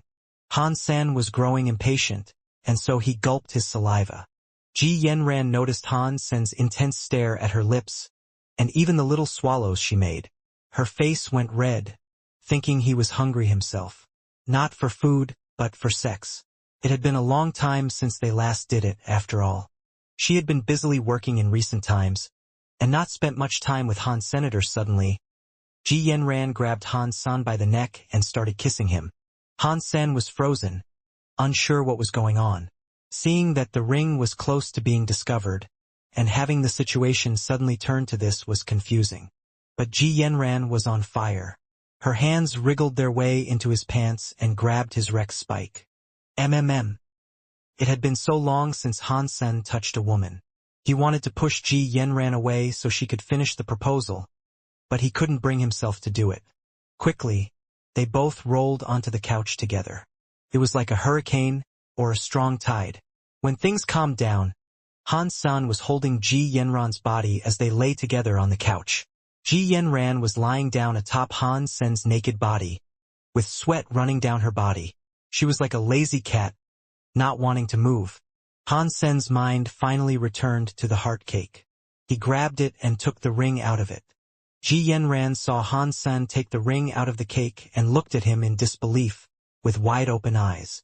She wasn't sure what expression she was supposed to have, but all she could display was a mixture of overwhelming joy and utter speechless shock. His plan had been ruined, so Han Sen just took the ring and placed it on her finger. Loudly, he proclaimed, "Ji Yanran, marry me. I want to have sex with you for the rest of my life." Pang! Ouch! Ji Yanran was so mad. She kicked Han Sen off the couch. The fall almost broke his buttocks. "You go to hell." Han Sen thought his brain had fried, or that something must have possessed him to make him say what he had. He had prepared a very touching speech, but somehow, his head just said those words for no reason. "I blame that beautiful night," Han Sen sighed. Ji Yanran was fuming mad, and she shouted at him with a blistering rage. Still, she was yet to give her answer. She had not said yes or no. Fortunately for him, when he saw her the next day, the ring was still on her finger. "Yanran, you said our grandfather wants to meet with me. When should I go and see him?" Han Sen said, as he inched closer to her with a smile on his face. "You have no shame. It's still my grandfather," Ji Yanran said, with a touch of shyness coating her words. "It's all the same. Anyway, when should we go?" Han Sen asked. "We'll go and see him in a couple of days when I'm free. But whatever you do, don't talk your average bullshit nonsense when you're with him. He's a traditional, serious man. He respects others who are serious, just like him. Therefore, don't be yourself." Ji Yanran accompanied her words with a threatening face. Han Sen's face turned red. He promised and said, "Don't worry. I must have been sick last night. I don't usually say things like that. Therefore, you still owe me a true proposal," Ji Yanran said on the doorstep. Then, she spun around and took her leave. Han Sen sighed. In his heart, he thought, "I was sincere yesterday." He wouldn't say that to Ji Yanran, but as she left, he shouted, "Then give me back the ring. How else can I repeat it? Get another one." Ji Yanran did not turn around but lifted her arm for a backward wave. The ring fitted her finger perfectly. Although it was expensive, it was extremely pretty. It was made by Akado. Its shiny jewelry and was worth 100 million. Han Sen's heart went under. It wasn't the money he was sad about, but whether or not he could find a ring that looked as good. "Can I actually get 2 engagement rings?" Han Sen questioned. Before Han Sen could find another ring, Ji Yanran brought Han Sen to the Ji family house. It was a planet full of azure seas and still lakes. Forestry was in abundance, and mountain ranges coursed the continents like white threads. The air was clean and the environment was unspoiled. It was more than suitable for humans to live in. On this planet, there existed only one building, however. This building was made of wood, constructed so that it would blend in with the natural environment. Han Sen had no architectural knowledge, but Ji Yanran said the entire planet belonged to the Ji family. This house was where her grandfather lived. It was like an entire, exclusive planet had been reserved for her grandfather. Without permission, even other members of the Ji family would not dare to visit. Han Sen knew how rich the Ji family was. Without the wealth they had, it would have been impossible for Ji Ruozhen to become president. As he stood in the middle of a pavilion, he breathed in the raw, virgin air that passed through the pines up high and the grass down low. It was incredibly refreshing, and the nature-scented atmosphere could not compete with any man-made air. Miss Yenran, the master has requested that he meet with Han Sen alone. Outside the yard, Ji Yenran was stopped. Han Sen, you must be polite to grandfather. Ji Yenran nervously reminded Han Sen. Don't worry. Han Sen comforted Ji Yenran and followed the butler into the yard. Han Sen thought he'd see the house upon entering the yard, but instead he saw a lake. Its surface was like a mirror with a pavilion at its center. They looked like one. The only way to go to the pavilion was across a bridge, and as he trod across it, he felt as if he was walking into a sublime painting. It looks like this grandfather is an elegant man. Quite unlike me, it would seem. Although he thought the place was beautiful, Han Sen would not desire to live there. Technology and metropolitan locales suited him far more. Sir, Mr. Han is here. The butler led Han Sen to the pavilion and politely spoke. Greetings, Grandpa. Han Sen walked up and bowed, speaking with a soft tone of politeness. As he did so, he checked out the demigod legend. Ji Yanwu was the center of the Ji family. He was a demigod elite and quite famous in the alliance. The Ji family's reputation in today's age was owed to this man. He was so well respected, even Ji Ruozhen would not speak of him in vain. He was a remarkable and important figure in the Ji family. He did look different than what Han Sen had envisioned, however. He was a down-to-earth old man. His beard was white, but it was well kept and clearly groomed. He didn't use technology to dye his hair black, and you could even see the wrinkles on his skin. He looked very serious, though. His eyes stopped on Han Sen, but his emotions and thoughts were impossible to guess. That being said, there was nothing snobbish to feel when being in his presence. All that you felt while being in his presence was the need to revere him. You would feel compelled to listen to everything he said. Sit down. Grandfather Ji pointed at the cushion in front of him. He spoke with a calm voice. Han Sen was awash with relief, not hearing him comment on his calling him Grandpa. Han Sen was feeling more confident about things, and so he sat where he was bid to. Are you ready to marry Yenran? Han Sen had only just sat down, but such a question had already been asked. Came as quite the shock. Grandfather Ji looked at Han Sen, and his clear eyes looked as if they could read a person's mind. It made Han Sen feel as if he was naked in public, which made him a little nervous. Yes, Grandpa. I am going to marry her, and I have come here to request your permission to do so, Han Sen said, all without hesitation.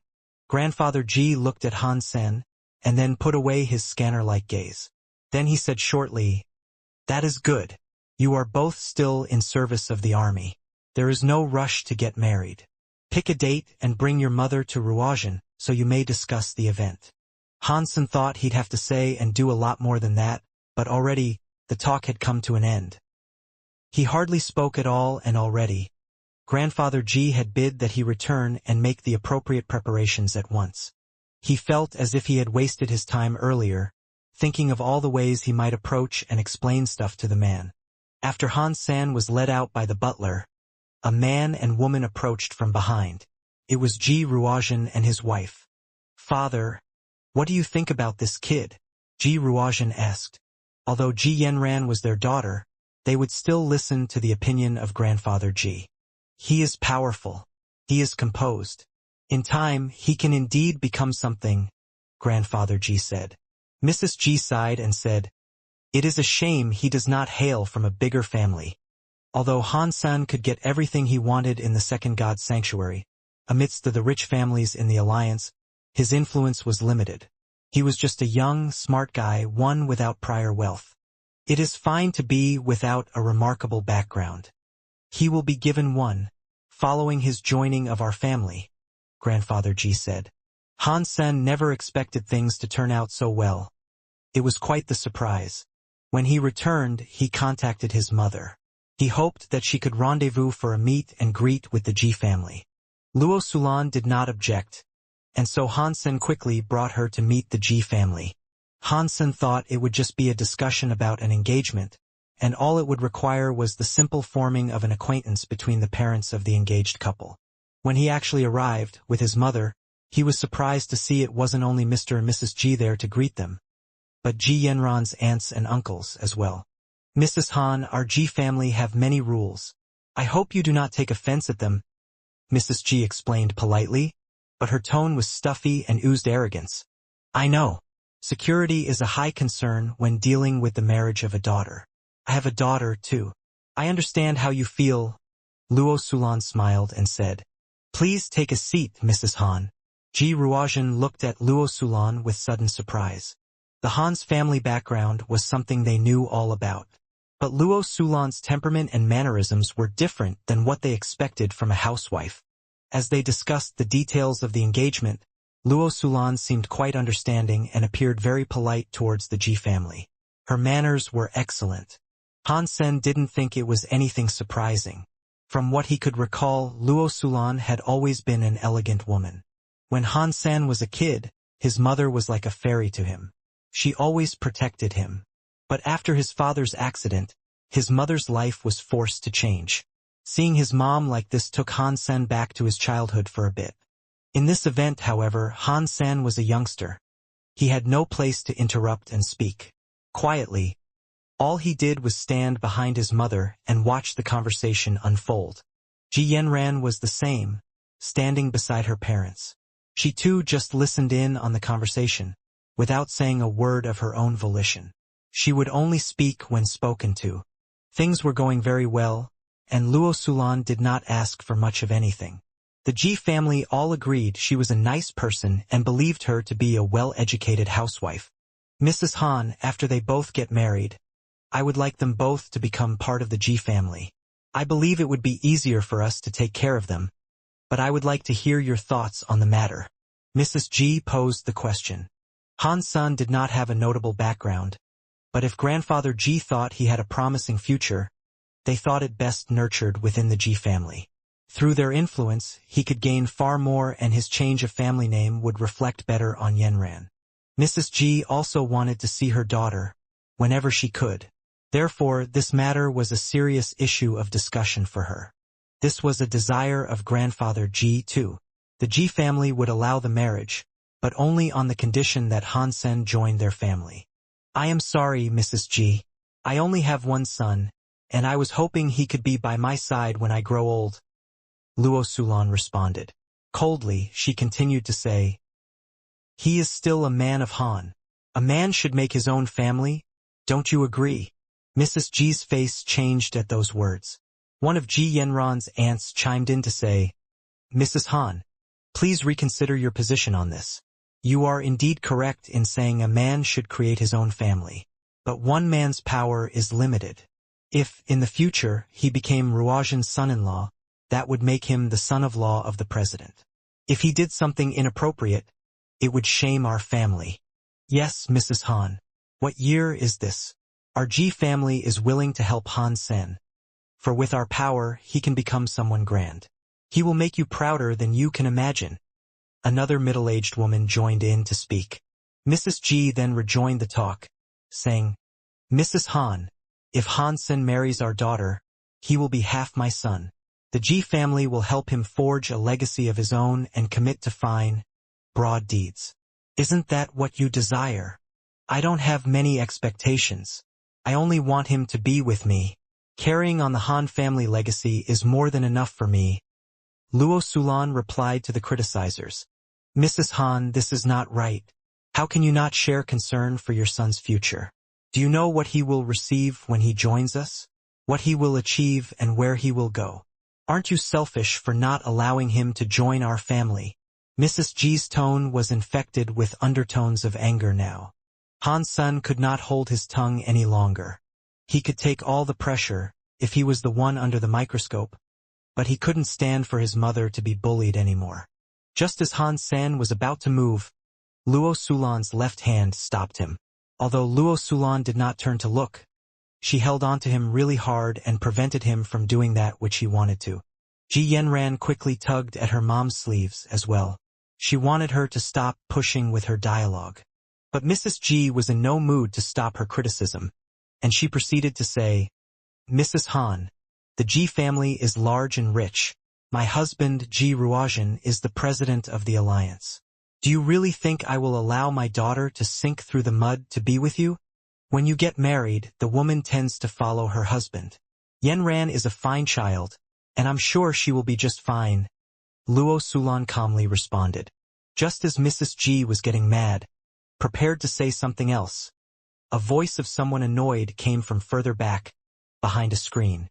"A housewife's opinion is one that allows their man to do everything.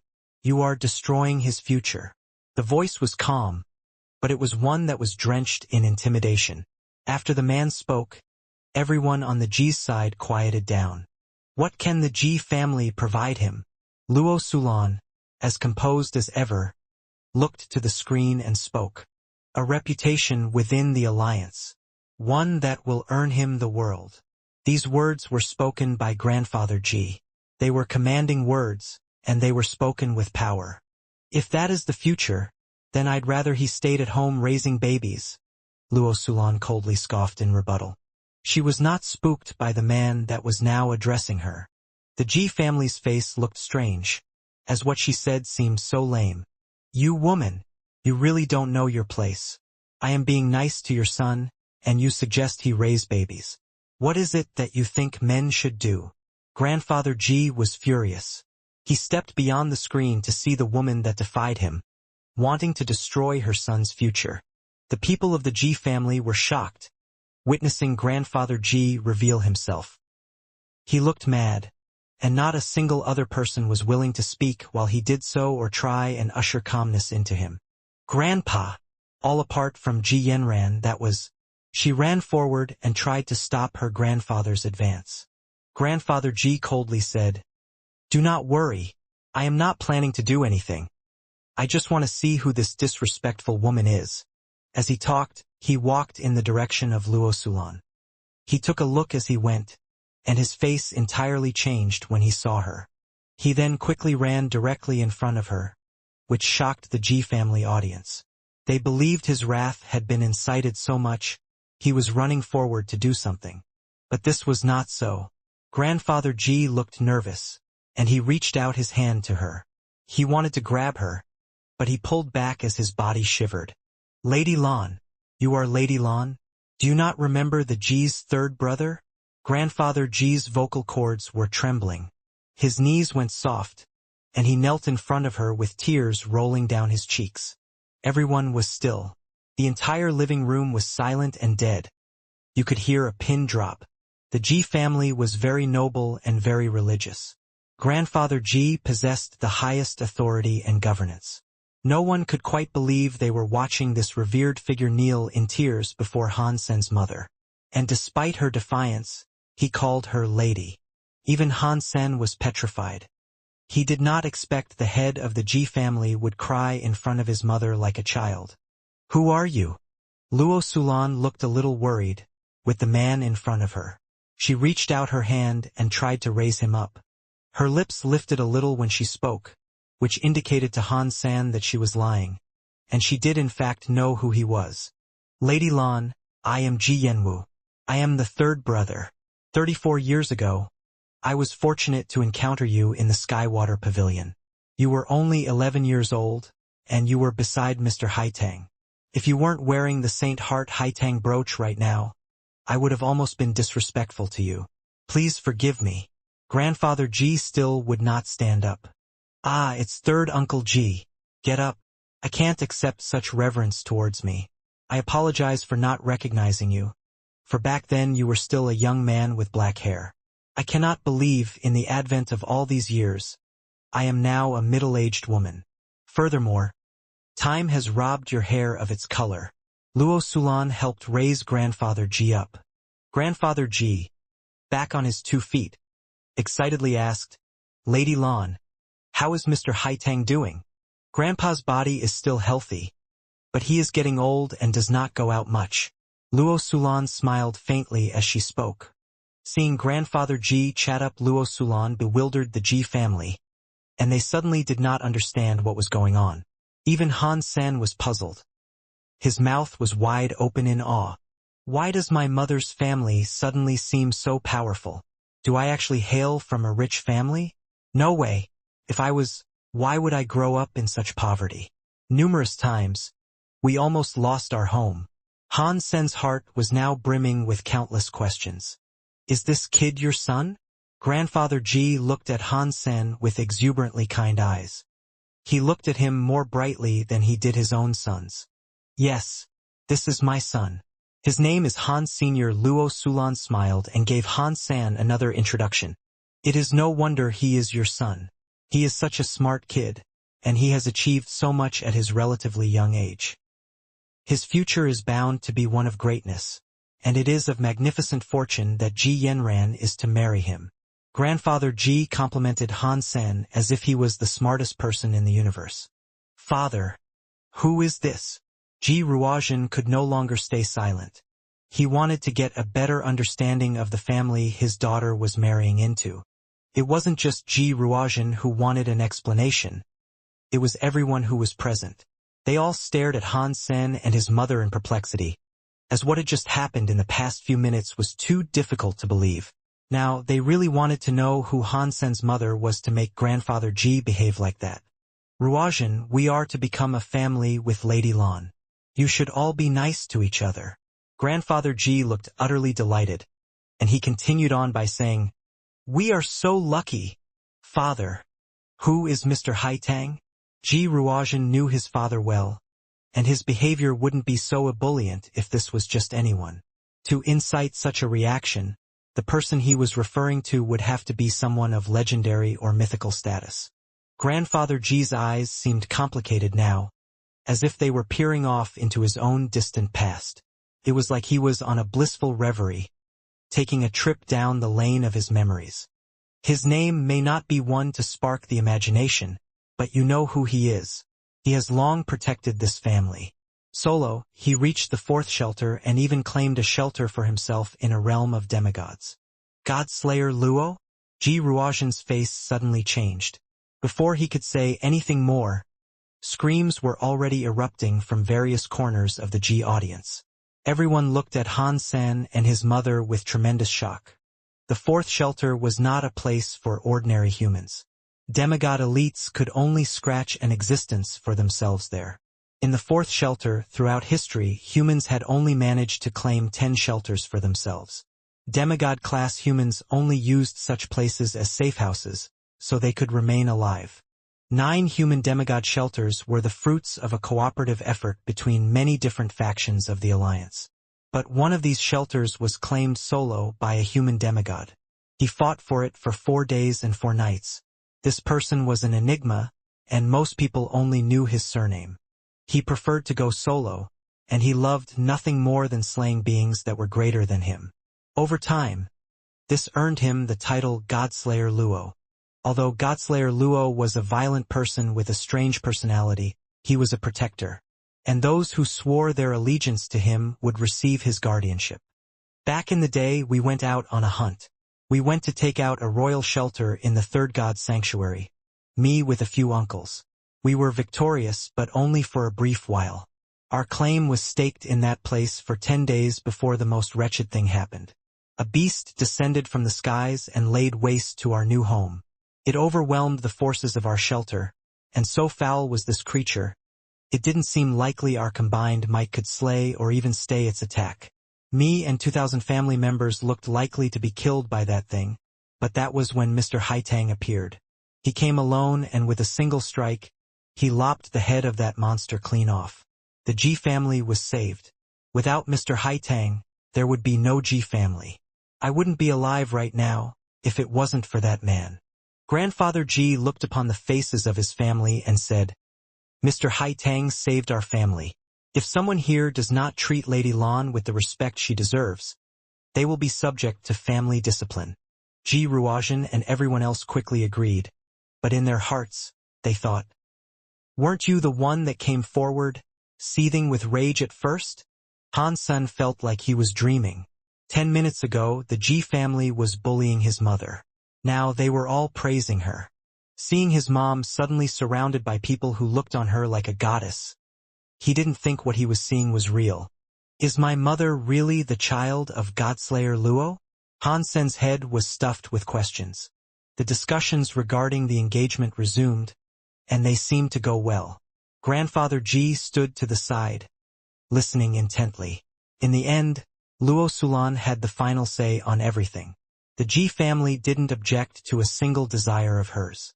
She was given an invitation to stay over by Grandfather Ji, but she turned the offer down. So later, Han Sen and his mother left the Ji family household together. Grandfather Ji made sure all the family members bid them a fond farewell as they entered their ship. Mom, you have been hiding a lot from me. Now, when it was just the two of them, Han Sen started his interrogation. Luo Sulan simply smiled in response, saying, "What did I hide from you? You never told me that my grandfather was Godslayer Luo." Han Sen was eager to know more. "I didn't hide it. I guess I just never spoke about it.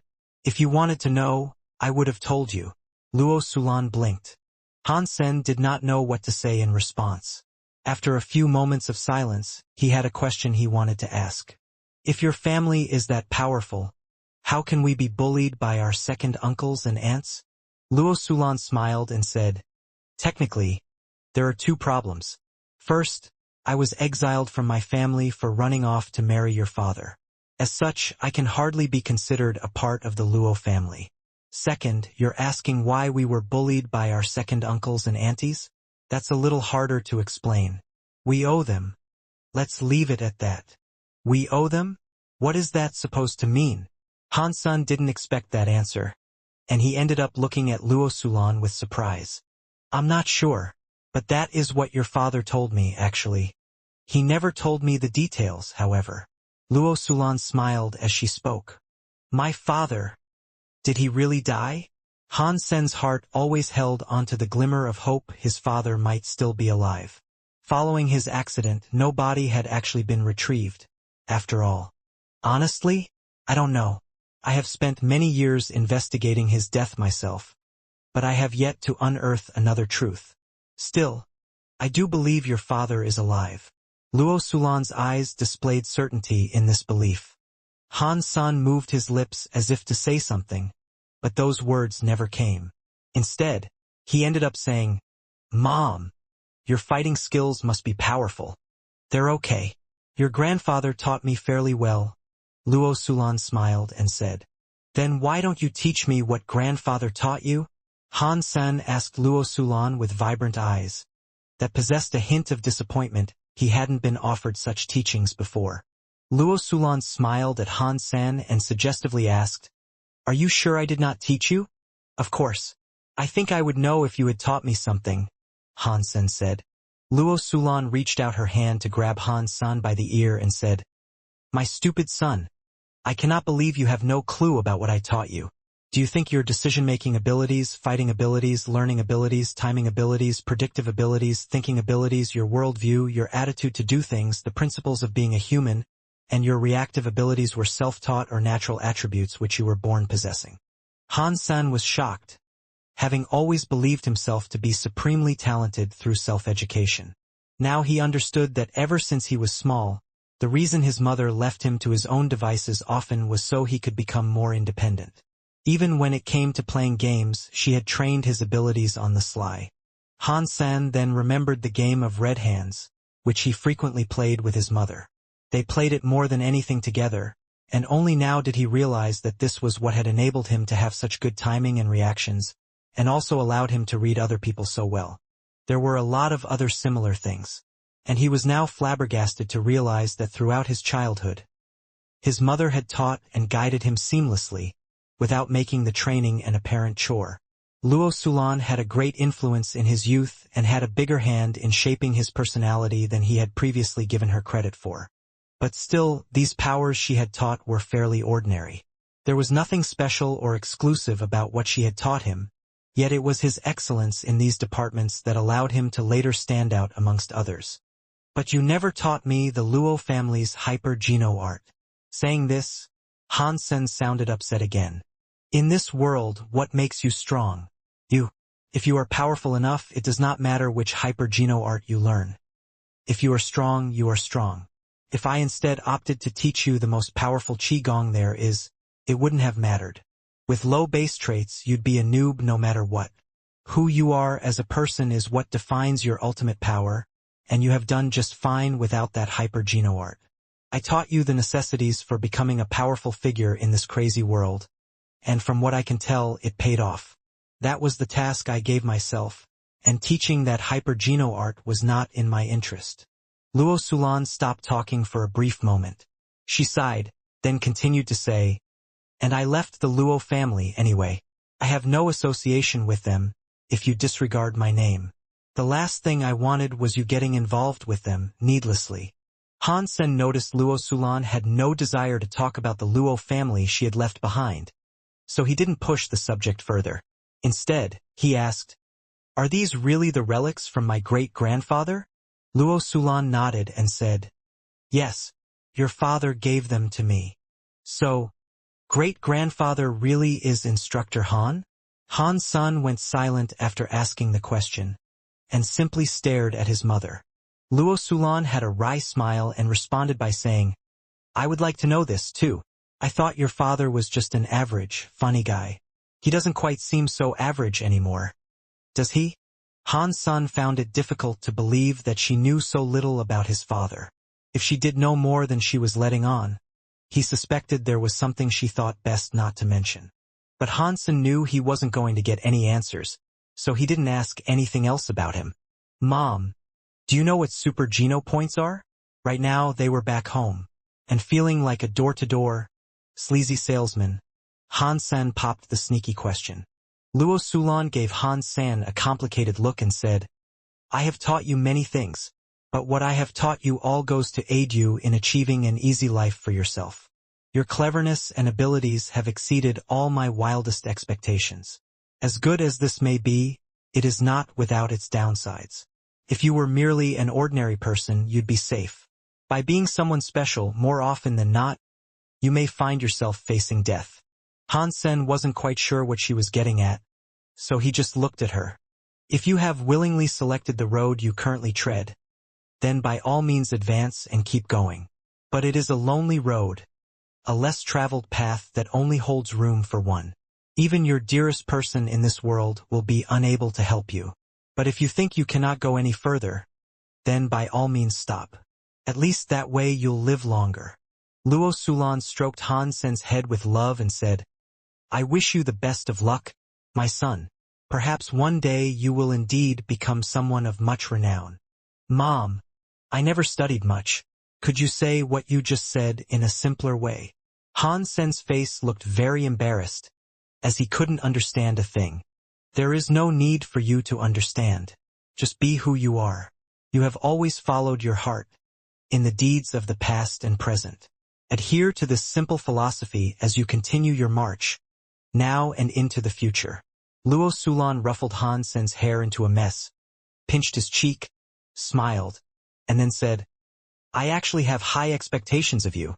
Hansen felt so helpless. His mother was overall reluctant to say much and didn't provide many answers to the questions for which he sought resolution.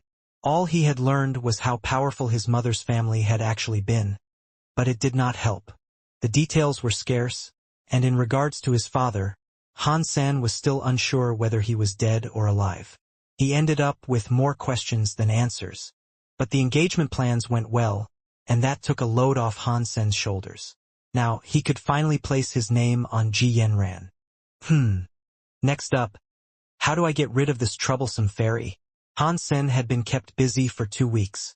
When he returned to the shelter in the desert, the fairy was still vigilant outside the walls of the Yellowstone city. It looked like he had no choice, and they'd have to fight each other until one of them dropped, no matter what. Hansen couldn't think of a solution to the predicament he was in, so he thought about sending his mother a message. He had hoped to maybe receive some help from his mother, and perhaps get a glimpse of the true extent of her power. Figure it out yourself. The text reply was those 4 simple words. Hansen shook his head and gave a wry smile. His hopes were quickly dashed, so he gave up on the idea of consulting his mother on this. Now he knew he had to sort it out himself. I doubt I can outrun it. It really seems the only way out of this is to kill the thing. But the fairy's body is so strong that not even my elephant wreck strike was able to damage it. How on earth can I kill something that strong? Hansen thought to himself. While Hansen was still in the midst of these thoughts, his communicator rang. There was a message. The message came from a number that was unknown to him. Alongside the text there was a video, and it was showcasing a hypergeno art. But this hypergeno art did not have any instructions, and its ending was cut off. Even its title wasn't there. That being said, the explanation was very detailed. Wrong number, maybe? Han-san took a peek and was quickly attracted by its contents. Giving it a proper read, he was shocked at what it contained. If this hypergeno art was genuine, it supposed that you could unleash your elemental powers before achieving the rank of a celestial being. Such a power would unleash massive damage. A hypergeno art of this magnitude was sent to the wrong number? That's a little hard to believe. There has to be more to this than meets the eye.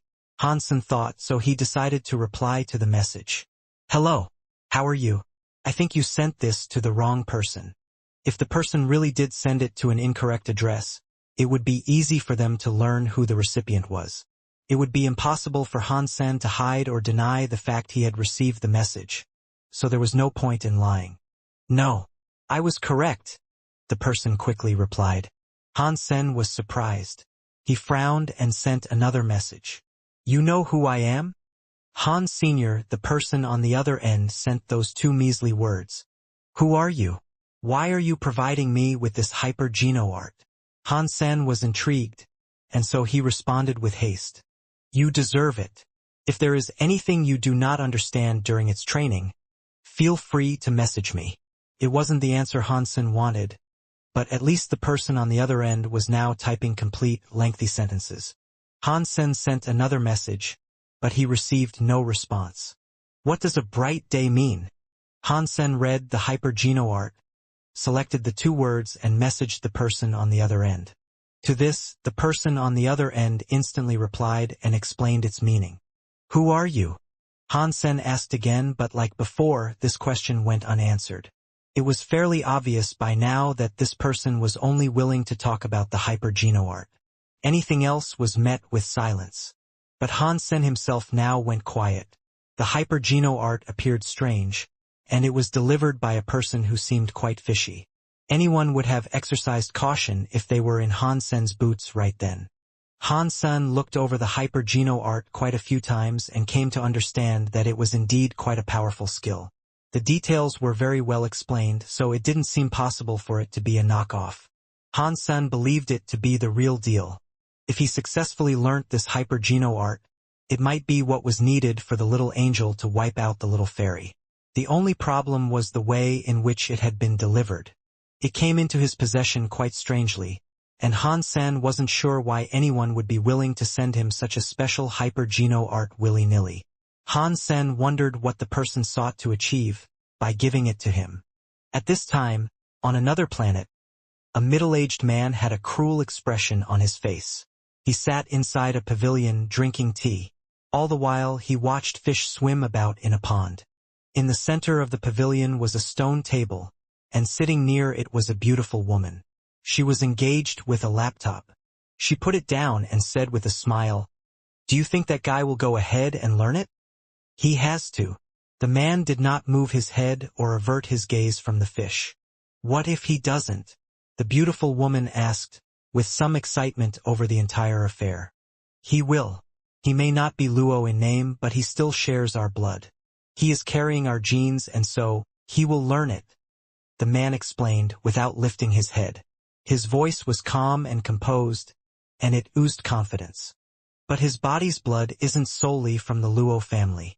The beautiful woman squinted her eyes and continued by saying, "Lady Lan has been gone for many years.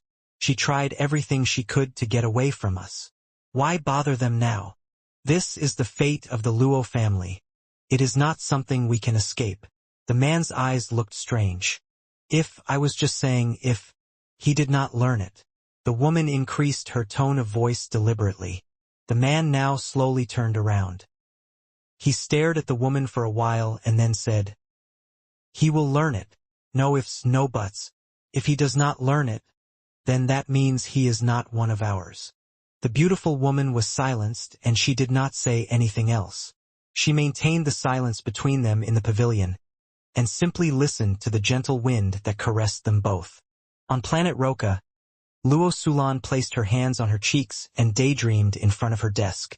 She sighed and thought, "I can only suppose they are aware of Han Sen's existence by now. The falsified Sky Sutra is in Han Sen's hands by now, most probably. Can he resist the temptation of its learning? It is difficult to say."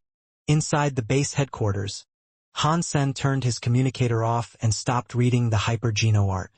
The falsified Sky Sutra was not enough to draw Han Sen in yet, as Dongshen Sutra was not inferior to it.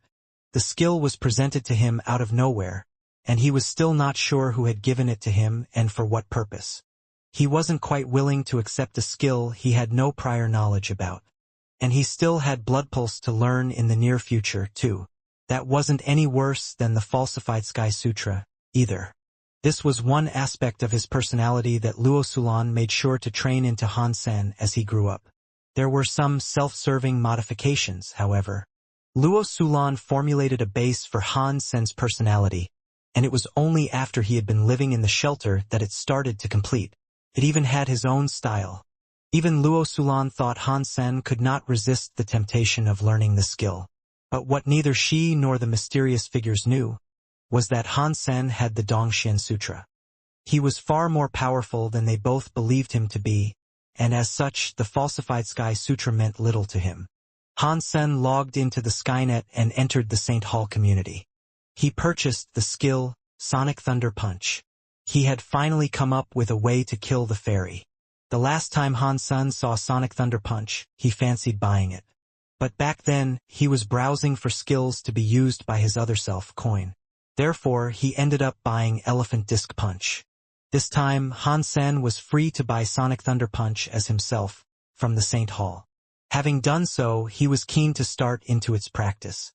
Han Sen read Sonic Thunder Punch's instructions and realized that it primarily dealt damage using thunder elemental power. In the instructions, however, it was noted that you could increase its potential by fusing the thunder with the sonic element.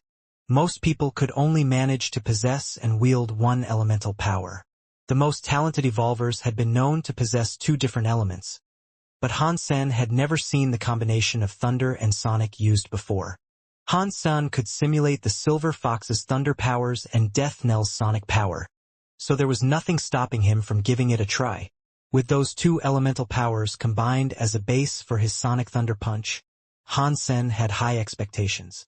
After buying the skill and its Geno solution, Han Sen didn't hesitate to swallow it all the first chance he got. He simulated the Silver Fox's thunder element and got right into practice. Han Sen had spent half the day training, and his body was already beginning to hum with static. When he swung his fists, crackles and sparks of electricity popped and twitched. But the thunder power remained in his body. He couldn't fire it out like a projectile. Over the next 8 days, Han Sen madly practiced Sonic Thunder Punch in the Yellowstone City. Using the thunder element as a base, it only took 3 days for him to fully complete the skill's learning. But it would be pointless to use Sonic Thunder Punch as it was. Its raw power was similar to Elephant Disc Punch's power, and therefore would not be enough to damage the fairy. While Han Sen simulated his sonic and thunder power, however, a problem arose. When Han Sen cast both elements, he found it difficult to combine them into the Sonic Thunder Punch he was aiming for. Han Sen could use his thunder element to cast Sonic Thunder Punch, and he could use his sonic powers to cast Sonic Thunder Punch, with each adhering to its respective element and qualities. But despite how many times he tried, Han Sen could not come to grips with casting Sonic Thunder Punch under the fusion of both the thunder and sonic elements. Trying to find the right measurements and balance was difficult.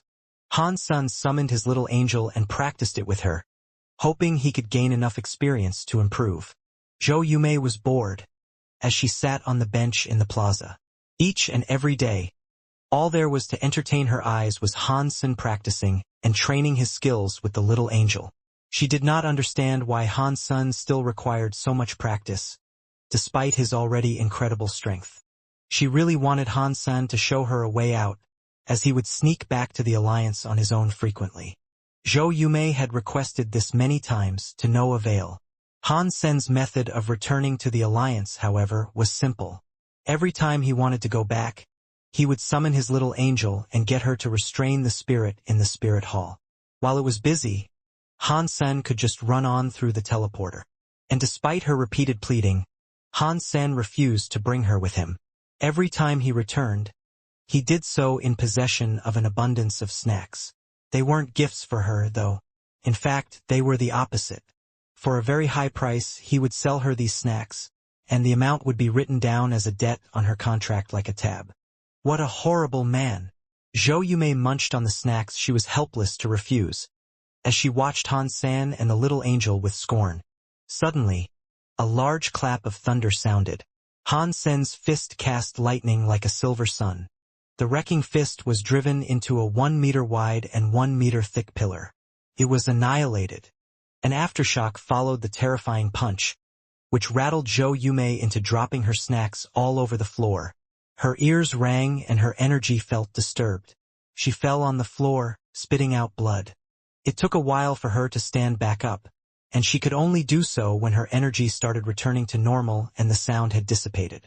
She looked at Han Sen, who was staring at his own fist in surprise. Sonic Thunder Punch, eh? It looks like I've finally gotten the hang of it. The combination of Sonic and Thunder really is quite fierce. Increased damage aside, it seems I can even disturb the energy flow of my opponents.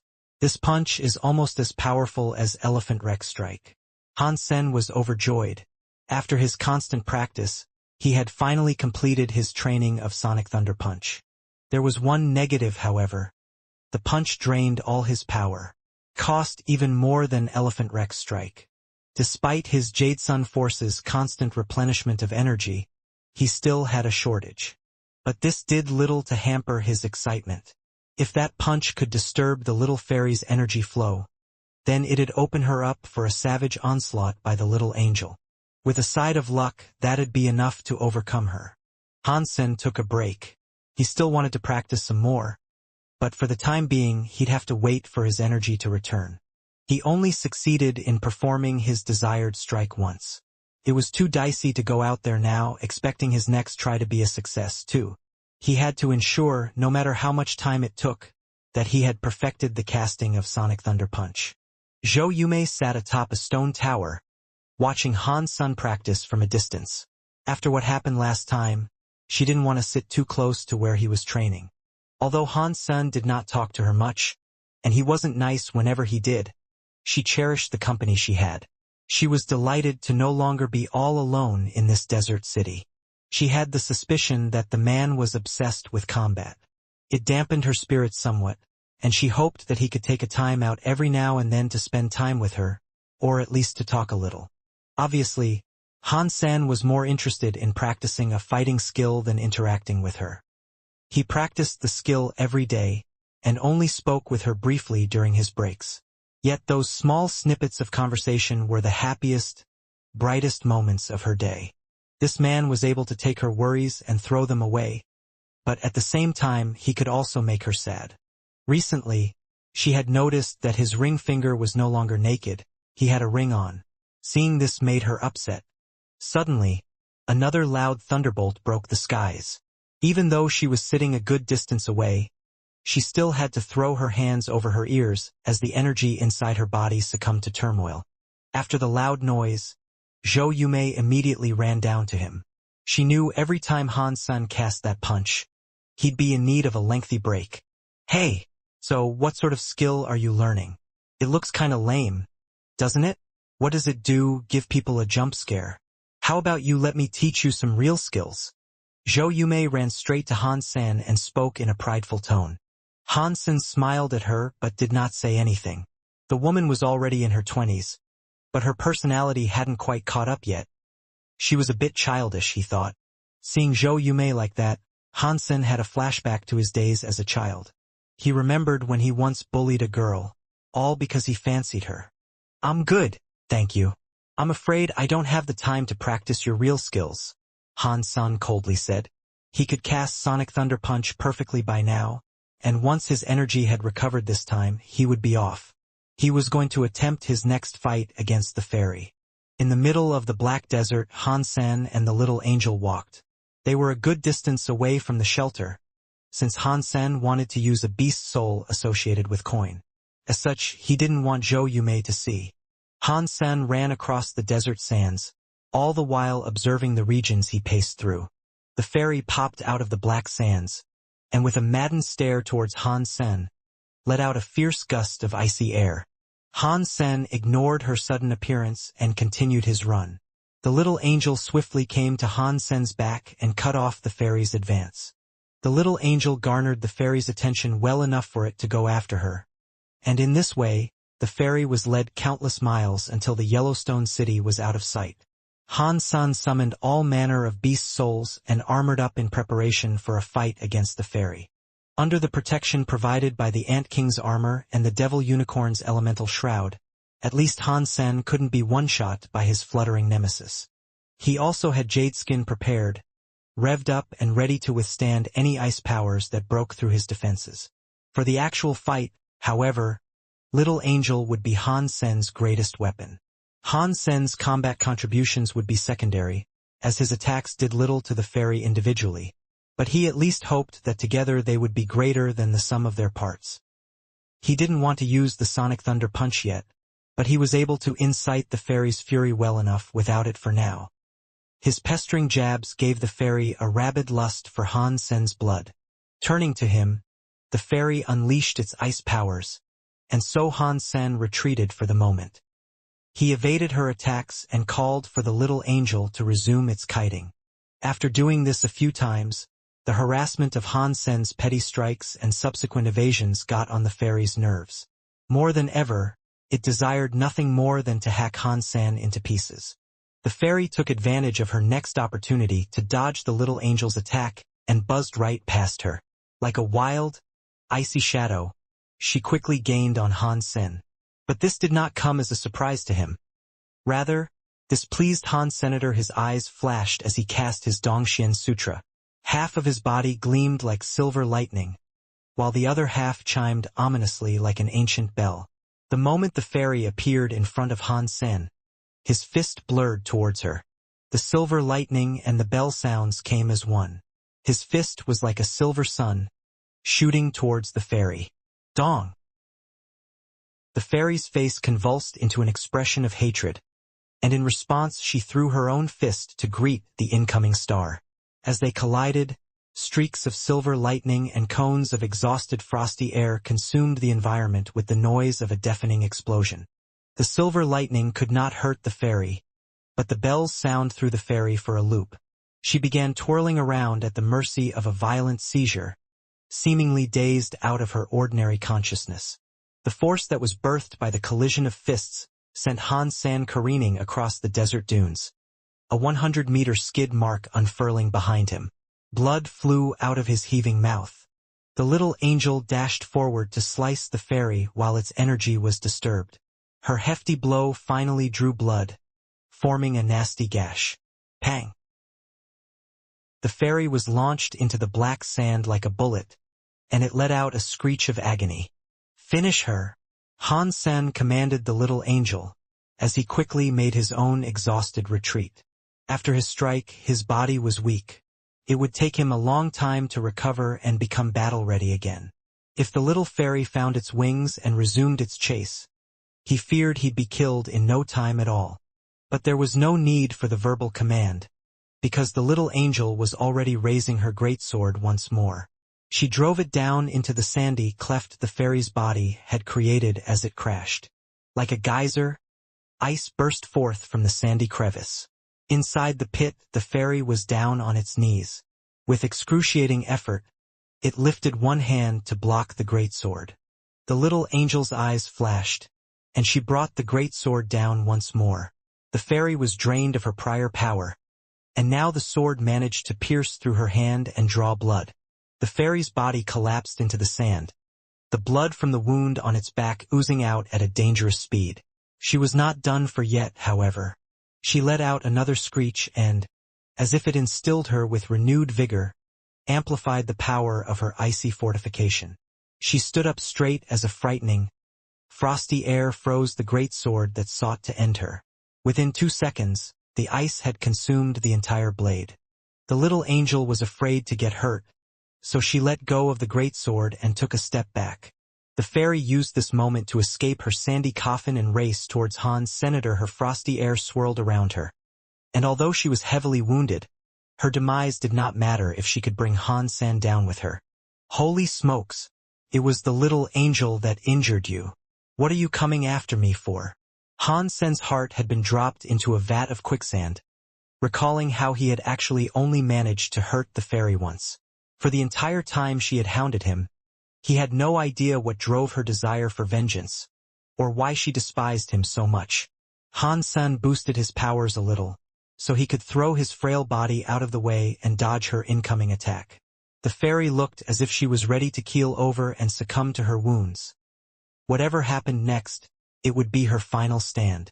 Han-sen could not risk coming into contact with any attack the fairy made now.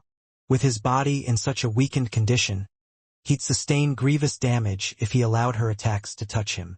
The fairy's final strike was stronger than anything that had come before. If it was unleashed against the little angel, she would have been able to dodge with no problem. But in Han-sen's current state, there was nothing he could do. The little angel was trying to catch up to the fairy, but it was too late. Knowing it would be impossible for him to attempt an evasion, Han-sen summoned his flaming Rex spike and held it to his chest right as the fairy's fist was coming at him. Pang! An icy tornado was summoned, and it quickly smothered the flames of the Rex spike. A brutal force was driven into his Rex spike, which in turn got pushed into Han-sen's chest. Han-sen's black smoke was doused and his armor shattered. He was sent flying. While Han-sen was in the air, his entire body and Rex spike were consumed by a wailing tornado. He became an ice cube, and when he fell back down to the ground, he was like an iceberg in the sea of sand.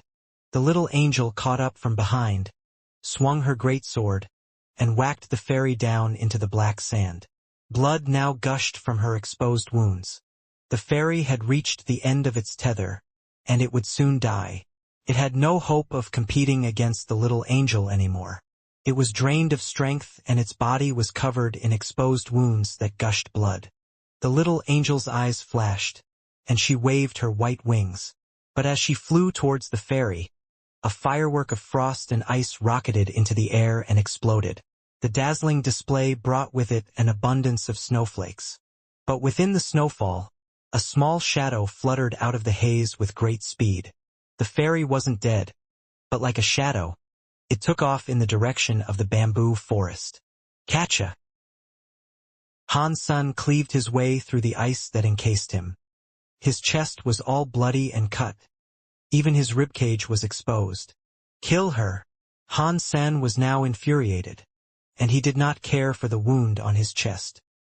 He summoned his wings to give the fairy chase and vowed to the heavens above that he'd kill her. The fairy's escape was extremely quick, and even the little angel had great difficulty catching up to her. But quite abruptly the fairy slowed down. It seemed as if her burst of speed had chugged and come to an end, due to a complete exhaustion of her own strength. Now, even slower than usual, it fluttered away from the battle. Han-sen and the little angel followed the fairy to the Black Mountain, and watched it retreat into the mouth of the cave the scorpion had once dug. Together, they followed the fairy inside. Hastily, the tiny menace whizzed her way through the bamboo forest in a bid to reach the icy domain where they had first discovered it. Han-sen wasn't sure why it would retreat there, but he knew he would have to finish it off soon. He commanded the little angel to venture ahead and close the distance the fairy was currently gaining on them. But the fairy had now gained a fair lead, and even if they went at their top speed, it'd be difficult for them to catch up anytime soon.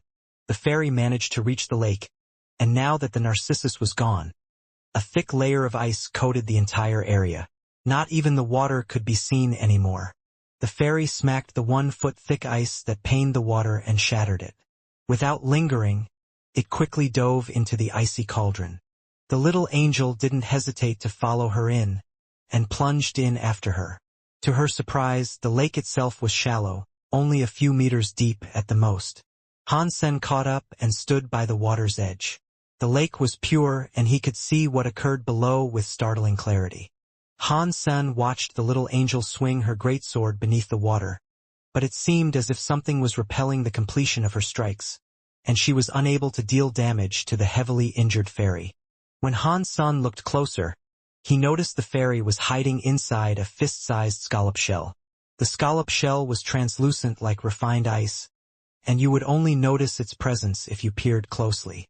As the fairy lay inside the scallop shell, it was naked and bleeding heavily. Its butterfly-like wings fluttered weakly, and it looked scared by the menacing angel that lusted for its blood. Hansen observed the little angel deliver a few more strikes, all to no avail. Then, he commanded her to pick up the entire scallop shell from the lake.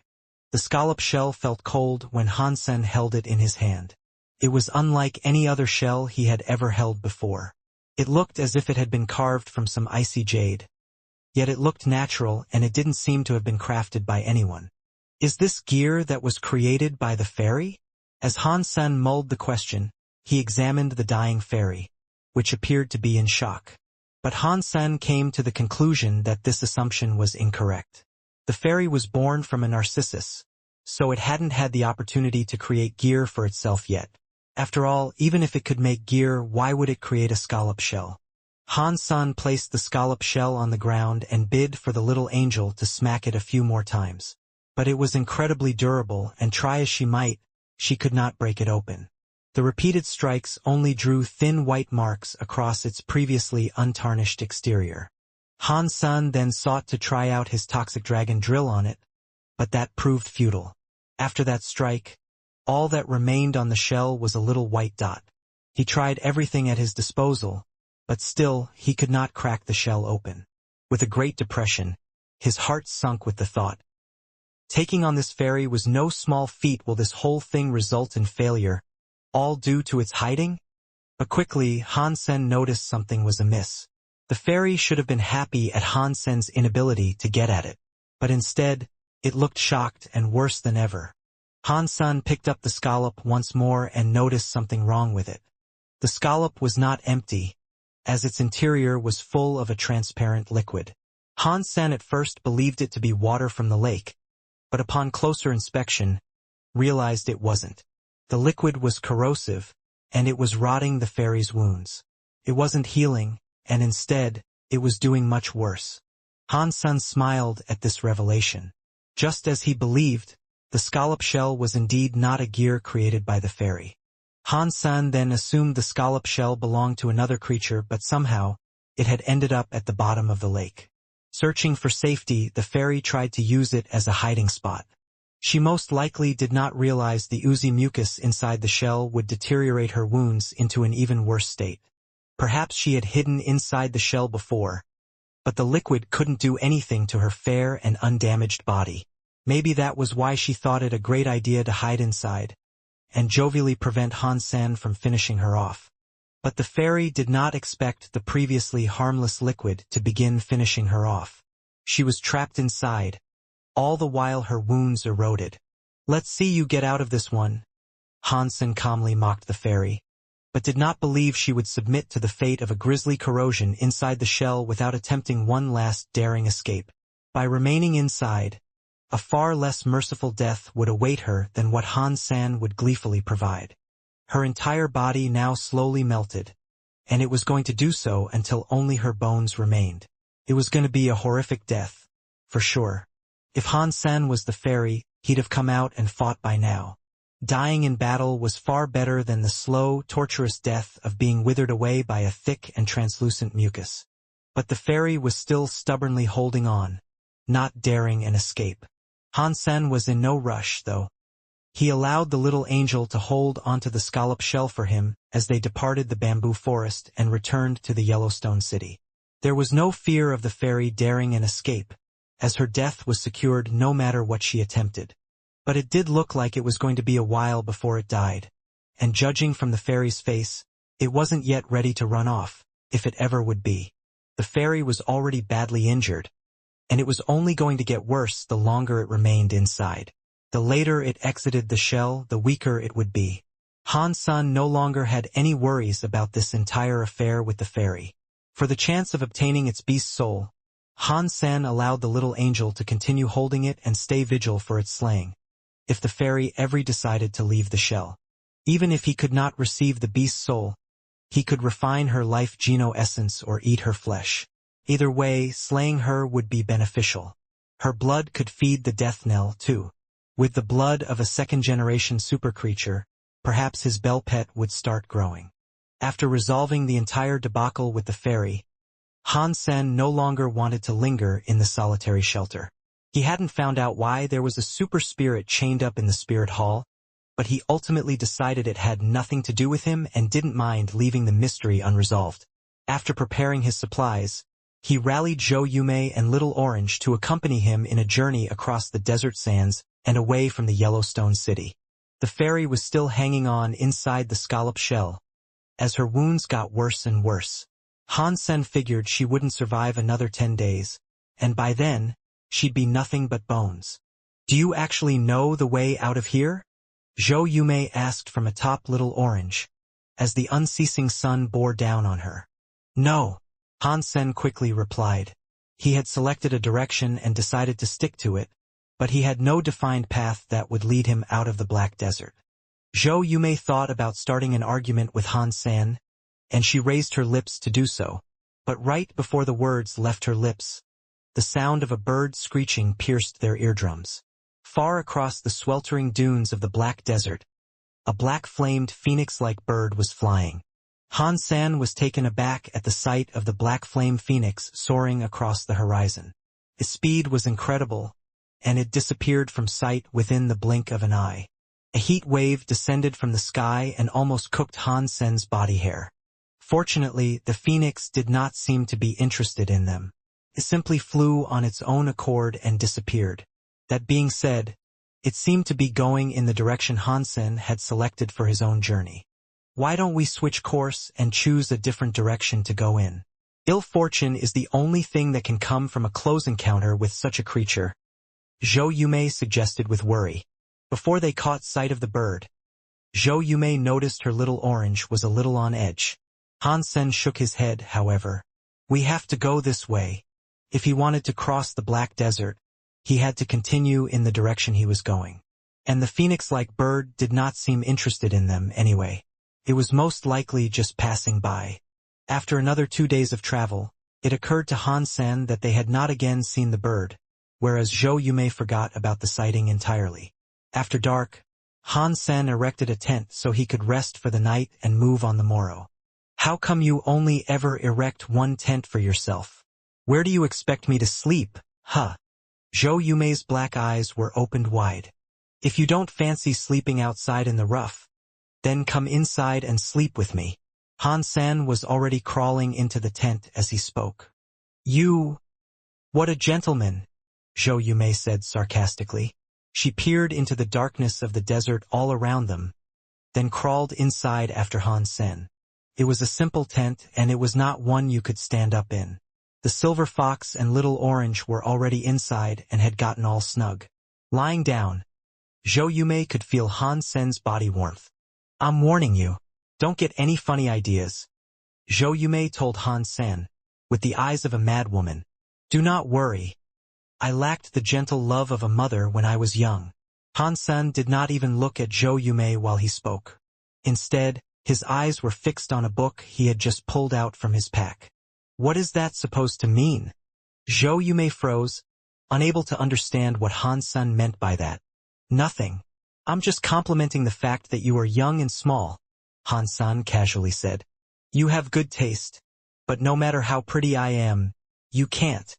Zhou Yume was a little shy, and she spoke while looking down. But she only spoke half of her sentence when she glanced at her breasts, which were like 2 little hills upon her chest. Her face quickly flushed red and she said, "You are the one who is small." Han-sen put down the book and took his shirt off. This shocked Zhou Yume, and she quickly scrambled away in panic. She used her arms to shield and cover her body, asking with distress, What do you want?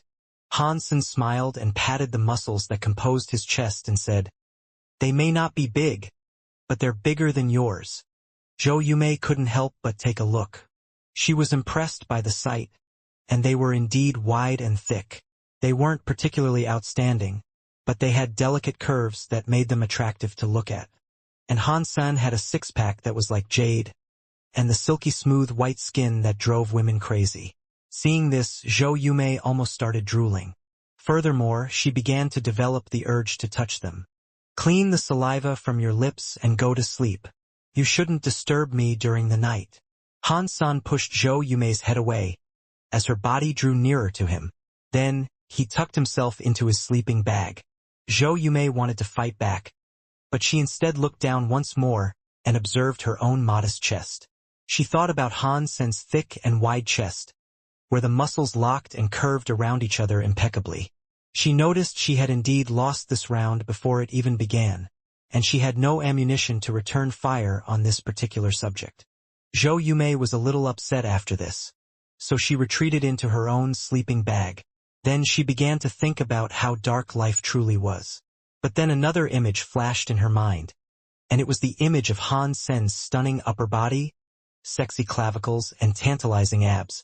Zhou Yumei couldn't help but swallow the saliva that was building up inside her mouth.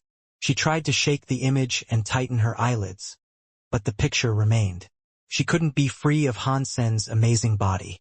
She turned around to take a peek at Hansen. His eyes were closed, and he appeared to be sleeping already. Seeing his face from the side, he wasn't super pretty, but his facial features were distinct and sharp. It made him look quite threatening and moody, but his skin was white and smooth. This element helped soften the image a bit, but overall he looked like a manly man. Zhou Yumei continued thinking about his body as she eyed him, and then her mind ventured further in her visions of the man. She recalled how powerful he was, and how he so fearlessly challenged the spirit. He also took care of the fairy and scorpion. It looked like she was in love. But then her heart sunk at another image that popped up in her mind, and that was the ring that adorned his finger. She sighed and said to herself, Why are the good ones always taken? What did you say? Hansen frowned and turned to look at Zhou Yumei. Zhou Yumei's face became red again. She had gotten so excited. She never expected she'd end up speaking her thoughts aloud. With a face that refused to unredden itself, she tried to explain by saying, Anna, nothing. As Zhou Yumei panicked, Hansen turned around completely. Now, his face was directly opposite hers. Another man's warmth was drawing near her. Zhou Yumei's heart was madly beating to the rhythm of a stampede, and she thought to herself, What is he going to do? What am I going to do? He is engaged. I should reject his advances, right? But no, I can't be like that. I can't get tricked by the demon of temptation. I must focus and channel my good thoughts. But he is such a good man. If I grab him, I might have the chance to. Many different trains of thought and ideas now raced through her mind. Hansen's body was still so close, and then he covered her mouth with his hand. He climbed on top of her. I can't compete. How am I supposed to resist a man like this? I am just a weak and defenseless woman. There is no way I can resist his strength.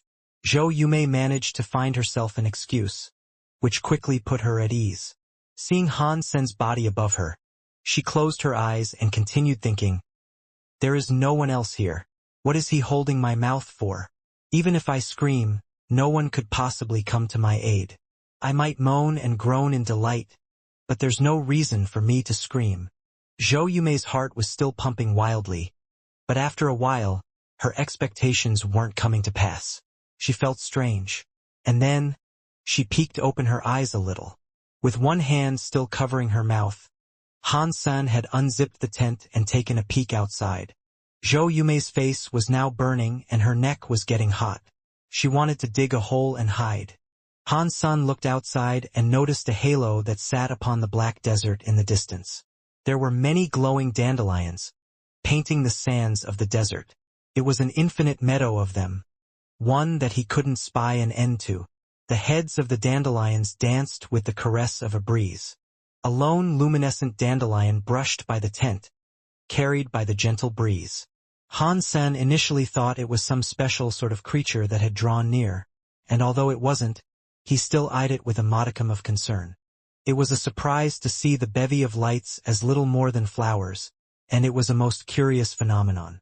When they had pitched the tent that evening, none of the flowers were around. Now, across every portion of the black desert that was visible, dandelions sprouted. They were endless, and their pretty lights spread out in each direction like a galaxy of stars. When the wind blew, the galaxy moved. It was a beautiful sight to behold. Zhou Yumei, who had managed to regain her composure, moved nearer to Han's senator after taking a peek at what had taken hold of his attention. Her eyes opened wide like the stars themselves. It was fortunate Han San had placed his hand on her mouth. Had he not, she would have screamed in awe of its beauty. Many of the flowers were afloat and skated by the tent as they went.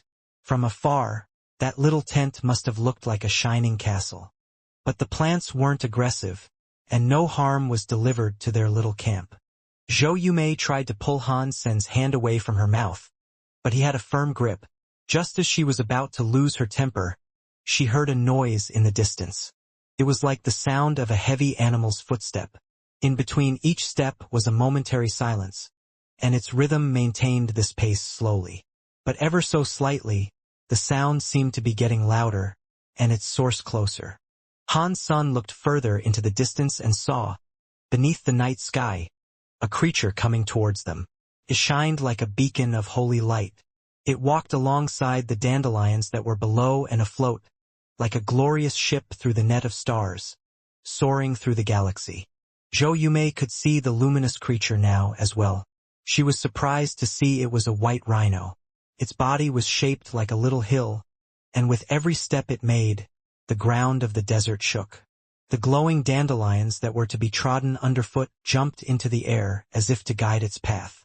The rhino was getting closer, and this frightened Zhou Yumei. Right now, all she wanted to do was get up and run. As pretty as it looked, the rhino was a hulking beast. Its heavy, looming presence was intimidating, and it robbed her of breath. Han Sen's hand was still on her mouth to prevent a sound, but he now used his other hand to control and calm her. His eyes were still in profound observation of the glowing rhino. It wasn't long before the rhino had come directly before the tent. Like grand pillars, its thick legs were pulled up and released. The entire tent was now in the shadow of the beast, and Zhou Yumei knew it. Her eyes were wide open with fright, and her body trembled under the fear. If a foot came down on the tent, they would be squished into jelly. The silver fox and little orange snuggled together in the corner of the tent, quiet as mice. They too were terrified of the white rhino that had drawn near. Boom! A foot came down like a piston on the sand directly behind Han Sen's tent, avoiding them. The luminous dandelions continued their spiraling as the campsite vibrated with the force. Boom! Boom!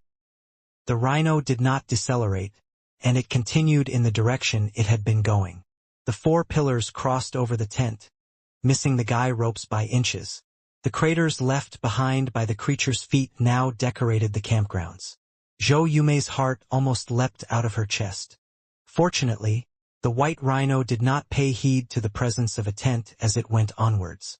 Along with the gorgeous, luminescent dandelions, it slowly trailed off out of sight behind them. When the white rhino was gone from their vision, the presence of the glowing dandelions dimmed, too. They quit shining and melted into the desert like snowfall. Not a trace of them was left behind. If it wasn't for the footsteps that the rhino left behind, you would have believed the entire affair to be little more than a dream. Zhou Yumei, who had been trembling through the entire ordeal, finally relaxed. She patted her chest, trying to shake the terrifying visions she had of being crushed underfoot by the big rhino. Luckily, none of her fears had come to pass. Are you going to sleep like this? Hansen smiled at Zhou Yumei. Zhou Yumei only now realized she had been leaning on Han San the entire time. She was mad and embarrassed at the revelation, so she pushed him away. Gritting her teeth, she hissed, "When I don't say anything, you get all touchy. You just want to take advantage of me." Hansen smiled but did not reply. He returned to his sleeping bag, deep in thought over what had just occurred with the white rhino. During the daytime, they encountered the black flame phoenix, and now they had been witnesses to the existence of a white rhino that glowed with a holy light. Both of these creatures had been traveling in the direction Hansen had picked. He wondered if something awaited them where they were headed. In a place such as the Black Desert, Hansen did not want to get himself into any form of trouble. With such fearsome monsters around, although he was sure of their abilities to escape, he couldn't risk losing his reserves of food and water. If that happened, there was every chance they might perish somewhere amidst the dunes. But if they changed course now, Hansen wasn't entirely sure whether or not they could exit the Black Desert that way either. It would also not lead him to his final destination, so he was reluctant. Hansen thought about this predicament for a while, but ultimately decided to continue in their current direction. He didn't know if he could leave the Black Desert if he changed direction now. Furthermore, he believed his encounter with those two creatures was nothing out of the ordinary and was to be expected in such a volatile location. If there was some significance behind it, then he would at least have the opportunity to check out the reason why.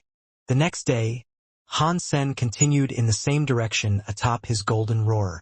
On the way, he was able to trace the footsteps that the rhino had left behind. It looked to be going in a straight line, without a single misstep or stray. The luminous dandelions, however, he could not see. It was as if they never existed. They walked for half the day, but the heat was atrocious. Zhou Yume drank some water while she rode atop her little orange. As she took a swig, she said, "It's so hot. Wouldn't it be great if it rained?" Not long after she said that, the skies went dark. Terrible clouds formed not too far above them, blotting out the sun. Downpour sound. The drunk clouds let loose their spiteful tears and utterly drenched Zhou Yume. She quickly summoned an armor to withstand the rain, but after its summoning, the rain clouds immediately dispersed. The skies cleared and the weather returned to its sweltering glory. My wishes are short-lived. Zhou Yume was not entirely sure how to respond to what had just happened. Hansen's face, on the other hand, looked dire. When the rain clouds went past, Hansen felt the presence of a supremely powerful life force. He didn't get the chance to see what it was, but he could tell it wasn't something natural. What made Hansen frown the most, however, was the fact that those rain clouds had formed and drifted off in the direction he and Zhou Yume were also headed. What is going on in this place? Hansen squinted his eyes, attempting to discern more of what might lay on the horizon. But there was nothing. For a while yet, it seemed only the black desert sands and blue skies would continue to lead their travel. There was no use turning back now, and Hansen opted to push on and find out what was going on. The super creatures they had encountered all seemed to ignore them, as if something greater attracted them. If he came to a place where they all had gathered together, he resolved to go around them and simply continue on his way. Hansen, with Zhou Yume in tow, continued walking in the same direction. The fairy was still inside the scallop shell, refusing to come out. Whether or not she could by now was still up in the air, as her entire body was rotting. In a few more days, she'd most likely be melted into a bloody goop entirely. But unless it wanted to exit the shell, there was nothing Hansen could do. The shell was unbreakable, and if the fairy wanted to come out, he assumed it would have to be of her own volition. The weather was surprisingly volatile in the desert. It often became windy, spurring the sands high into the sky and obscuring their vision. During the extremely windy periods, the sands rose like monsters seeking to consume them wholly. Hansen told Golden Roarer to maximize its size, and it looked like a little hill marching through the fierce sandstorms. Hansen and the rest of his companions would then burrow into the Golden Roarer's fur to remain comfy and unaffected. It's a shame that Golden Roarer is only a super creature from the first shelter. If it could evolve, it would most likely be greater than any other second shelter super creature.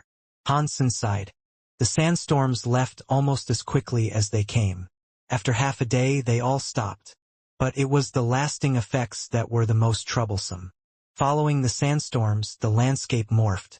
The rhino's footprints disappeared and the dunes changed their positions. Pat. Han-san heard a clapping noise, and he turned around to see Zhou Yumei slapping her cheeks. He laughed and said, "Why are you hitting yourself? There is a mosquito." Zhou Yumei continued to wave her hands around, all to no avail. Han-san took a look and saw a small mosquito flying around her. It was pretty quick and surprisingly agile. No matter how much she tried to hit it, the mosquito perfectly evaded every attack. Pat. Han-san clapped his hands and killed the mosquito in one hit. Mutant creature bloodlust mosquito killed. No beast soul gained. Eat the flesh of the mutant creature bloodlust mosquito to gain 0 to 10 genopoints randomly. Han-san was incredibly surprised, having not suspected the small mosquito to be a mutant creature. Buzz.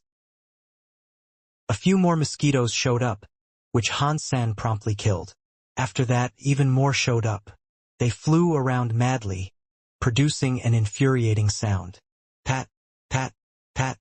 Han-san attacks were quick as lightning, and he was killing mosquitoes left, right, and center. There were ordinary class creatures this time, as well as many mutant class variants. After killing all of them, Han-san noticed Zhou Yumei looked frozen. She was staring at something ahead of them with an agape jaw. Her face was distorted into one of fright, as if she had seen something most wretched. "What's wrong with you?" Han-san frowned. "MOM mosquito." Zhou Yumei raised her finger, pointing ahead of them. With a trembling voice, she called out what made her look so scared. "What? They're just mosquitoes. There is no need to be afraid. I can kill them all." Han-san then turned to look in the direction she pointed towards and noticed a giant crack in the desert sands. From it, swarms of the mosquitoes emerged like a geyser. In their countless numbers, they turned to face them, and like the very sandstorms they had weathered before, they inked the skies and blotted out the sun. It was as if the clouds of mosquitoes had turned the day into night. "What are you waiting for? Run!" Han-san shouted. He grabbed Zhou Yumei and carried her underneath his armpit. While running, the bloodlust mosquitoes conquered the skies like a sandstorm, and they even struck fear into the silver fox and little orange. Together, those two scrambled to get away. If it was just a small number of mosquitoes, even at mutant class, there was nothing to be afraid of. But a countless horde such as that would be too much. Han-san had the appropriate super armor to block the attacks, but Zhou Yumei would be killed in an instant. Furthermore, he'd feel bad wearing super armor in front of her. So, like she did, he wore Sacred Blood class armor instead. If there were large numbers of Sacred Blood class mosquitoes, he was afraid they'd be enough to kill the silver fox and little orange as well. It wasn't long before the mosquitoes caught up and descended upon them, however. The silver lightning crackled across the silver fox's fur, and he emitted a number of bolts to zap those that sought to overwhelm him. Han-san used his flaming Rex spike to incinerate the mosquitoes around them. Little Orange's body was jumping up and down to kill many, but a fair number of the mosquitoes had already latched onto it. Without reprieve, the hungry insects drank deep of its blood. Han-san was well and truly shocked. He didn't expect the mosquitoes to be able to drink the blood of a super creature, and that meant Little Orange and the silver fox were in as much danger as they were. Although only female mosquitoes could drink blood, their numbers were still scary enough to place them all in serious danger. Pat. Han-san slapped a mosquito that was drinking Little Orange's blood. Sacred Blood bloodlust mosquito killed. No beast soul gained. Eat the flesh of the Sacred Blood creature bloodlust mosquito to gain 0 to 10 genopoints randomly. There really are Sacred Blood class variants amongst them. Han-sen's face changed, and he commanded the little angel to clear a path for them. Then he sped up to attempt an escape. But the mosquitoes were like a sandstorm, and more were coming to engulf them. The silver fox was doing better than all of them, however. The electricity on his body worked like a shield, and it prevented the mosquitoes from landing on him. But for the others, they were slowly being swarmed by the fiends. Numerous mosquitoes were starting to land on them, especially Zhou Yumei.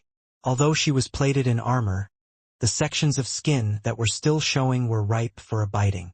Her blood kept on being sucked.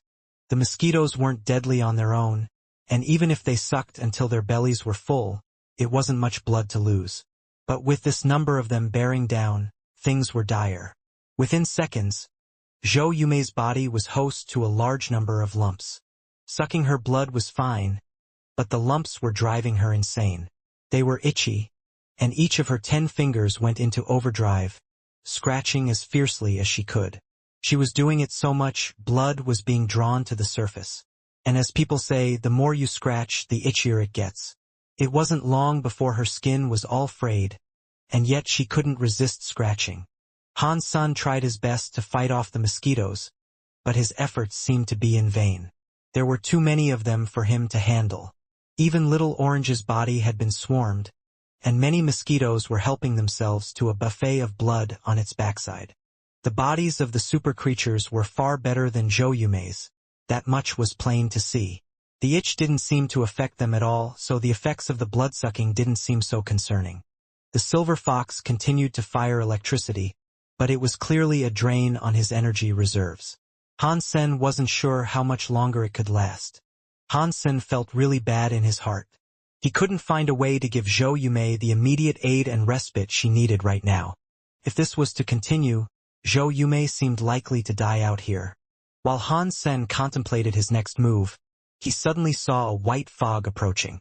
When the mosquitoes came into contact with it, they fell to the ground like hard rain. Han Sen was shocked. Looking towards the little angel, he saw her holding the scallop shell in her hand. It was half open, and from the inside the fairy was active. It unleashed a gust of frosty air. The temperature around them dropped in a snap. The mosquitoes were clearly weak to the cold, and upon coming into contact with the frost, were stunned and frozen. In fear of the cold, the swarm of mosquitoes now seemed hesitant to continue their pursuit. The fairy continued to blow out frosty air, repelling the mosquitoes. And as she did so, she gave Han San a pitiable look. Han San never expected the fairy to possess such a human quality, to forgive past grievances and be willing to trade her own life for the safety of him and his companions. Han San took the scallop shell out of Little Angel's hands. The fairy was still quite afraid, and she only opened the shell a small amount in order to expel the frosty air. Han San held the scallop shell and continued walking towards the bugs. The mosquitoes kept their distance, and their aversion to the cold was plain to see. Han Sen used Dongxian Sutra to simulate the fairy's energy flow. Han Sen's body temperature dropped, and after doing so, the mosquitoes avoided him completely. He couldn't exude the frosty air as a projectile, however. If he wanted to keep Zhou Yumei alive, he'd have to continue making use of the fairy's frosty power. They continued their journey, all the while keeping the mosquitoes at bay and putting distance between themselves and the bloodthirsty insects. After reaching a spot that put them out of the mosquito's sight, the fairy ceased her exhalation of frosty air. She was already heavily injured, and the amount of power she had just used up had been taxing. Her condition looked more dire than ever now. The fairy clasped her hands together before her face. As if she was praying to Han's senator, the look in her eyes suggested she was begging Han San to let her go. But this did not align with Han Sen's own desire. It was difficult to get a second-generation supercreature, and there was a life geno-essence sitting right in front of him. Perhaps even a beast soul, too. Han Sen wasn't happy with the thought of just letting such a bounty go. Look at her. She looks so pitiable. Why don't you let her go? She did just save our lives, after all. After Zhou Yumei applied some medicine to her own wounds, she began to feel better almost immediately. Her itchiness began to subside, as well. After getting another clear look at the battered, rotten fairy, she felt a great deal of sympathy for her. Hoping Han San would let her go, she chipped in with her 2 cents. You need to understand something here. She saved you. She did not save us. Han San knew that without the fairy, he would have still made it out alive. Zhou Yumei would have been the only victim, had they not been able to escape by themselves. But she's begging for your mercy. Just let her go. Zhou Yumei didn't dare be mean to Han San, but she felt compelled to at least support the fairy, after what she had done. Women are so short-sighted. Yes, you're right. This little thing does look pitiable. It does look nice. But that's what you see on the surface. In its heart, it may already be planning a wretched way to get back at me. Vengeance is in its nature. Now that she's in trouble, beaten and exhausted, she feigns this look of sorrow and begs for forgiveness all so she can be set free. For all we know, she'll return and come for me once more, after her wounds are healed. Han Sen did not heed Zhou Yumei's plight, and instead continued to stare at the fairy that was still inside the shell. At this point, the fairy's hair was starting to dry out. Her body was rotten and her wings were robbed of power. She continued to look at Han Sen in a way that begged for mercy. "If I let you go, will you come back for vengeance?" Han Sen asked, looking at the fairy. The fairy behaved as if she understood what Han Sen said to her, and she shook her head like mad. "Really?"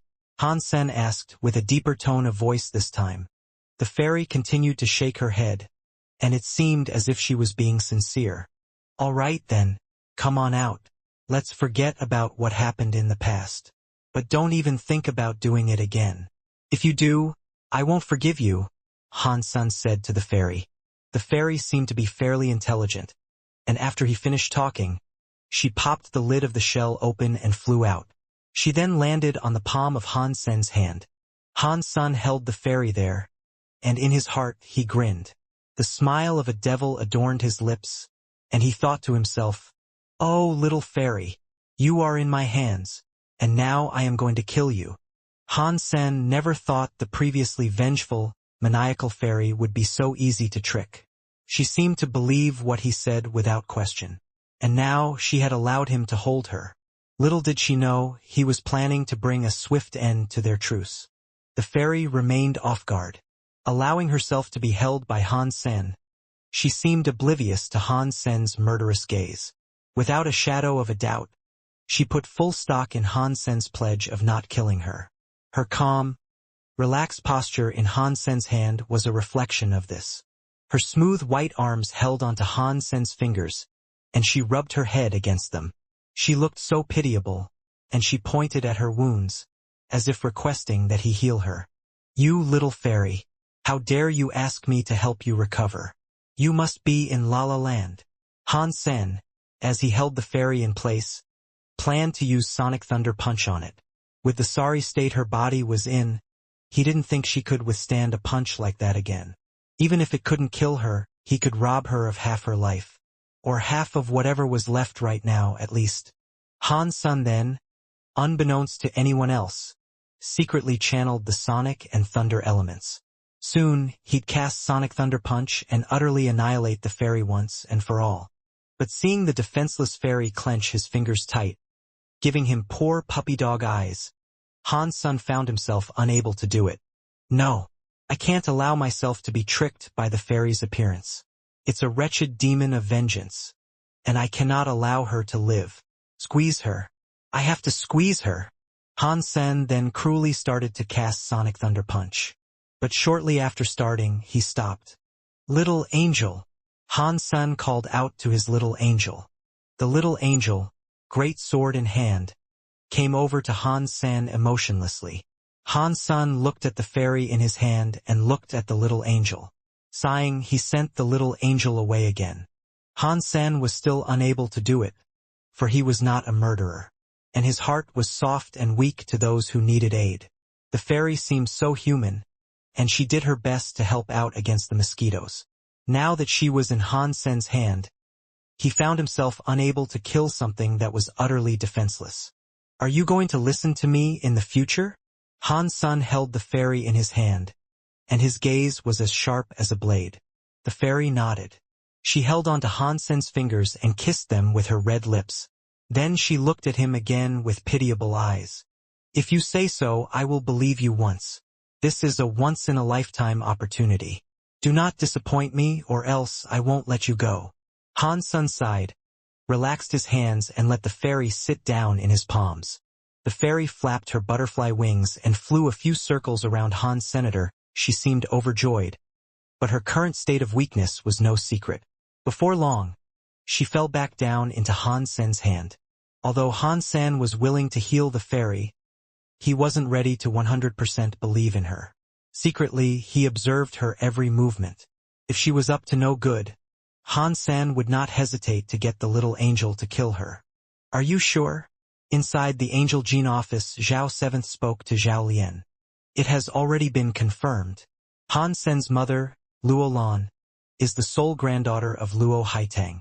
The Ji family have Luo Haitang's support, Zhao Lian said in return.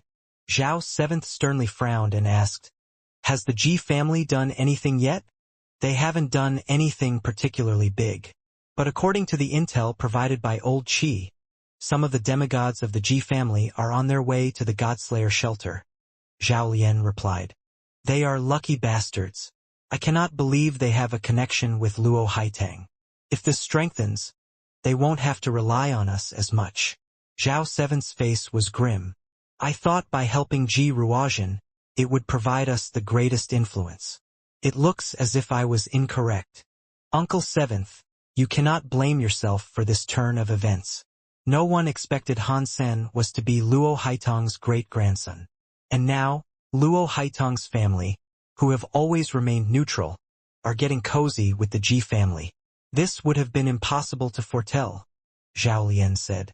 Zhao Seventh coldly laughed and said, in this world, there is nothing humans are unable to achieve. If the Ji family wants to use Luo Haitang's power to be rid us and the support we have already been providing, I won't allow it. Although Luo Haitang is powerful, being a demigod and all, strength matters not. He is alone where he is, and he cannot return to the second shelter. Push on with the Angel Gene 4th stage tests a little quicker. They may prove useful in the near future. The 4th stage tests require a lot of Shura royal blood. And we also need Dan Copper stars.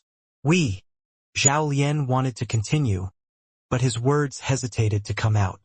Zhao Seventh frowned and said, give it to them. Angel Gene is our crowning accomplishment, and a Dan Copper star is nothing. Once we have established a presence and can support ourselves in the 4th shelter, that is when our family will truly begin to shine. Yes, Zhao Lian agreed. Then, he turned around and exited Zhao Seventh's office.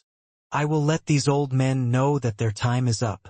The advancement of humanity, genetics and all, lies in technology. Zhao Seventh's eyes shone with light. Continuing the trek, Han Sen hadn't encountered anything strange again. With the silver fox near, it was common for creatures to keep their distance. As such, their journey was free from strife. The fairy seemed incredibly gentle, and she affectionately listened to Han Sen whenever he spoke. Her wounds were gradually getting better, each and every day. It would not be long before she fully recovered. Still not completely trusting her, though Han Sen never let his guard down with her around. As Han Sen slept, he felt the fairy fly near him, which triggered an alarm siren in his head. But he wasn't willing to make a move just yet. He pretended to continue sleeping, and instead activated his senses to observe what she was doing.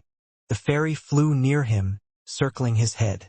Then, she landed on his palm and slipped into the half-folded fingers of his hand. Like a blanket, she made herself snug below them and went to sleep.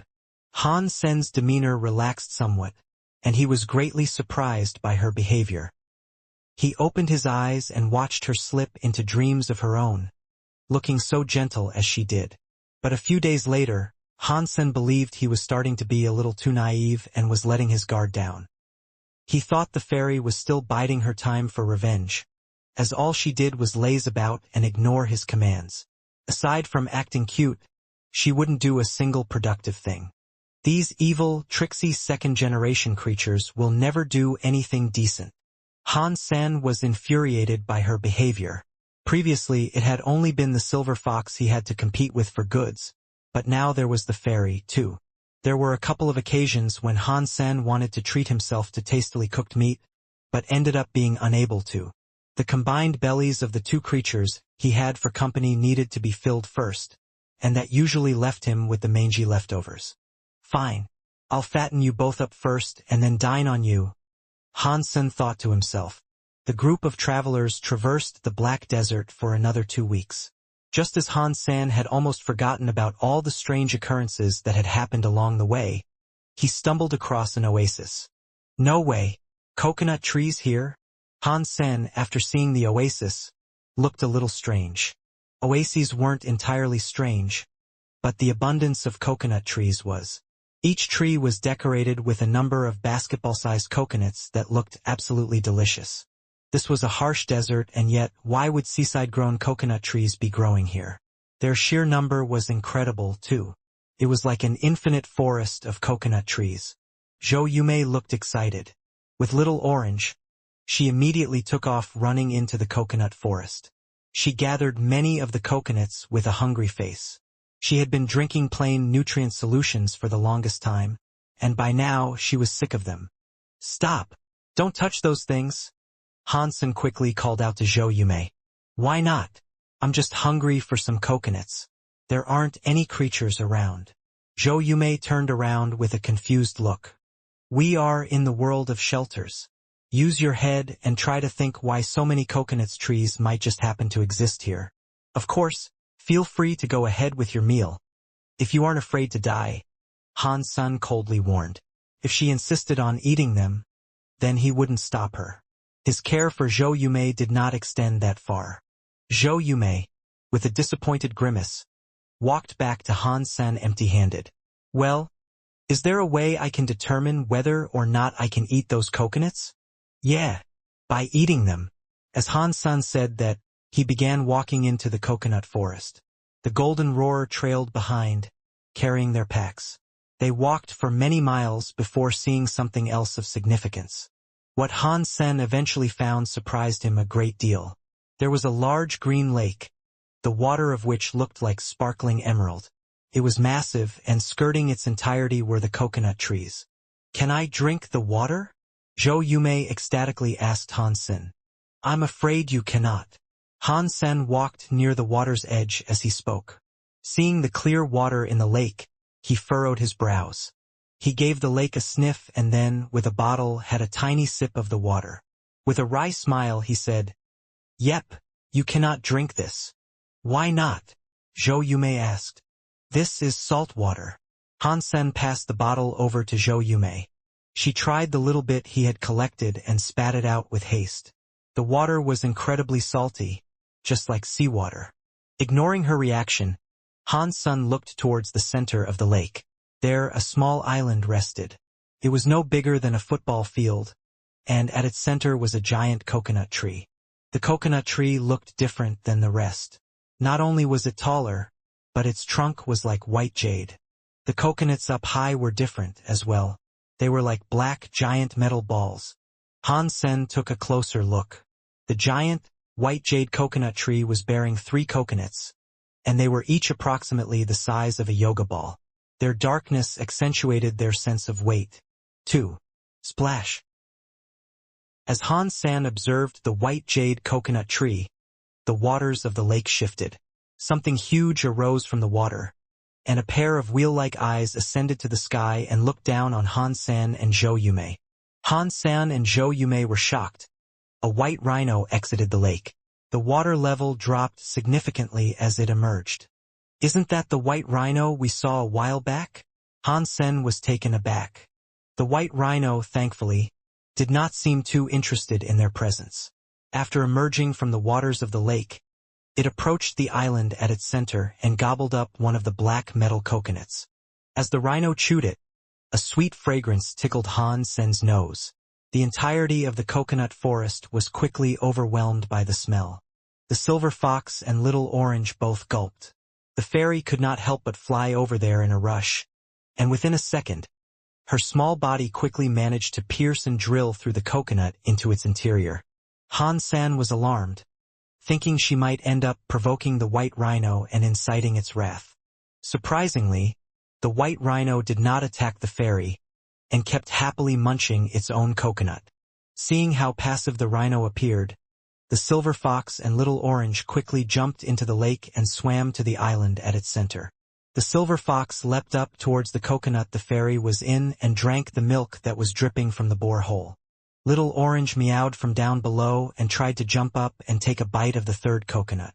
It managed to reach, but it could not pierce the coconut's shell or remove it from the tree. Han Sen was surprised at the sight. He firmly acknowledged how different and special those coconuts really were. especially considering that not even juvenile second-generation supercreatures could break them open with their teeth. It looked like only adults were able to open them up like the fairy. But what happened next blew the socks off Hansen and Zhou Yumei.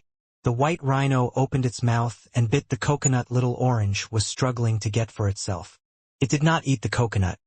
It merely cracked the shell open and placed it down on the ground for Little Orange to eat. With glee, Little Orange pounced upon the coconut and finished opening it up for itself, and with a ravenous tongue, began lapping up the milk inside. Hansen had never seen something like this before. A creature with such a good temper. The white rhino proceeded to lie down beside them on the aisle, watching the silver fox and Little Orange drink the coconut juice to their heart's content. It didn't seem to have a single nasty bone in its body, and it was so calm. Hansen watched them all eat the coconuts and suddenly developed the desire to partake in the treat they were helping themselves to. With haste, he ran over to join them. Let's hope the white rhino isn't racist. Hansen ran over to the island, all the while observing the white rhino for any change in temper. Fortunately, as he stepped onto the island, the white rhino did not move, continued to lie where it was, utterly serene. This delighted Hansen, knowing that it did not seek to attack him or the others. Hansen immediately raced to Little Orange's side and began drinking the coconut milk with it. Right then, he didn't care about anything. He wanted some, and if he didn't hurry, Little Orange was going to have it all to himself. But taking a look at how much of the juice was left in the massive coconut, Hansen was shocked to see Little Orange had consumed a third of it already. Not wasting any time, he threw his arms around the coconut to drink as much as he could. Little Orange's tongue was wagging quickly, and its feet were subtly trying to push Hansen away. But Hansen was not willing to budge one minor inch. He continued to grip the coconut firmly and carried on drinking as best he could. Zhou Yumei remained where she was, however.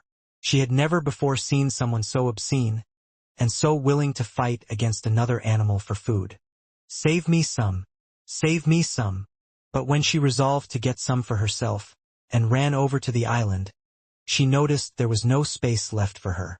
She could only circle them and wait for an opening. With a great push, she knocked Hansen away and found a place for herself on the coconut. But it was too late. Poking her head inside, she noticed Hansen and Little Orange had consumed every last drop of the juice, leaving nothing for her. Falling down to the ground, Hansen's belly was frighteningly large. He couldn't even straighten his back or stand up to drink some more, had there been any left. A cool energy began to whirl inside his stomach, and it blended with the rest of his body. His entire body felt so cool. It was like his cells had been injected with refreshing spring water. It was perfectly suitable for a hot day such as this. Hansen cast Dongshin Sutra and tried to refine the energy inside, and noticed that his fitness seemed to be a little improved. The white rhino was on the island, watching the entire scene unfold. After the silver fox and the fairy finished their coconut juice, however, it stood up and munched on the shell. They were both unafraid of the rhino, and the silver fox decided to climb aboard. It stood upon one of its horns and gazed all around. The fairy soon followed, and she landed on the tip of the horn. There she curiously observed the rhino. The rhino did not look mad at all, and all it did was squint while looking at them. Its eyes were soft, as its mouth worked to chew up the coconut shell. Hansen never imagined meeting another super creature, especially one so large, that could be so tame. It wasn't just relaxed with the other super creatures near it. It was also unconcerned with Hansen and Zhou Yumei's presence as well. That rhino is so cute, Zhou Yumei said, despite being prone to calling everything cute. As she spoke, she tried to hug one of the rhino's leg. But she was little more than an ant when compared to the size of the rhino. The legs were more like walls for her. Hansen eyed this rhino with curiosity, as it was the first time he had ever encountered another creature that was so docile and passive. He used his Dongshin Sutra to take a look at the rhino's energy flow. The life force was frighteningly powerful, and it had the breadth of an ocean. The energy swirled with a slow passion, and it looked holy and pure. What is this super creature? The life force is too much to be considered one, surely. Han Sen was surprised at what he was seeing. After the white rhino finished eating the coconut shell, it went back to resting on the island. Han Sen and his companions also rested near it, not showing any concern about the rhino's presence. It was so friendly and calm, they didn't think anything ill about it. That night, the rhino finally moved. It got up and began walking away from the island. It seemed to be leaving the oasis. Han Sen quickly packed up his stuff, grabbed Zhou Yumei, and flew to the rhino's back. The silver fox and little orange climbed aboard too, and they were soon all riding the rhino's back, setting out into the black desert once more. Under the serene, silver moonlight, the luminous dandelions returned as well. As if they were aboard a starfaring ship, it was like the rhino was traversing a galaxy. It's so beautiful. Zhou Yumei's eyes sparkled like the stars themselves. The dandelions were all around, floating in the air. When Han Sen's skin came into contact with them, they melted into his skin like fallen snowflakes. It felt as if his skin was imbued with a sudden halo of purity, and he felt cleansed. The silver fox and little orange also came into contact with the dandelions, which made their fur shine. Han Sen observed the white rhino as it went, and noticed the life force of the rhino was overflowing. It was this overflow of energy that manifested itself as the dandelions. The direction the white rhino traveled was the direction Han Sen himself had been moving all this time. It wasn't easy, finding a powerful super creature as tame as this. Given that, Han Sen didn't mind riding it for as long as he could. Although the white rhino did not go very fast, it didn't go very slow either. In fact, it was a little bit faster than the golden roar. The rhino's body was awash with a holy light. The sun and rain couldn't penetrate its protective shield, and even the terrible sandstorms weren't an issue. Every damaging element acted as if it were avoiding the rhino. The white rhino walked for another 6 whole days before stopping, and it was a pillar-like construct that stopped its travel. Upon closer observation, Han Sen noticed that it was in fact a giant black cactus. It was a few 100 meters tall, massive and adorned with a white flower at its top. Han Sen stood on top of the rhino's head, and when he saw the cactus, his face looked queer. From the way he saw it, the cactus was shaped like a man's penis. But in this world, nobody's penis could reach a size such as that. As Han Sen was lost in thought observing the cactus, a bird cawed. A black flame bird was high above, circling the thorny construct. It was the same bird they had seen quite some time ago. The black bird seemed to fear the white rhino, and when it approached the cactus, the bird made a quick escape. With a strange hacking caw, it screeched at the white rhino. The white rhino merely ignored the bird and instead closed its eyes to rest near the cactus. Storm clouds began to form high above, which surprised Han Sen. The clouds were exactly the same as the ones he had seen before. The scary life force that swirled in the atmosphere accompanied it. Also, with all 3 creatures gathering here, it seemed as if all their purposes were connected to the cactus. The white flower that crowned the cactus had a strangely aromatic fragrance. It was lovely, and it incited a weird reaction inside Han Sen's body. He felt as if he was getting high. Is this cactus similar to the peach tree? Is the flower some sort of plant of beneficence for the world, like the peach was? Han Sen was delightfully surprised. He was ecstatic at his fortune to witness something such as this once again, but felt slight trepidation regarding the union of the 3 terrifyingly powerful super creatures. There was every chance that the white rhino would not be willing to hurt them, considering how mellow it had been thus far. But as for the bird and cloud, he wasn't so sure. But this isn't what worried Han Sen the most. If he had to protect himself, he could use the little angel and perhaps command the fairy. Yet this was an exotic occurrence, and not something easily encountered. He didn't want to simply leave this place empty-handed. If a few goodies were up for grabs, he was all for taking them. It just concerned him that the currently docile rhino might later consider him an enemy, too. But it was still early yet, and Han Sen absorbed the flower smell to practice the Dongxian Sutra. The Dongxian Sutra's first tier had been completed, and the gene lock had been partially unlocked. It wasn't completely unlocked due to Han Sen's fitness being at something of a bottleneck. Han Sen believed the Dongxian Sutra couldn't see much more progress before he became a surpasser, but after absorbing the scent of that flower, it did seem to progress to some degree. This made him happy, and so he decided to remain here practicing for a time. With the white rhino lying down near the cactus, both the phoenix-like bird and cloud-wreathed creature did not dare come closer. Their reluctance brought some ease to Han Sen's mind, as well. Zhou Yumei herself was practicing a qigong, and she too was able to feel and reap the benefits provided by the flower's scent. Meanwhile, the silver fox and little orange had been absorbing the energy a long while before the others thought to. Even the gourd that Han Sen continued to keep with him was absorbing the smell, too. Although it tended to absorb Han Sen's energy more than the flowers. The gourd began to shine gold, and numerous gold lines adorned its skin. Han Sen had carried it around with him for the longest time, it seemed, and the life force inside only continued to grow. The contents of the gourd had always made him curious. Having encountered a few super creatures that emerged from plants in the past, he made the assumption that there was most likely some sort of creature inside this gourd as well. Whatever exited the gourd was guaranteed to be a newborn second-generation creature, or so he assumed. The gourd itself was too hard for Han Sen to break, however. For the time being, he could only wait for the gourd to break open of its own volition. The few of them were practicing their skills and such, all the while absorbing the pleasant fragrance. They also remained atop the rhino's back. There was no trouble or cause for immediate concern, due to the bird and cloud's reluctance to approach. With each passing day, the scent of the flower grew stronger.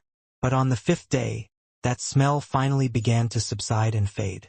Han Sen could see a wrinkled fruit growing in the bosom of the flower, as an endless vat of life force swirled within. It really is something special. The life force inside the fruit greatly interested him. If he could eat it, perhaps he could fully unlock his first tier of the Dongxian Sutra. If he did so, his powers could reach another level. But the black flame bird and cloud-shrouded creature did not keep their distance as much as they once did, and they slowly drew closer. The bird was incredibly restless, and it cawed without reprieve. The drunk clouds went darker, and cast forth intermittent showers of rain. Only the rhino remained calm, lying next to the cactus. It almost seemed to be completely asleep. The energy inside it was as calm as the still waters of a lake. Let's go. Han Sen saw the fruit on the cactus growing bigger and bigger, and now that it was nearly ripe, he bid for Zhou Yumei to leave. Han Sen wanted the fruit, but he did not think he could grab it while in the company of Zhou Yumei. He wanted to send her away so he could focus on getting the fruit himself. The fruit on that cactus looks to be some good stuff. Shouldn't we hang around and have a bite of it? Zhou Yumei was not dumb, and she could tell the fruit was quite the prize.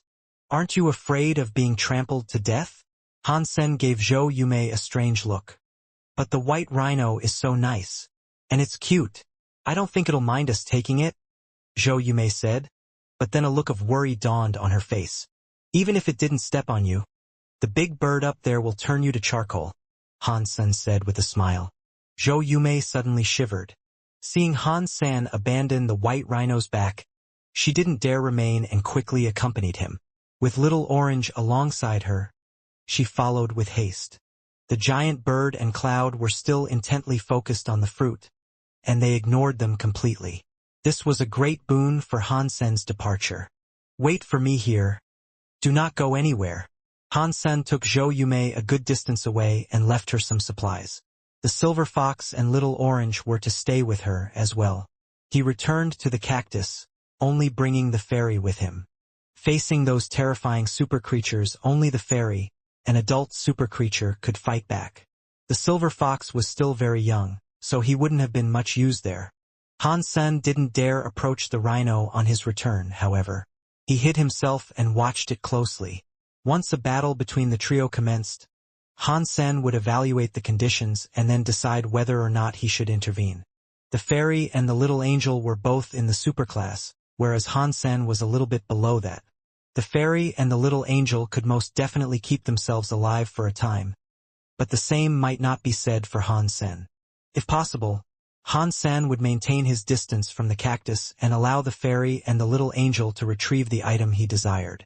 As time passed, the wrinkled fruit of the cactus grew to about the same size as a basketball. The purple, wrinkled skin made it look somewhat like a sweet potato, but it had many dots and hair on it as well. If this thing was not growing on the cactus, it wouldn't have stood out from the average veggie at all.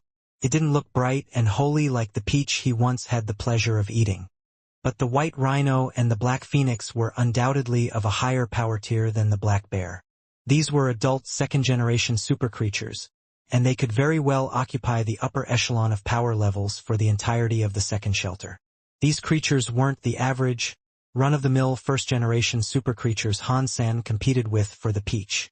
Han-sen watched them for 2 days, and slowly, the fruit was beginning to mature. It made the black phoenix and cloud-wrapped creature antsy and anxious. The black flame phoenix inched its way closer to the cactus, as did the dark clouds. It looked as if the sky was falling, and the land was about to be crushed. The rhino no longer had its eyes closed now, either. It stood up next to the cactus. When the rhino moved to stand where it chose, the black flame phoenix and dark cloud moved back further. They really were afraid of it. Pat. A crack developed on the top of the fruit, and out of it, a purple gas seeped. It was like a dream, and it enveloped the entire fruit. The rhino glowed with a holy light, and its giant body began to fly. It ascended towards the purple haze. The black flame phoenix screeched loudly, flapped its fiery wings, and released terrifying heat waves. Thunder rolled inside the cloud in the sky, and it unleashed a fearsome rainstorm upon the lands below. Amidst the thunder, Han-sen could catch the faint growls of a hidden monster. "Fight! Come on, fight!" Han-sen encouraged them to fight in his heart. He wanted them out of the way so he could nab the loot for himself. The black flame phoenix and the cloud creature were incredibly angry, and they roared in rage. But still, they did not dare get close to the rhino. "Oh no! How can you two do this to me? It should be 2 versus 1. How can they sit back and watch?" Han-sen's jaw almost unhinged itself. The rhino, however, opened its mouth wide and leaned forward to eat the wrinkled fruit that was shrouded in a purple mist. The phoenix and cloud only continued to scream at the rhino, remaining where they were. Munch! Han-sen was expecting the crazy spectacle of a super battle, but nothing of the like occurred. The white rhino swallowed the fruit and missed unopposed, while the phoenix and cloud did not move a single inch the entire time. Han-sen's heart sank, but he was still surprised over how intimidating the rhino's power was. The black phoenix was a frightening creature, right out legend, and yet it was too afraid to attack. All it did was watch the rhino gobble the fruit. Han-sen thought back to his time in the oasis, and how they stole coconut juice from the rhino. If the rhino really had gotten infuriated with them, there would have been nothing the fairy or little angel could have done to help. The thought sent a shiver down Han-sen's spine. The black flame phoenix and cloud watched the rhino eat the fruit but did not leave. It looked as if they were waiting for something, and this made Han-sen curious. The white rhino ate the fruit. What are they waiting for? Is the cactus edible? It shouldn't be, since it's full of thorns, Han-sen thought, as he looked to the top of the cactus which had been cleaned by the rhino's maw. Boom! But then Han-sen became confused. The rhino that ate the fruit leapt on the spot, and when it came down, its giant body shook the entire desert. Han-sen looked at the white rhino, thinking something must be wrong. The holy light of the rhino was getting brighter and brighter, and it did not slow down. It was blasting out of its body like multiple searchlights. Han-sen quickly used his Dongxue aura to scan the rhino. He was quite a distance away, however, so he couldn't sense it too clearly. But the energy flow inside the rhino was like a volcanic eruption, and Han-sen didn't even have to use his special sensibilities to observe it. It was plain to the naked eye. Catcha! The white rhino's jade-like skin began to crack like dry mud. Blood poured out of its breaking skin. Oh no! Did the rhino consume too many nutrients at once? Perhaps his body can't take that much, and it's going to destroy him. Han-sen's eyes almost fell from his sockets at the sight. In that scary, holy light, The skin of the rhino continued to crack. Within a second, the white rhino had become a red rhino. It was like a monster from hell, having just taken part in a bloodbath. Roar! The white rhino screamed to the sky, as if it was talking to the creator above. More and more holy light beamed out of it, and then it unleashed a mini atom bomb some distance away. The area it fired towards was wholly annihilated in a blinding flash of light, and all that remained was a crater in the sand. The black flame phoenix flapped its wings frantically, and it seemed tempted to approach the rhino. The cloud had already decided to descend, as a thunder rumbled within it. It looked very interested in what was happening to the rhino. Holy smokes, they are both not leaving. Is it because they want to eat the white rhino once it falls? Han Sen's mind was in a mess, trying to guess what was going on. The black phoenix and the cloud hardly moved now, remaining where they were and watching the rhino's body break down. Han Sen was patiently waiting as well. He still hoped he could grab a few treats out of this entire affair. Seeing the white rhino's blood oozing into the black sand, Han Sen felt pretty bad. Not for the reasons you might think, however. He thought all that bleeding was a great loss, and Han Sen could only imagine what such large, powerful quantities of blood might do for his death knell. Heaven knew how much it'd evolve. Even the black flame phoenix and dark cloud refused to draw closer at this time. It was the same for Han Sen, who chose to only watch the gallons of blood stain the black sand. Roar! The white rhino roared to the skies, and its skin cracked like charred earth, as blood gushed out of its crevices. Han Sen was frozen. The rhino was as big as a mountain, and it was as if he was watching one crumble to the ground. Roar! The white rhino's flesh peeled away, ceaselessly unraveling. Beyond the blinding lights, he could make out the shape of its disintegrating skeleton. More and more streams of blood began to appear, like the birth of mountain waterfalls. And all the while, the motionless rhino cried out in agony. If this was going to happen, why did it so greedily want to eat the fruit? It's like it chose to self-destruct. Han Sen sighed. He believed death was the only conclusion to the rhino's current suffering. Boom! The white rhino's skin was torn to shreds, and heaps of its soggy, frayed flesh dislodged themselves from its bone and fell to the ground. The holy light began to dim as a mound of mushy meat collapsed. The surrounding area of the desert had been stained red, and streams of blood began to form, the body's crater acting as a source. The white rhino was living out its final few breaths, exhausted faster by its strained cries for aid. Its bones were all exposed and naked, and it shivered in agony. Such pain was difficult to comprehend. Seeing the white rhino now unable to fight, Han Sen turned his gaze to the black flame phoenix and cloud creature to see if they'd make a move. They looked as desperate as ever, but still, they did not dare to fly down. Han Sen frowned, but as he did so, he heard a mix of noises. It sounded like an army was approaching. He turned around to take a look and jumped. Along the ground and even from the skies above, countless creatures were running his way. Han Sen could see insects, birds, and animals of all varieties coming towards him. They were everywhere. They were all coming for the now fleshless rhino like a tsunami. Han Sen quickly summoned his little angel and prepared for a fight. It was to be a hot and sweaty battle, with the number of opponents headed his way. But the creatures ignored him. They all raced past him, with an insatiable lust for the white rhino. Han Sen had seen most of these creatures before, and they weren't particularly high-class creatures or anything. They were a mixture of ordinary, mutant, and sacred blood class creatures. It looked as if they had been summoned by something. With disregard for everything else, they all beelined directly for the rhino. As Han Sen watched them rush there, he suddenly heard the frightening sound of a gargantuan bird ring out. He turned around to see a black hellfire rain from the sky to incinerate countless numbers of the newly come creatures. The black flame phoenix flapped its wings, unleashing concentrated storms of fire to halt the approach of the creature army that had just arrived. Thunder also sounded from inside the dark clouds, and netted webs of green lightning formed to ensnare and char those below. A hooved chimerical creature emerged from the clouds, and its skin was green.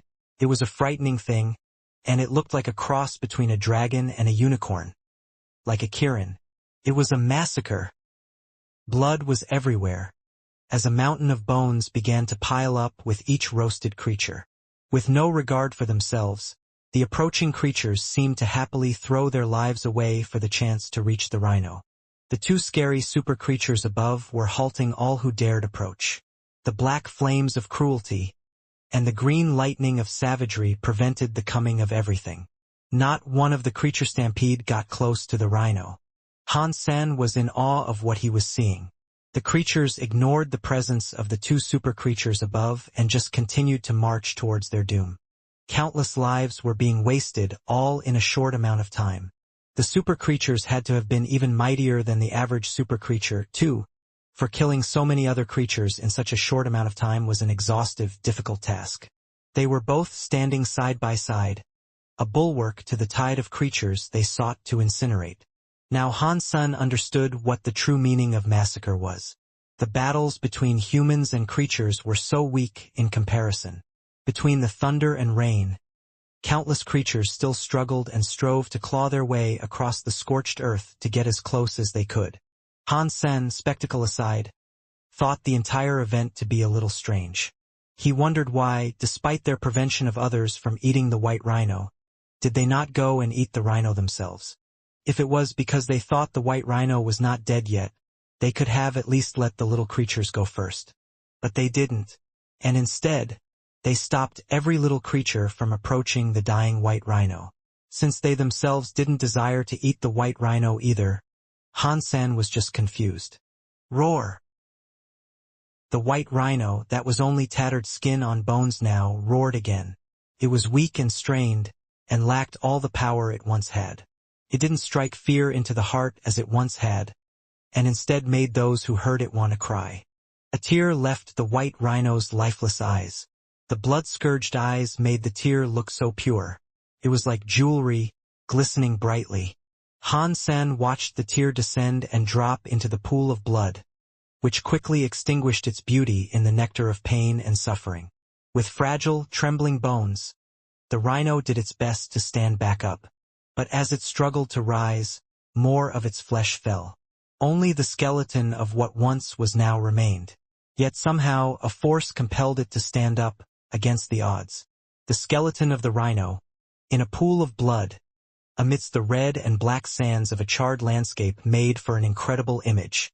The holy light had left it completely by now, however. Only its seemingly lifeless skeleton remained. It shook in the wind and looked ready to collapse into a shapeless heap any second. Roar! The white rhino of bones roared to the sky once more. It looked doubly sad. Beneath the night sky and moonlight, a tiny little light appeared on the rhino's horns, like a star from the sky. Slowly, the light grew brighter and brighter on the horn.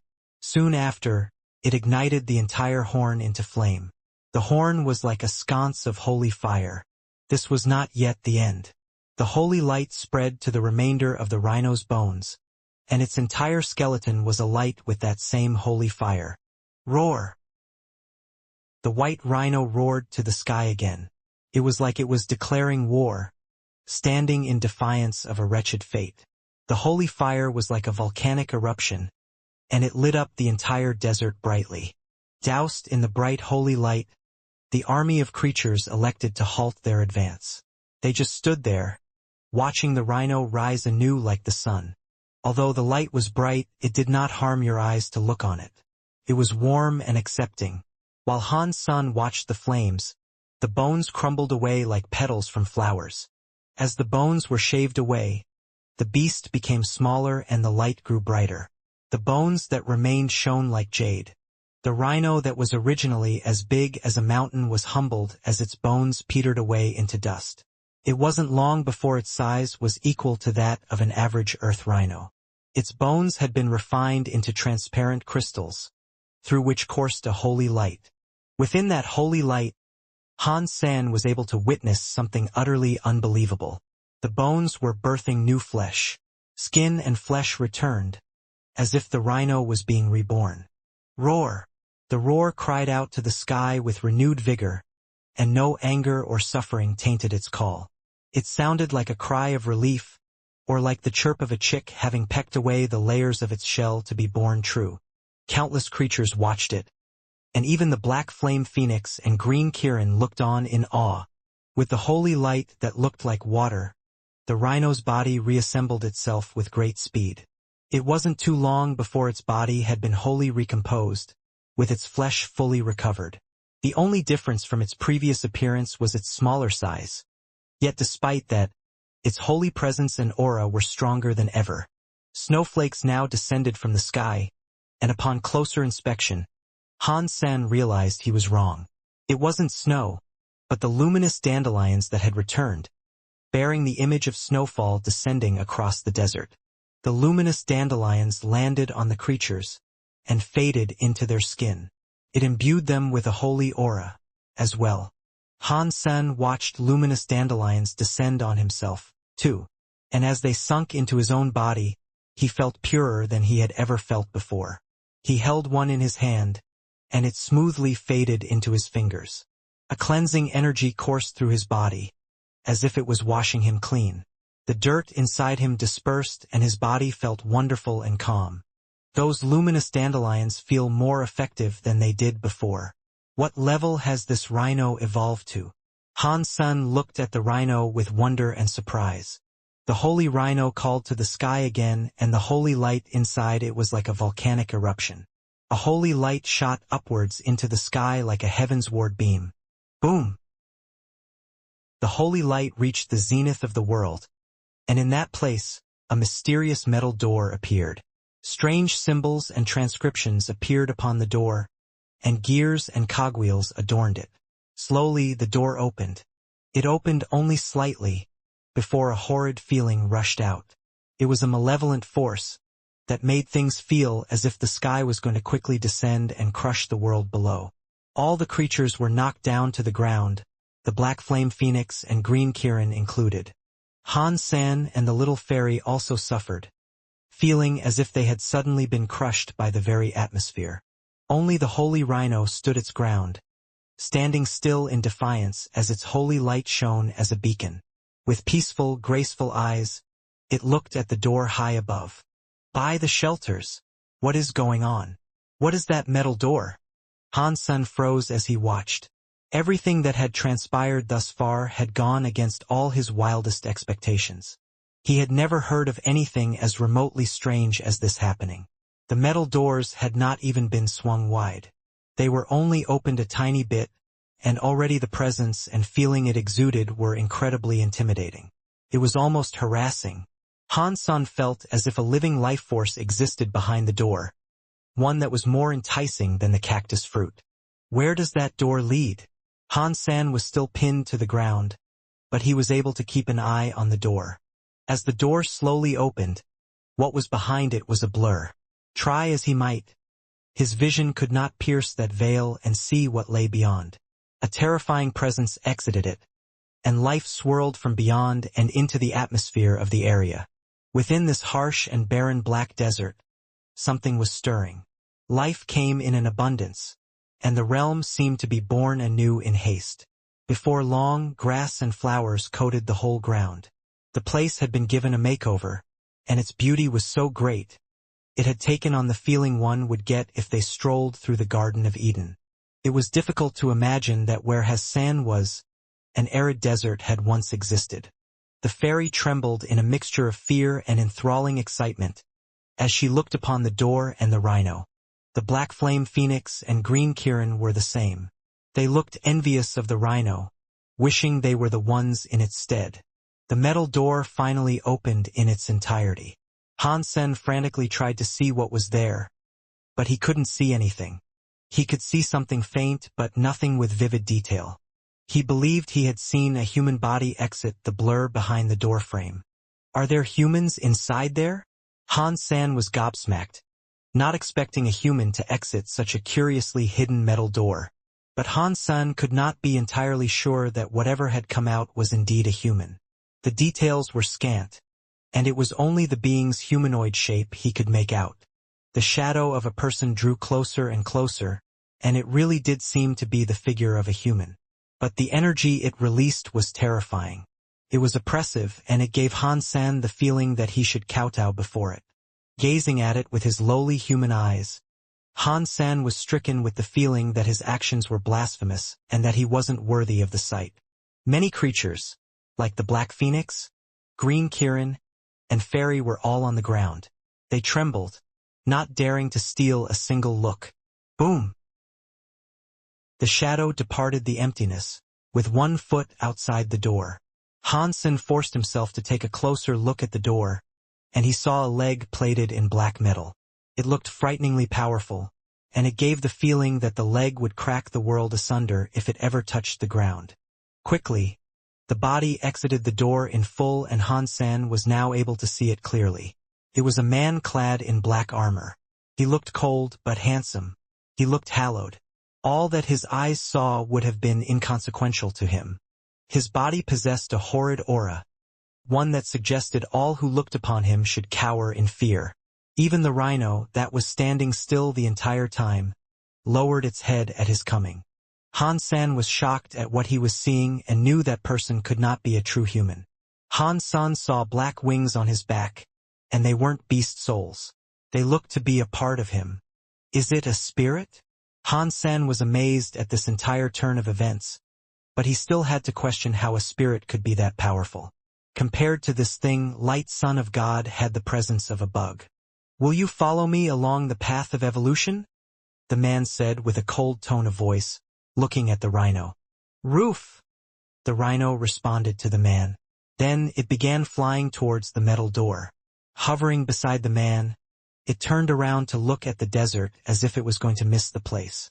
The man had a smile, and then he brought the rhino to leave. He casually looked around and seemed surprised. Just as he was preparing to lead the rhino through the door, he scanned the creatures on the ground.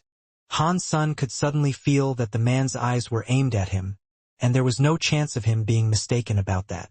Oh no! Why would I even bother looking at him? This man is bringing whoever he wants. Even super creatures would not dare look at him. It seems all I ever do is look for trouble. Han San wanted to slap himself. Earlier, things seemed to be proceeding without trouble for him. But Han San realized his foolishness in looking the man's way, and now the mysterious man had him in his sights. Han San felt incredibly nervous. If he could have run away, he would have done so in a heartbeat. But he wasn't the only one still pinned down to the ground, as the Fairy, Black Flame Phoenix, and Green Kirin were, too. Han San's chance of escape was slimmer than ever. After seeing Han San where he lay, the man looked upon him with interest. With a finger he pointed at him. A black laser beam fell on Han San's head. Oh no! Is this it? Am I going to die? Han San used all his strength to try to dodge out of the way, but try as he might, he could not move an inch. Boom! The beam of light struck Han San's head, and his heart felt cold for a second. It's karma. I've been smacking people's heads all my life. Now it is my turn to be smacked in the head. Maybe I deserve this, but if I don't have a head, will anyone be able to recognize who I am when my body is discovered? That's to assume my body will remain intact. With all these creatures around, I'll be chow in no time. I doubt even my bones will remain. Can I not even tell my family goodbye? Han San felt so sad in his heart. But it was then like nothing happened. The beam of light did not crush his skull, as expected. He felt no pain at all. It was as if the beam of light was nothing but an illusion. You are my man. The man lifted his lips as he spoke, then turned around and departed beyond the metal door. The holy rhino followed him inside, and then the door shut. As slowly as it first appeared, it now disappeared into nothingness. Han San was finally able to move, and the first thing he did was quickly touch his head. Much to his relief, his head was firm, warm, and whole. He was super pleased, and so he thought, my head is still here. Yay, I am not dead. But a second later, he spared no time for celebration. He summoned his golden roarer, and with the fairy alongside, rode over to the sand crater. It wasn't just Han Sen who went there either. All the creatures, Black Flame Phoenix and Green Kirin included, raced forward. There were some bones and flesh that had been left behind by the rhino. It was the meat of a top super creature, and clearly the aim of everyone's desire. The Black Flame Phoenix and Green Kirin sprinted there, firing flame and thunder as they went. Any creature that attempted to steal from them, they killed mercilessly. Han Sen had the little angel and fairy to protect him, however, and quickly he leapt towards the mound of flesh. He summoned his death knell and lobbed it into the blood. An idea then sprang upon Han Sen, and he chucked the gourd in there, too. Although he didn't know whether or not it would have an effect, this was a remarkably unique opportunity, and he didn't want to let this chance pass him by. The Black Flame Phoenix and Green Kirin jumped towards the meat and began devouring it as best they could. Although they ate like mad, they still managed to incinerate anything that came close. The fairy took the time to grab a bite to eat, too. Her little mouth worked incredibly quickly to gobble down decent chunks of meat. The little angel had her fair share as well. So Han Sen then summoned Meowth and let it dine on some. Han Sen was currently regretting his decision to leave the silver fox behind. If that little silver black hole was here, it would be in ecstasy at the prospect of all this food. The rhino was incredibly large. Even though those two monsters were slaughtering creatures, others were able to join in and eat from afar. Han Sen lay on the ground to have a sip of the blood, but after giving it a taste, quickly spat it all out. The blood was like acid, and it almost melted his entire mouth and tongue. What is this? Can only creatures consume this? Han Sen was disheartened, seeing all the other creatures jovially eat to their heart's content. The little angel had no problem either. It was only Han Sen who was not able to take part in eating the rhino's remains. Han Sen did not want to give up so easily, however. Instead of trying to drink the blood, he grabbed a chunk of meat and bit into it. Tasted like lime, and it burnt his mouth fiercely. Quickly, he spat it all out. Holy smokes! What is happening? Han Sen's heart was incredibly sad, and his inability to eat the meat drove him nuts. Suddenly, Han Sen remembered a tear had fallen from the rhino. The tear seemed as if it had solidified, and he wondered if it was still there. From what Han Sen could recall, it fell into the pool of blood. He snuck over to where he had seen it fall and rummaged around for it. If it did not melt, then it had to still be there. After a while, his hands touched something circular. With a quick rebound of joy and excitement, he pulled it up. It was indeed the rhino's teardrop. It was transparent and about the size of a fist. Although it came out of the blood, it hadn't been stained by it. Strange, considering Han Sen's hand was all mucky with the blood it had been submerged in. It was fortunate he was wearing beast soul armor, too. If he wasn't, he imagined his skin would have all melted away by now. Han Sen held the tear and felt a lot of energy coursing around inside it. The item itself felt incredibly holy. Merely holding it soothed his being, as if being in its proximity cleansed him. Now this is some good stuff. Han Sen was ecstatic, and he carefully pocketed the tear. Han Sen pulled out a bag and placed some meat inside it, so he could offer it to the silver fox when he returned. He couldn't let the silver fox, the creature that loved to eat so much, go without this sort of food. Of course, Han Sen also harbored the desire to see the silver fox grow up a little faster. An adult silver fox was sure to be incredibly powerful, and if it never grew up, his investment in the little creature would have been a waste. The corpse of the holy rhino was expansive, but after the vast swathe of creatures came together to eat it, it didn't last long. Soon all the blood had been consumed. Han Sen picked up his gourd from the wet sand, and it appeared to have been dyed red, and it had a much more attractive look to it. Naturally, Han Sen assumed it had indeed absorbed much blood. The blue bell, on the other hand, was adorned with a number of red etchings of a variety of different symbols. Han Sen was unable to discern what they meant, however. Meowth had stuffed its belly full, and it was incredibly bloated. With its beach ball-shaped stomach, all it could do was lie on the ground and gasp for breath. The fairy ate more slowly than the rest, but she looked to be finishing up. The little angel, on the other hand, had finished long before. Han-san collected a lot of meat, and seeing that the meat had almost all been eaten, he did not want to linger. Clutching his bag, he called out to the fairy and told her they should return. But the fairy did not yet want to go, and she continued eating. Still, Han-sen did not wait around for her. He ignored her desire to remain and departed with the little angel. But the other creatures had taken notice of the bag Han-san possessed, and they quickly took off after him. They did not pose much of a threat, however, and through the combined forces of himself and the little angel, they were not burdened with much trouble in their departure. Han-san returned to where he had left Zhou Yume, and was relieved to see that they had not moved. Turning around to take a look at the place he had just been to, which was 100 miles away, he saw that it really had become a verdant expanse of green and multicolored flowers. The silver fox, seeing Han-sen approach, took off in a speedy run to greet him. Han-san reached out his hand to grab the silver fox, but the silver fox dodged right past it and went for the bag instead. He leapt up, tore the bag open, and began to gobble up the meat Han-san had risked his life to bring him. Feeling slightly awkward, Han-san pulled his hand back inconspicuously. He looked around with red cheeks and cleared his throat. His heart, however, reacted differently. What a heartless bastard! He senses meat and cares naught for the master that painstakingly lugged it all the way over here. Little Orange came over to the pile of meat as well. It leapt around joyously but was not so rude as to eat the meat without permission. Han-san began to think how Little Orange might one day prove useful, too. Wanting to form a greater bond with the creature, he grabbed a slab of meat and fed it to the kitty. Little Orange excitedly jumped around and then began to devour the meat ecstatically. What happened out there? Why did so many creatures head that way? And why did it suddenly become a grassy oasis?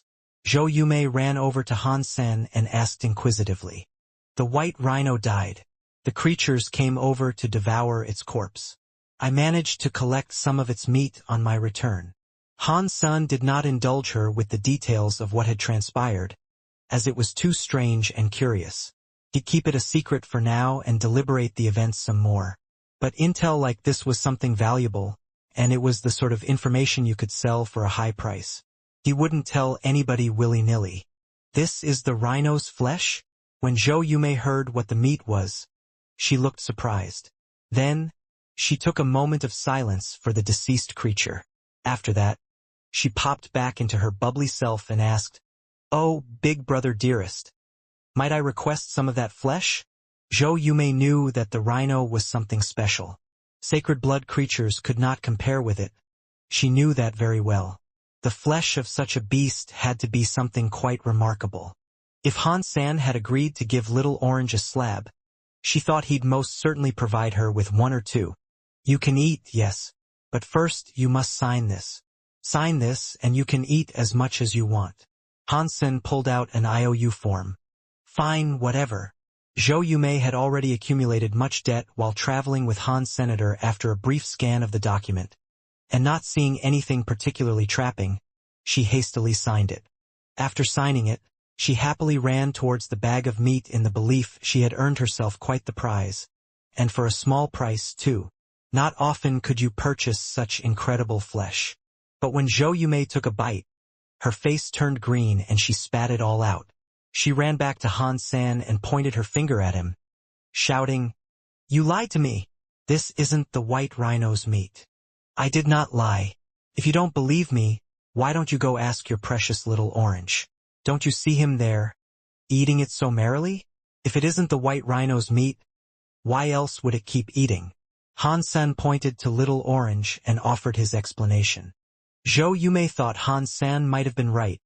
As Little Orange rarely ate sacred blood meat, that meat must have been quite special for Little Orange to go crazy for it.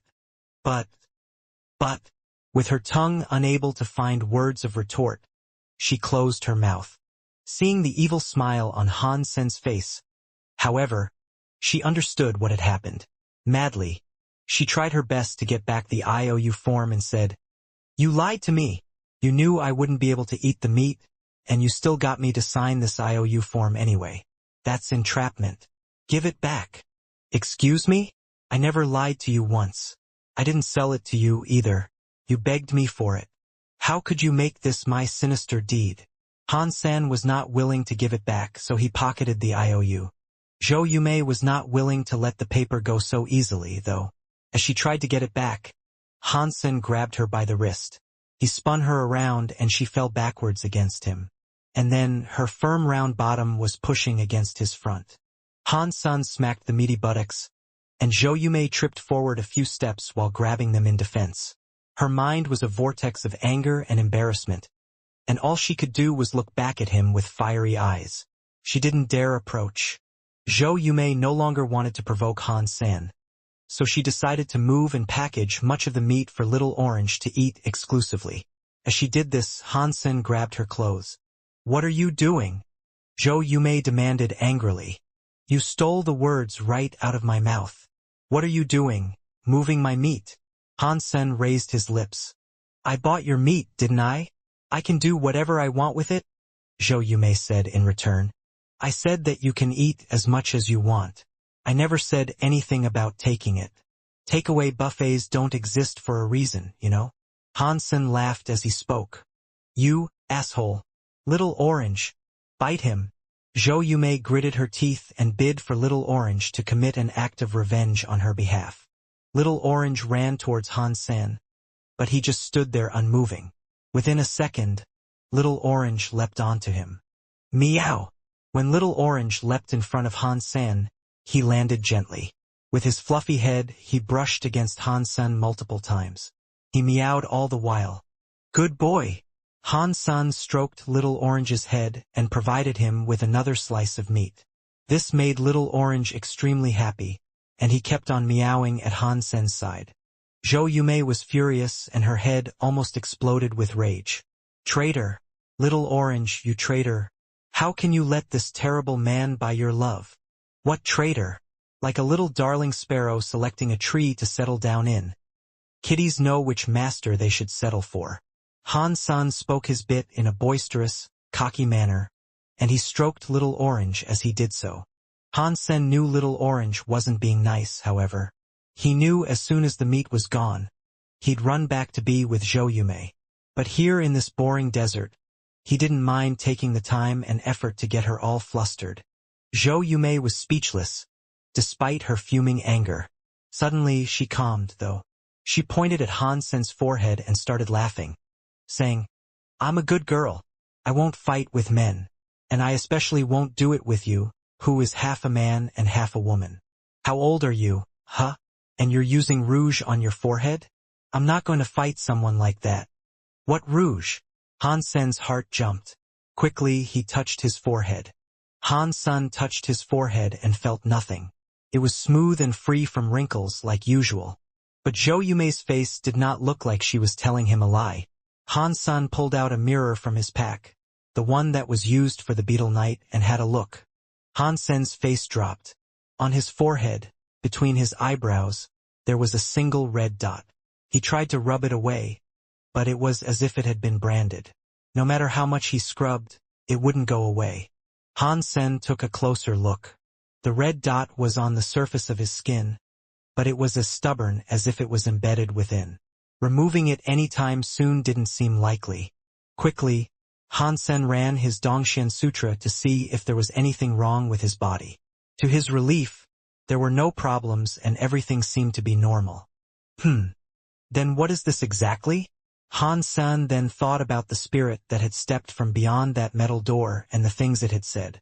As soon as his mind reflected upon those events, an uneasy feeling began to swell. But he wasn't too worried yet. The spirit could have killed him if it wanted to, so it was clear he wasn't on the chopping block yet. But it upset Han-san to know that he had received a seemingly permanent mark upon his forehead. If I am guessing this correctly, that spirit must have come from the third shelter. The holy rhino must have been taken there. But why would he stop to place a mark on me? Han-san frowned, unable to figure out what had happened. Right now, Han-san wanted to be gone from the Black Desert once and for all. He was burning with inquisitiveness, so he wanted to return to civilization and get to asking about the third shelter. He wouldn't be able to learn a single thing from his current location. Han Sen had not previously been in a hurry to learn about the third shelter since he had no immediate connection to the place, and it would be a while before he went there. But now things were different. A scorching desire had taken root in his heart. He wanted to know what the secretive third shelter looked like. For miles around him, as far as his eyes could see, there was only a sweltering desert. There was not a single shelter to be found. He couldn't do anything from where he was right now, so all he could do was stick to what he had been doing so far. Half a day. Later the fairy caught up with them and flew around Han Sen with a look of excitement. He didn't pay her much heed, however. He remained seated on the golden roarer and played with the rhino's crystallized tear. He cast his Dongxian Sutra to see if he could absorb it. But the Dongxian Sutra did not work as expected, despite his simulation of the rhino's energy flow. There was a different reaction. The tear in his hand melted into a holy water of sorts, which soaked into his body. As curious as this was, he did not receive a geno increase announcement. This disappointed him, but the tear was like a holy light that cleansed his every cell.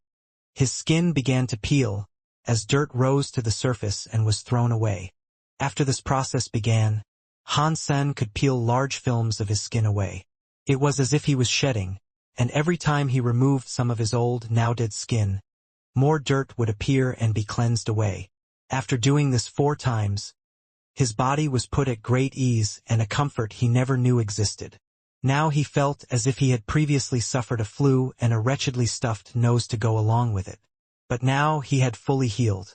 His nose was clear, and he could breathe unlike ever before. This really is some good stuff.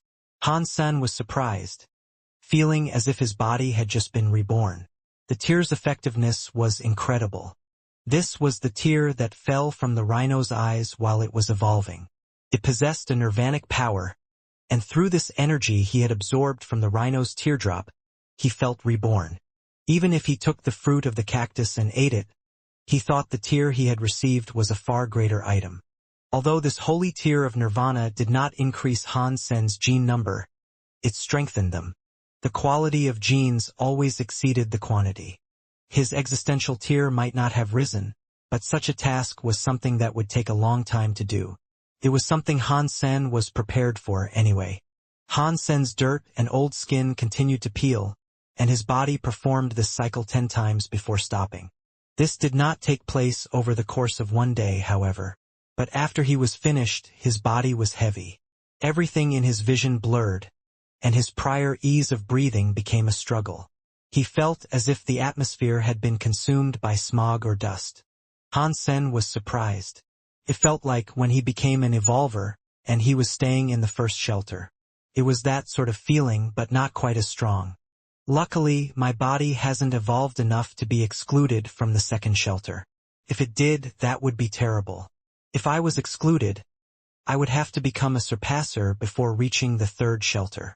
Han Sen sighed, and then continued to think, sometimes, I cannot just randomly eat whatever I desire. This tear is far beyond what I expected. It is too powerful.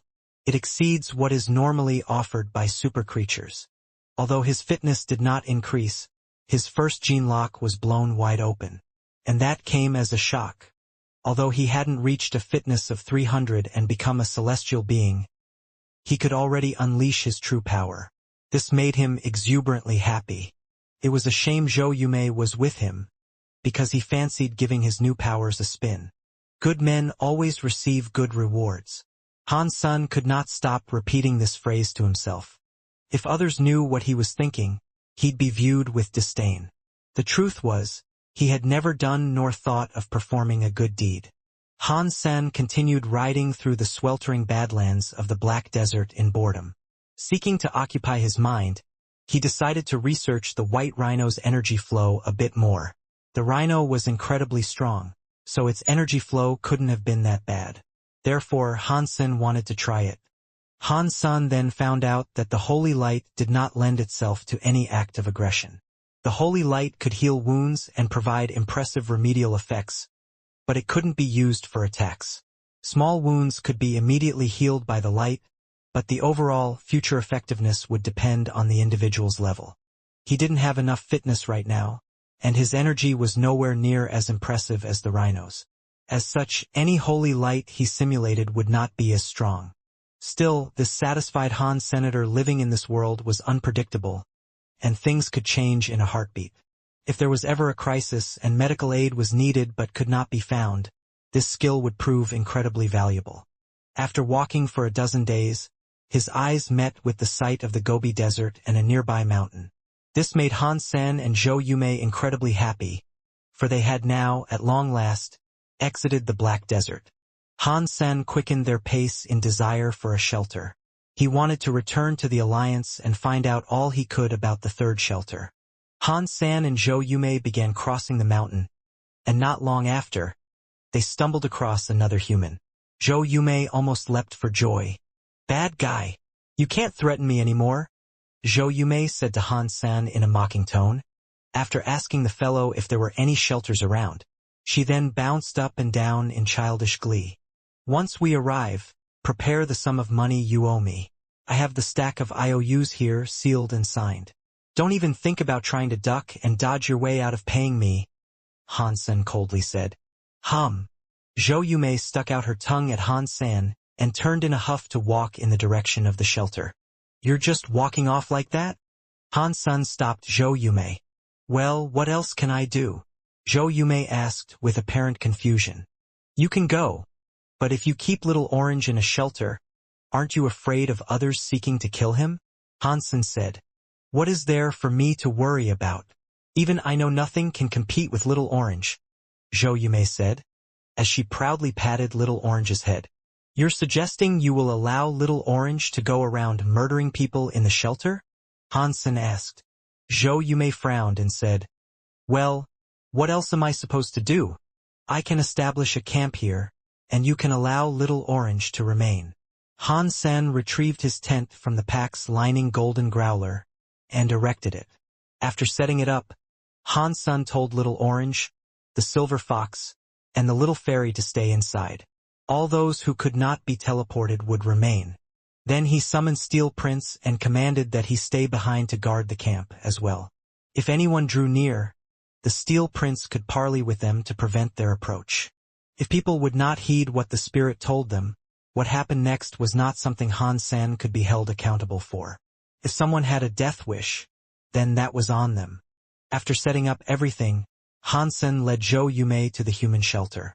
It was only a small night shelter of little renown, but they were told that a few hundred miles past it rested another shelter that was grand in size. That one was a royal shelter. It undoubtedly served as a hub for countless other humans.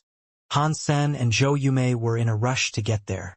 Without stopping anyone else for information, they journeyed to the shelter as quickly as they could, so they could teleport back to the Alliance. When he returned, Han Sen called Ji Yanran to inform her that he had been safe in his absence. They talked for a while, and during their discussion, Han Sen made sure to ask about the third god's sanctuary. "Wait for me in your room. I'll bring Annie along with me. This is not an appropriate subject to be discussed on a communicator." Ji Yanran then hung up. Not long after, Ji Yanran visited Han Sen's room with Annie in tow. After Han Sen greeted them at the entry and had them take a seat, Ji Yanran turned to speak to Annie. "Annie, tell Han Sen about the situation in the third god's sanctuary." Annie looked at Han Sen and with a muddled expression, said, "The reason why the Alliance prevents surpassers from discussing the third god's sanctuary is because we are the lowest tier of the third god's sanctuary inhabitants. The real masters of the third god's sanctuary are spirits, and they rule the place. No way. Shouldn't there be 1,000,000 human surpassers living there?" Han Sen was shocked at this revelation. "There are 1,000,000, yes, but they are lost and scattered across the third god's sanctuary.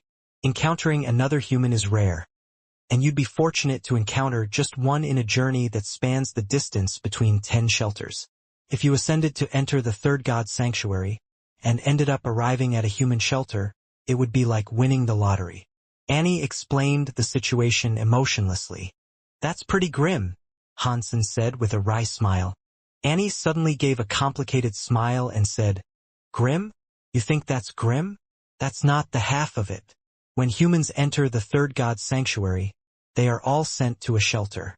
If they don't end up at a human shelter, you know where they end up, don't you?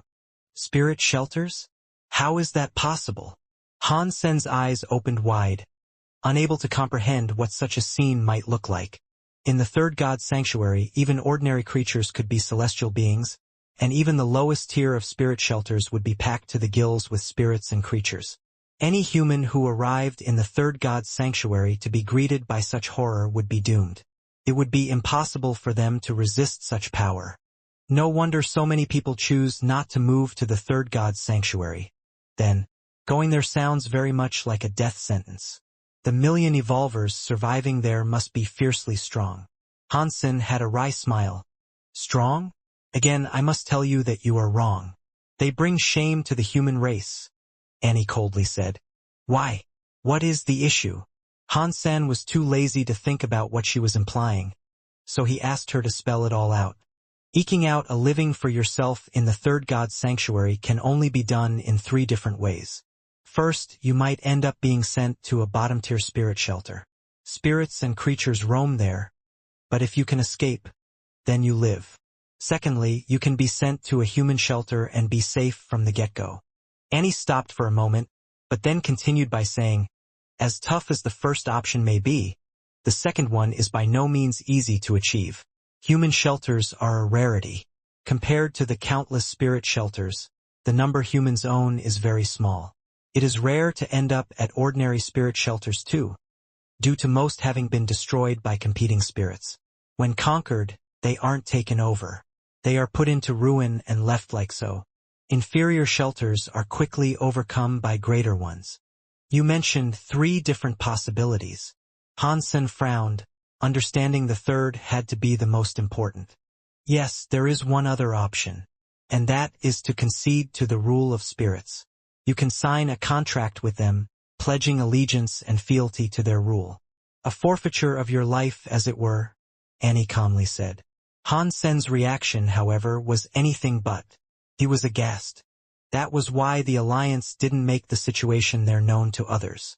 In the third god's sanctuary, humans are made slaves more often than not.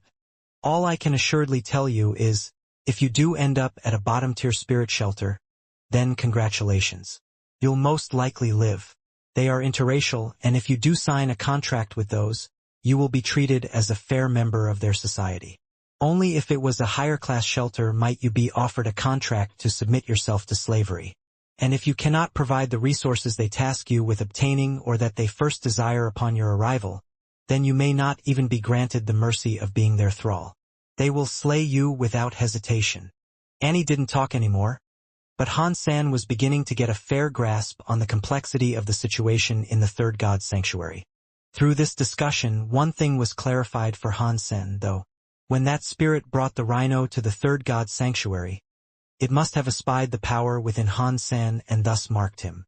In the future, it would most likely bring Han Sen with it also. Of course, it was only a mark. It wasn't as if a genuine contract had been signed. Contracts were only signed if both parties agreed. I wonder what class that spirit is? If it can come over to the second god's sanctuary and give the rhino a lift home with it, its level cannot be that low. Han Sen thought deeply, not wanting to become the slave of some spirit. Still, signing a contract with a spirit is not all bad. There may be benefits to such a thing, Ji Yanran said. What benefits would there be? Han Sen asked with surprise. Spirit gene. Ji Yanran slowly spoke out both words. Spirit genes? You can obtain genes by eating spirits. Han Sen's eyes opened wide, as this was the first time he had ever heard about something like this. Ji Yanran laughed and said, No, you can't get gene points from eating spirits. Eating spirits is pointless. Han Sen did not respond, and quietly waited for Ji Yanran's explanation instead. The differences between the second god's sanctuary and the third god's sanctuary were too big. Annie, you should explain this. Ji Yanran could not explain it herself as she hadn't been to the third god's sanctuary.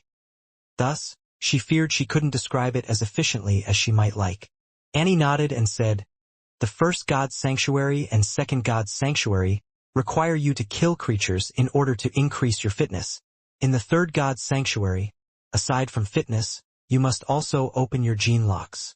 There are two ways to unlock gene locks. First is through the hyper-geno art you learn. When your fitness gets stronger, and you practice more and more with the same skill, you can unlock higher tiers of your gene lock.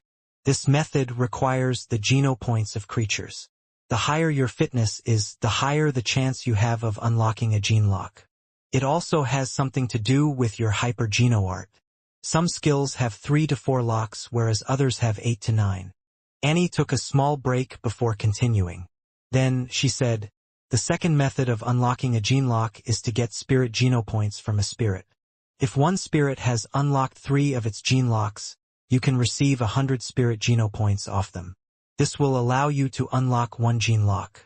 It takes 300 spirit geno points to unlock 3 locks. The power you get from unlocking gene locks will be the same as spirits receive.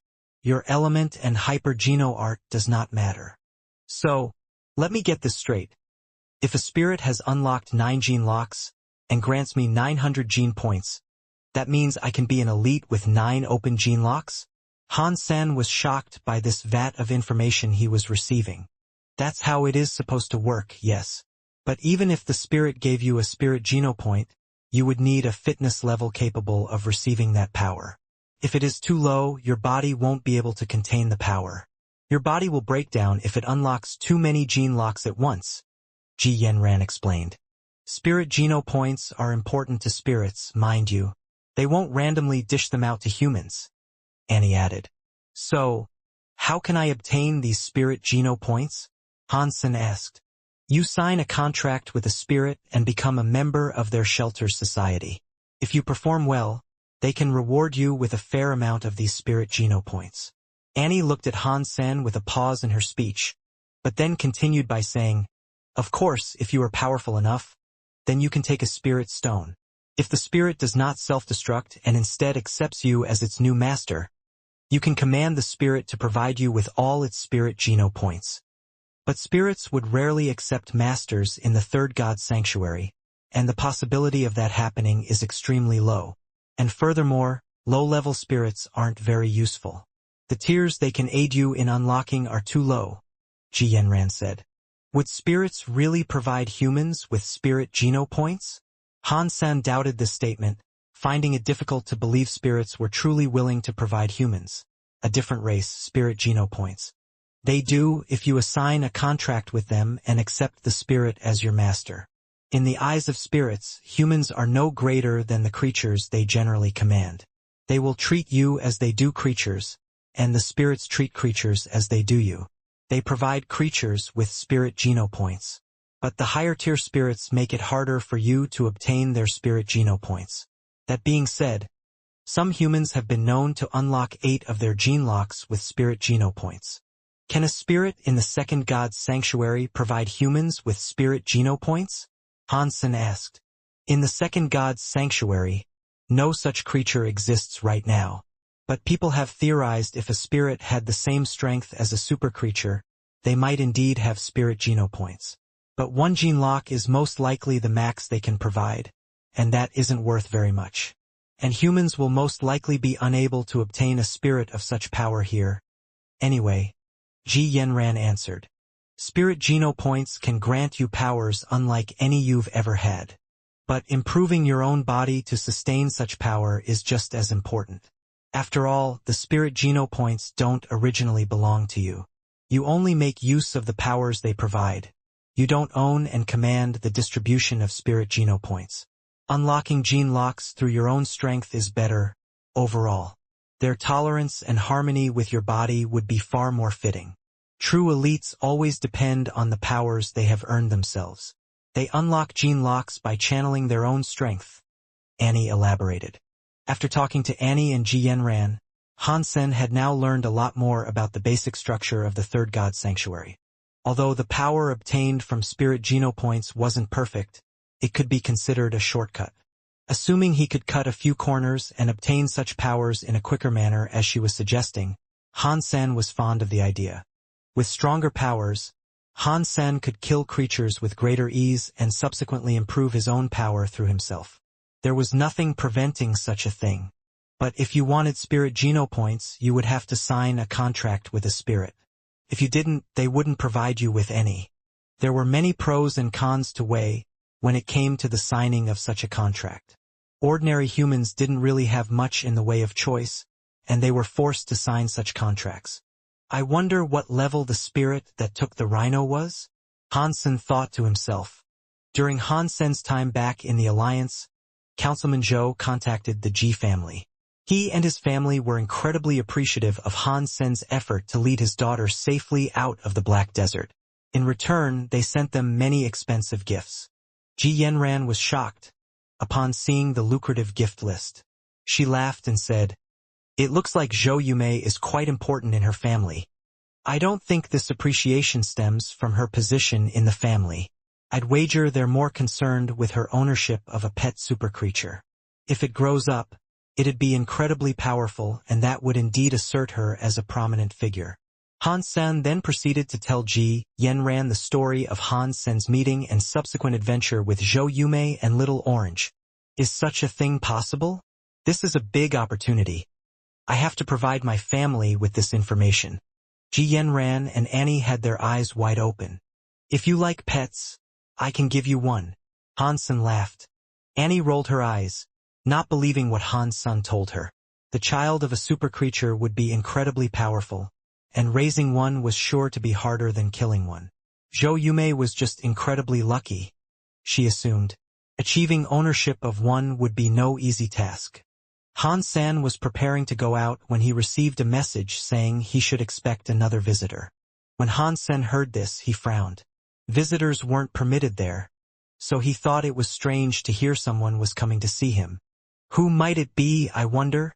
Hansen had a few guesses, but he couldn't count on any. Ordinary people were not allowed to enter the base, so he made his way to the reception area. There he saw a beautiful woman sitting. He couldn't tell her age, but he knew this was a woman he had never seen before. "You are Little San?" When the woman saw Hansen, she greeted him with great enthusiasm and a warm smile. "I am Han Senator, who are you?" Hansen frowned when he heard the woman call him Little Senior. "I am your aunt." The woman seemed surprised at Hansen asking this. "Aunt?" Hansen was shocked, never before hearing that he had aunt. "Didn't Sister Lan tell you that she has a little sister? That is heartbreaking for me to hear. I was just an orphan, picked and raised by my grandfather. I treated your mother as a true sister. I can hardly believe she never mentioned me before." The woman looked genuinely upset, almost as if tears were ready to burst from her eyes. "Who are you?" Hansen frowned. Understanding her identity in the family meant nothing to him. His mother said she never wanted to get involved with the Luo family. She wouldn't even let Hansen learn the Luo family's skill. Although she never explained why, Hansen trusted her and the reasons she must have had. As such, Hansen never bothered trying to contact the Luo family. "You are so cold. It is no wonder you are Sister Lan's son." The woman smiled, and the sadness in her eyes had vanished. The change was sudden and quite jarring. "If there is nothing else for you to say, then I'll be leaving now." Hansen turned around and prepared to make his exit. But the woman's hands were like lightning. She threw her finger in Hansen's direction. Before it reached Hansen, he felt its great power suddenly approaching his body. It was thinner than a needle and sharper than a blade, and its power was so great it instantly broke Hansen's combat suit. Hansen was shocked, not expecting the woman to attack him here, of all places. It was fortunate Hansen reacted quickly. He fired his elephant disc punch to collide with the incoming hit. Dong! Hansen took a few steps back and hit the wall. His finger was cut so deep, the bone inside was on display. "Eh? You didn't learn falsified Sky Sutra?" The woman looked at Hansen with great surprise. If he had learned it, he would have been able to counter her attack. Hansen was about to get angry, but upon hearing what she asked him, inquired, "What falsified Sky Sutra?" Hansen racked his mind as if to recall something. Then he asked, "Wait, are you the one who gave me that unknown hyper-geno art?" The woman shook her head and said, "I sent it to you, but it was a gift given to you by your great-grandfather. Why did you not take the time to learn it?" "I am not learning something from an unknown source. Han Sen coldly replied. Well, it is no longer an unknown source. I hope you take the time to learn it in the near future. The woman felt awkward, coming here to test Han Sen's progress with the skill. She had not expected him to have not bothered with it at all. If it's from the Luo family, then that means I'll definitely not learn it, Han Sen coldly said. Why? The woman frowned. Looking at Han's senator, his answer had actually surprised her. Because my mother wants no involvement with your family. You have received the answer to your question. Now you can leave. Han Sen gave her a stern, cold look. If his mom did not want him to engage with the Luo family just as she herself didn't, then going against her wishes was the last thing he would do. He didn't want to worry her. And Han Sen didn't think it was necessary to learn falsified Sky Sutra. Anyway, Dongxian Sutra and Blood Pulse were better than it, after all. Do you have any idea what you're missing out on? There are only 5 hyper-geno arts that have 10 gene locks available to open. Falsified Sky Sutra is one of them. The woman stared at Han Sen. So what? Han Sen asked her. The woman laughed in response, saying, It looks like you really don't have any idea what you're missing out on. If you don't practice Falsified Sky Sutra, then you aren't a member of our family. You don't have the necessary qualifications to join Godslayer Shelter. Oh, I'm sorry. Did you not get the memo? My surname is Han, and Godslayer Shelter has nothing to do with me. I have no interest in joining there. And to add to that, I don't think Falsified Sky Sutra is all that impressive, Han Sen told her coldly. Hearing Han Sen's last few words, the smile quickly vanished from her face. With a chilling voice she said, You are just like Sister Lan. You are so selfish and conceited. You don't care about anyone else. Do you? As your aunt, I should really teach you a lesson. Do you have any idea where you are? Han Sen raised his lips. Wherever I am is a place of my own, Luoli said. Then, she moved her body to begin attacking Han Sen. Her fingers were like razor blades, shredding the very air. An invisible force was headed Han Sen's way, moving at a blisteringly quick pace. Han Sen saw it coming, so he simulated the Bonelephant's energy flow. Elephants trumpeted inside him once more, and his body turned the color of jade. He raised his fist and punched the incoming force. Pang! It sounded like glass being shattered. Luo Li's expression turned to one of shock in response, not expecting Han Sen's fist skills to have developed so strongly. She never expected him to be able to dwarf the power of the Falsified Sky Sutra. It was just a random punch of hers, but Han Sen had managed to crush it, and this surprised her. Luo Li was strangely confident in her Falsified Sky Sutra, however, and she wouldn't allow Han Sen to resist her powers. They were both evolvers. Luo Li did not believe herself to be invincible, but she didn't believe anyone could beat her if they had not learned the Falsified Sky Sutra. In Luo Li's eyes, she thought only Luo Lan had sufficient power to beat her. She always considered her sister to be her greatest opponent and greatest target. She could not allow herself to lose against her son, and she would not allow herself to lose against someone who had not even bothered to practice the Falsified Sky Sutra. An invisible power burst forth from her. Her hair waved like a madwoman's, floating in the air. Her hands became like blades, swinging towards Han Sen. The invisible power was like an indestructible blade. It sliced through the air as it traveled towards Han Sen. Luo Li's hands did not stop moving, as if she were a frenzied witch. Her hands became the invisible blades, attacking Han Sen without a single glimmer of restraint. Han Sen did not move an inch. Half of his body crackled and sparked with looming thunder, whereas his other half chimed like a bell. When the invisible blade storm was about to strike Han Sen, he threw out his fist. The combined powers of sonic and lightning channeled through his fist to form an orb of light in the palm of his hand. It grew into a silver sun and exploded out towards Luo Li with the break of deafening thunder. Crack! The invisible blade storm was like glass, as Han Sen's power shattered its cohesion and nullified its threat. As the lightning coursed through the air, a chilling noise sounded at the same time. The energy flow of Han Sen's attacker was distorted, which disabled her from gathering the composure needed to effectively dodge the incoming danger. Boom! Right before the lightning looked set to strike Luoli, she summoned beast soul armor. The armor and clothes underneath were incinerated by the wretched power possessed by the lightning. Pang! Luoli's body was sent flying backwards into the wall of the reception area. Her mouth heaved blood as her burnt, tattered garments scattered messily across the room. Only a scrap or two clung to her body, smoldering. Nothing happened next. There was no counterattack. She just sat on the floor, staring at Han-san with a ghastly look wrought by her disbelief over what had just transpired. She never believed she could lose to Han-san, let alone to lose so quickly and badly. She found it just as hard to accept that she had been beaten by someone who had not learned the falsified Sky Sutra as well. No way, no way. Luo Li's lips were oozing blood as she sat there, muttering indiscernibly to herself, incapable of accepting the sudden defeat. Is that all you've got? Han-sen looked down on Luo Li. He removed his coat and handed it to her. As he turned around to exit the reception area, he said, "Leave.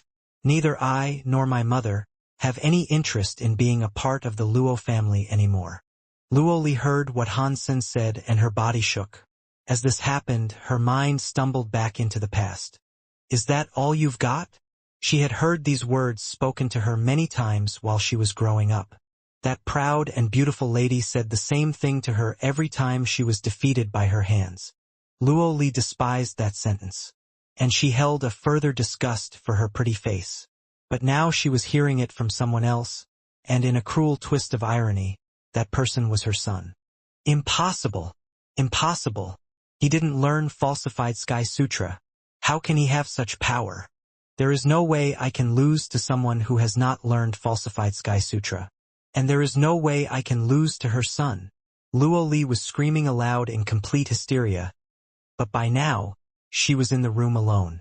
Han-san was unsure at what time Luo Li left, but after his encounter, he went to contact his mother about what had occurred.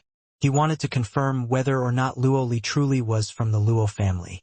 Little Li really did seek you out?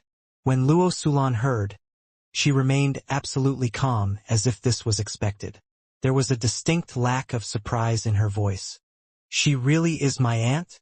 Han-sen had been suspicious of her claims. Yes, your great-grandfather believed I would be too lonely growing up on my own, so he adopted her. I haven't seen her since I abandoned the Luo family. Luo Sulan sighed. I can't learn the falsified Sky Sutra? Han-sen asked. You can learn it if you want, but by doing so, you bring upon yourself family business you won't be able to escape from. Luo Sulan sighed, thinking her son had been tempted by the falsified Sky Sutra after seeing it in action and witnessing what it could do. Well, if it really would bring me trouble, then forget it. I was just idly wondering. That's all, Han-san said casually. Luo Sulan, with much surprise, asked, You really aren't tempted to try it? Not really. Auntie had learned the falsified Sky Sutra, and yet I was able to defeat her in a single punch, Han-san casually relayed. Luo Sulan was even more surprised now, asking, You really managed to defeat her in a single punch? Yeah, it was easy. A cocky smile crept upon Han-sen's face.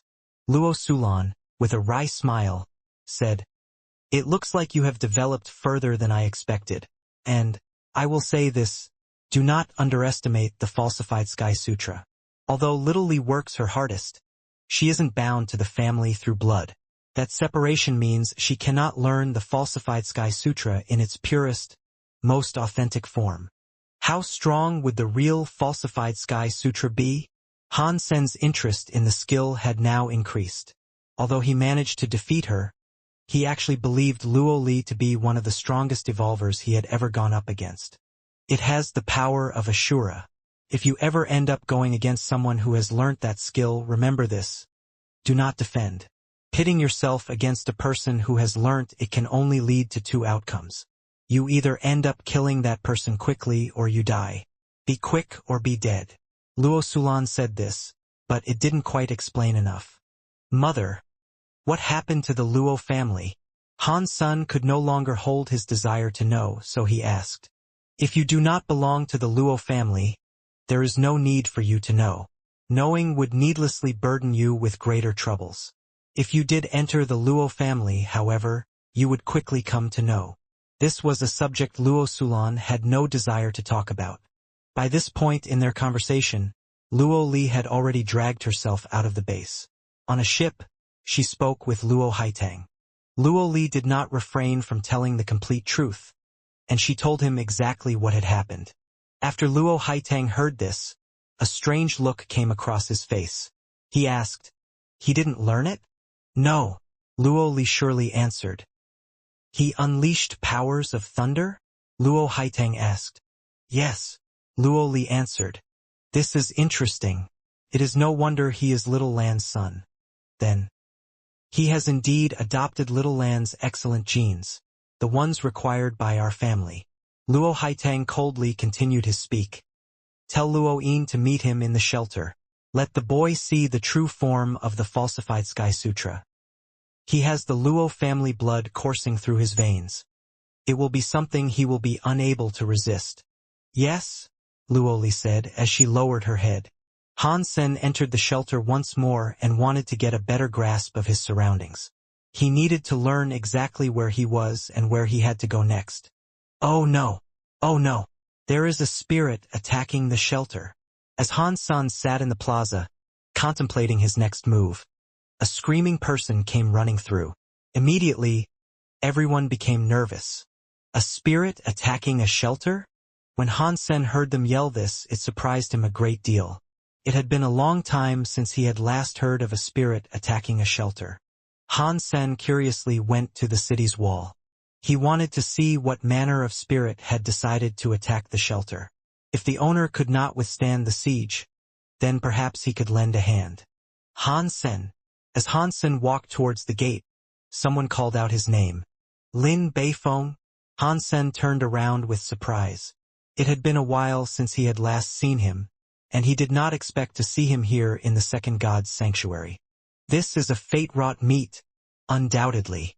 Lin Beifeng ran over to Han Sen, grabbed his hands, and almost began bawling his eyes out. "I'll confess it has been a while, but there is no need for such a display of passion." Seeing Lin Beifeng so happy, Han Sen was quite touched. Lin Beifeng wiped his teary eyes and maintained a grip on Han Sen's hands as he said, "Brother, I am touched. In this dusty crap hole, even if my wallet were bursting at the seams, I cannot buy anything. It is a miserable and upsetting affair. Now that I have finally met you, I can spend my money on decent merchandise. Come, sell me 2 sacred blood beast souls." When Han Sen heard this, he threw his clingy hands away. The whole reason he was behaving so passionately was for this, it was now plain to see. "You think sacred blood beast souls are a common item you can buy from just anywhere? And you're saying you want 2? Han Sen laughed. "I am not willing to believe you do not have any for sale." Lin Beifeng was unaffected by Han Sen's comments, and still insisted that he be sold some sacred blood beast souls.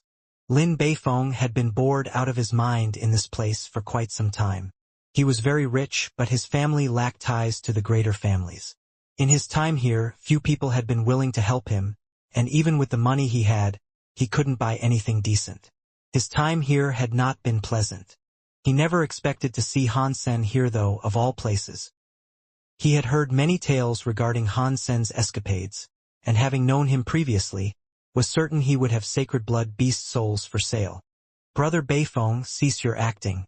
Do you really think this child would have sacred blood beast souls available for sale? I have already given you my price. Either cough up the coin or get lost. Don't play games with me?" A middle-aged man near Lin Beifeng said. "I'm not buying your rubbish beast souls. This guy has all manner of different beast souls. So why would I buy ones from your crappy roster?" Lin Beifeng coldly replied. People knew Lin Beifeng was rich, so it was common for people to attempt to scam him. There weren't many high-class beast souls in a place such as this, and such extortionists frequently grouped up to weasel the most coin out of him. They would sell him mutant beast souls for the price of a sacred blood beast soul.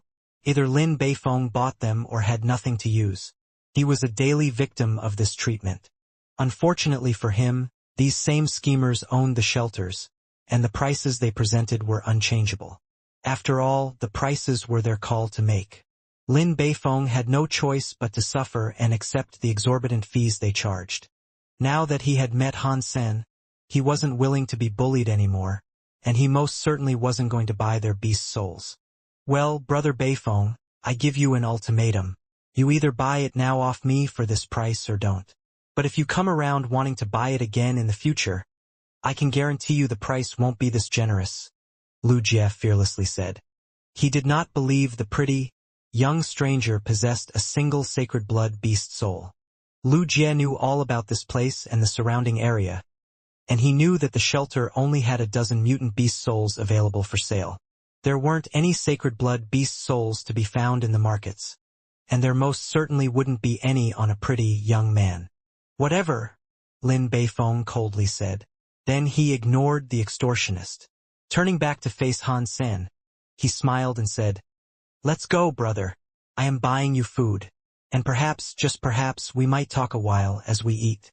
Forgive me for interrupting your plans for lunch, but don't we have a spirit attacking the shelter right now? Shouldn't we go take a look?" Han Sen said, smiling. "Sure. Let's go take a look at what we face." Lin Beifeng felt a chill run down his spine. He knew that with Han Sen's help, however, he'd be able to move to another royal shelter and not remain stuck where he currently was. People in the shelter had mercilessly bullied him, extracting every penny they could through a barrage of tricks and scams. No one had been willing to help him move to another royal shelter. He couldn't do it on his own, but right now, with Han Sen at his side, he knew he wouldn't have to worry. They both ascended the city wall, and looking over, they witnessed a spirit commanding creatures to attack the shelter. After taking a look, Han Sen quickly lost interest. It was a royal spirit that looked like an ugly ogre. It was something Han Sen was not interested in killing or claiming the spirit stone for. The creatures that were attacking the shelter were mutant creatures as well. Han Sen was too lazy to bother slaying such unthreatening creatures. But the people in the shelter quickly grew concerned and considered their would-be conquerors as a grave threat. Lin Beifeng was very tempted to help, so he asked Han Sen, "Brother, do you have any sacred blood beast souls? If you lend me 2, I will go down there and show them how it's done." Han Sen gave him 2 sacred blood beast souls that he would never otherwise use, which made Lin Beifeng super happy. He was given a sacred blood armor and the long-forgotten ghost pod claws. After suiting up, Lin Beifeng hastily ran out to greet the attackers who sought to claim the shelter. Through the aid of his new sacred blood beast souls, although Lin Beifeng was not that strong, he could easily slay the ordinary creatures. Even the mutant variants could do nothing to him and were soon cut down. Lin Beifeng had become an extremely powerful man, as he was seen cleaving his way through the hordes of monsters down below. He even looked quite heroic, and this shocked the people of the shelter. By the time all was said and done, he managed to beat the ogre into running away. Once his victory was assured, everyone gave him massive applause. After beating the spirit, Lin Beifeng himself was exuberantly happy. When the deed was complete, he spared no time in bringing Han Sen to a hotel where they could eat. Not long after, a group of people arrived at the shelter. Lu Jie and the people in charge went to welcome the team. "Lu Jie, didn't you send a message as a plight for aid, saying a royal spirit sought to conquer the shelter? What is this?" Lu Kuang asked, frowning. With him, he had brought a team of fairly skilled warriors. They were to support him in slaying the mutant horde, but now that they had arrived, they were surprised to see the fight already over. "Brother Kuang, a kid came out of nowhere and sold 2 sacred blood beast souls to Lin Beifeng. His mood was cockier than usual today, and so he promptly went out to slay the creatures and send the ogre back off to its hole." Lu Jie relayed to him what had transpired during his absence. "What is this kid's association with Lin Beifeng?" Lu Kuang frowned. He believed Lin Beifeng was a worthless piece of meat, who was easy to bully. And bully him they did frequently in this night shelter. Now, someone had sold him 2 sacred blood beast souls. This meant they could no longer scam money from his coffer. He said they were friends. He was about 20 years old at the most. He had silky skin, the sort which made him look quite weak and useless. I would say he was just like Lin Beifeng, a loser from a rich family. God knows where he managed to get 2 sacred blood beast souls to sell to Lin Beifeng. Lu Jie approached him closer and continued by saying, "Brother Kuang, should we take care of this kid?" Lu Kuang gestured with his hand and said, "Getting sacred blood beast souls will not be easy. And if that kid is not from our shelter and has been able to come out all this way, he must be fairly experienced." After a pause, he continued by saying, "Are you sure no one else followed this kid's arrival?" "Yeah. I have been sending people to keep an eye on them, and knowing about everyone else in this shelter, I can indeed confirm that there is no one else here aside from him," Lu Jie quickly said. "Good." Lu Kuang's eyes were tinged with hate and cruelty. He went on to say, "Little Zhang, go and bring Brother Blind." Brother Blind's namesake was not derived from any blight of blindness. In fact, his vision far exceeded the capabilities of most. He was called Brother Blind, however, because of how much he sought money. As long as there was money on offer, he'd take whatever job or task he could. He would commit any sordid deed, even murder, due to his blindness in the presence of money. But Brother Blind was powerful, make no mistake, and he could easily kill sacred blood creatures. Even in the royal shelter, no one would dare offend him. Lu Kuang wouldn't underestimate someone who could present a sacred blood beast soul. So he extended an invitation for Brother Blind to come here. As this was occurring, Lu Kuang went to observe Han San and Lin Beifeng. He couldn't discern much about Han San and hadn't the clue what his reputation was. If Han San did hail from a big family, he figured he'd have been able to easily recognize the man. Lacking smarts and cultural attention, he did not even realize that he was looking at the son-in-law of the president. Han Sen's appearance was just as Lu Jie described. He looked to be 20 years old at the most, and could best be described as another typical pretty boy. It didn't look as if he'd endured a single hardship. Seeing the kid now, he thought Lu Jie had indeed made a fair and correct judgment of him. Lu Kuang was a patient person, however. He was in no rush to strike, and he was happy to wait for Brother Blind's arrival. "Brother Kuang, they have now left the shelter. When is our time to strike?" After keeping tabs on them for half a day, Lu Jie hastened to report their exit from the shelter to Lu Kuang. "Patience. There is no need to rush. Brother Blind is en route. They must be heading to a royal shelter, so we'll take a detour, meet up with Brother Blind, and set a roadblock for them." After saying this, Lu Kuang assembled a group and left the shelter to enact their plan.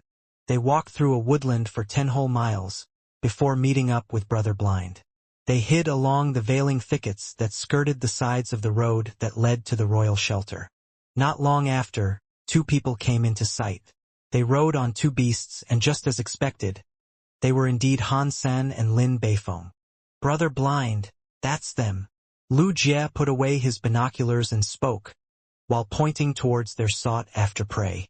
Brother Blind did not need to use binoculars, and as he watched the 2 people from afar, a queer look came upon him. "These are the people you have tasked me to deal with?" Brother Blind asked Brother Kuang and Lu Jie to confirm. "Yes, that is them," Lu Jie said. Slash. A soft sword, very much like a ribbon, was drawn by Brother Blind's hands. Blood coated the sword as Lu Jie's head was suddenly flung from his shoulders and into the sky. The eyes of the severed head were open wide, in a sudden fright and confusion. "Brother Blind, what was that for?" Lu Kuang and the rest were all aghast at the sudden turn of events. In response, they all drew their weapons and faced Brother Blind warily. Brother Blind coldly laughed and said, "I may pursue coin blindly, but even I won't throw my life away for it. If you have sought to task me with a suicide run, then I have no choice but to kill you." Lu Kuang's face changed. With shock, he asked, "Are you saying that guy is quite something?" Han Sen's presence had unknowingly unblind Brother Blind. For this to suddenly happen, a bad feeling crept over Lu Kuang's mind. He is not just something. That guy is everything. Even your boss could end up working as a grunt below him. And you want to finger him for assassination? I admire your boldness and courage. Brother Blind cackled creepily. Lu Kuang was taken aback. He did not expect a young man such as that to possess such a frightening background. He gritted his teeth and said, "Brother Blind, this was our mistake. We almost got you killed. Keep the money we were to offer you, but this was Lu Jie's fault. How about we let sleeping dogs lie and move past this? There is no need to upset our relationship. If that was anybody else, I would take you up on your offer. But that person is someone I would give my life to defend. Wanting to kill him is worse than wanting to kill me. I cannot spare your lives." After Brother Blind said that, he moved his soft sword. What hurt the most was not the blade, but the sensations it imparted. Brother Blind's sword skills were soft and gentle. Every time the blade moved, a separate scream would emanate from the woods. Not long after, half of Lu Kuang's men were dead. The rest were trembling in fear, feeling deep regret over what they had proposed to do. Lu Kuang was terrified most of all. He tried to run away but could not. He ran 500 meters before the soft sword pierced through his heart. You could almost sympathize with Lu Kuang, with the look of anguish that came upon his face. He wasn't given a chance to say anything more before being mercilessly slain. He coughed up blood from his agape mouth. Then he fell down to the earth with his eyes wide open. None of the group were spared. Each person there was either beheaded or staked through the heart. One hit, one kill for each of them. It was a cruel and brutal sight. Han San and Lin Beifeng heard some noises coming from the woods as they passed by. Looking to scope it out, Han San stumbled across a clearing that was strewn with bodies. In their midst, Brother Blind stood wiping his sword clean. "It's Lu Kuang and Lu Jie. Lu Kuang is Lu Jie's boss in the royal shelter. How could they?" Lin Beifeng was shocked upon seeing the corpses all about. Han Sen quickly understood what Lu Kuang had sought to do, but what he did not know was the identity of the lone man before them, and why he had killed them all. "Thank you for the help, friend. What is your name?" Han Sen asked. "I don't consider this aid. I was just sparing you the trouble." Brother Blind let out his signature cackle. It was creepy. "Call me Blind. Do we know each other?" But Han San couldn't help but frown and ponder the reason for his name. He clearly wasn't blind, so why did he wish to be called that? "Yes, of course. We do indeed." Brother Blind nodded but did not explain any further. Han Sen was a little puzzled by this curious encounter, so he asked another question. "Where are you from?" "It does not matter where I come from. What does matter is something important you ought to know," Brother Blind said. "What?" Han Sen frowned, thinking this Blind was quite the strange fellow. "Do not join the Luo family."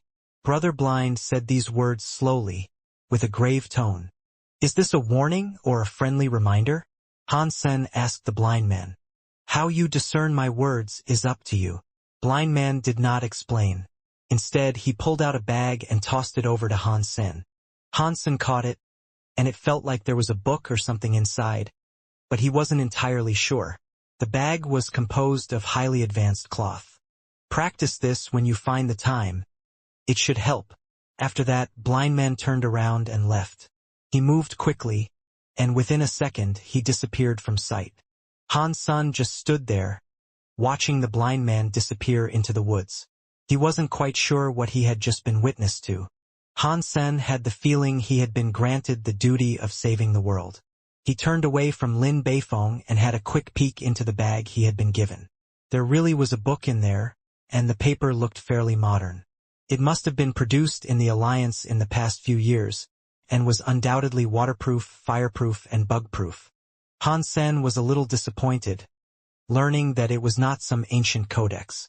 If it was, he believed he could sell it for a high price as an antique. There was no name on it, strangely. After having a flick through the contents, he learned that it was neither a hyper-geno art or qigong. It was similar to Primal Innocence but better with a far greater depth. It related to psychological fortitude and constitution, and contained within it many examples. It was like a compendium or guide to prevent one from being subjected to fraud or scams. Who was that blind man, and what did he give me this for? I am not going to be a salesman, and neither am I going to teach others how to avoid being scammed. Han Sen was quite confused. Hansen thought about it and came to the conclusion that reading it would prove no harm. It might actually end up being beneficial, and could aid him in avoiding the schemes of confidence men in the future. For now, though, he put it away. The high-class officers in the Alliance all looked sickly and evil. God knew how many wretched ideas were concocted in their minds. After all, Han Sen continued his journey and brought Lin Beifeng all the way to the royal shelter safely. Although Lin Beifeng did not know anyone there, having wealth meant he could have or do anything he wanted to. It was very unlike the tiny night shelter that didn't even have anything to spend coin on. Brother, I thank you so very much. If it weren't for you, I'd still be there in that night shelter, being subject to mistreatment by those bastards. If you remain in the shelter for a few days, I promise I'll get you something good.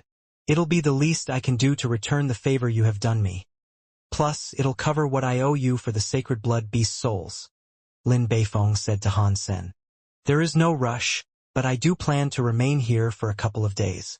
If you require further assistance, I can help you get in touch with the special security team for your protection, too. They're good at what they do, but you'll have to pay for their services. Hansen smiled. That is brilliant to hear, brother, but let's not speak any further.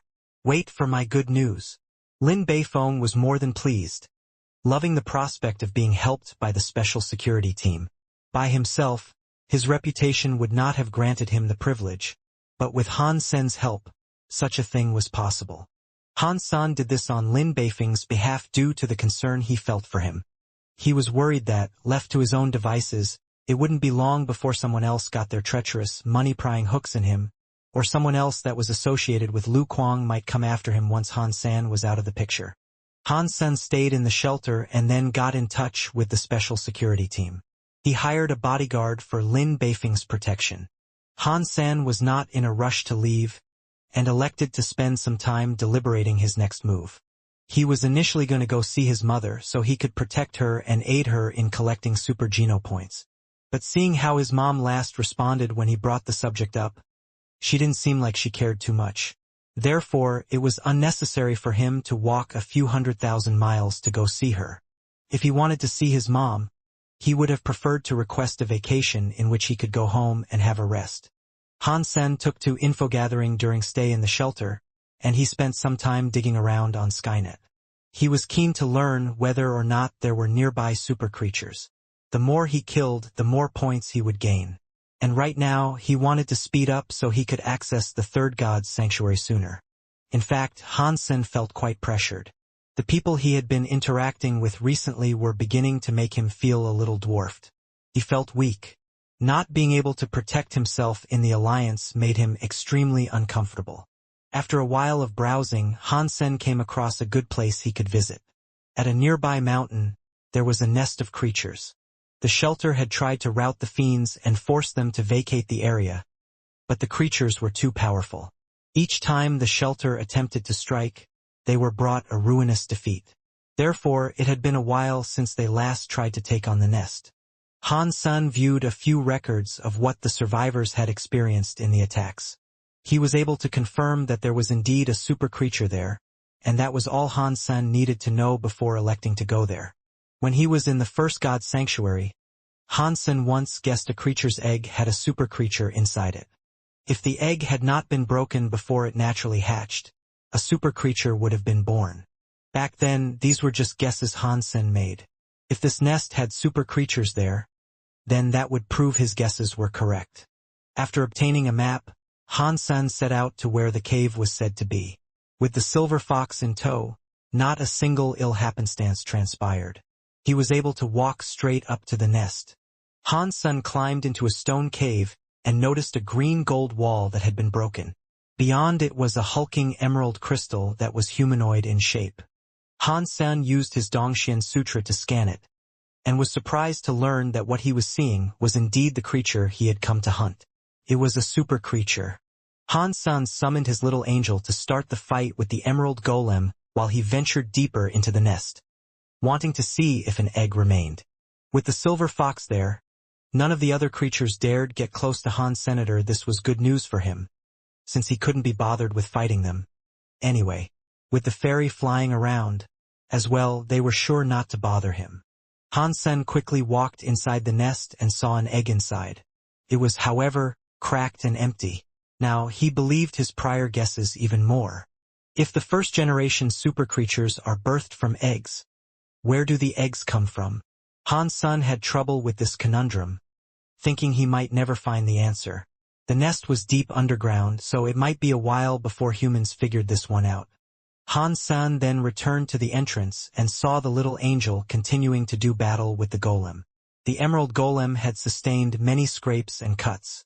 Even if Hansen decided not to chip in, it didn't seem likely to last very long. And again, Hansen could not be bothered to fight. He found a rock that was shaped near enough like a chair, sat down, and held the gourd as he watched the little angel fight the emerald golem. He didn't really want to slay the golem, since he couldn't absorb the life geno-essence of a first-generation super creature. And obtaining a beast's soul was reliant purely on luck. Since its dunk, the blood color of the gourd had finally faded away. Whatever was inside must have absorbed it all, and right now, veins of gold light ran all across it.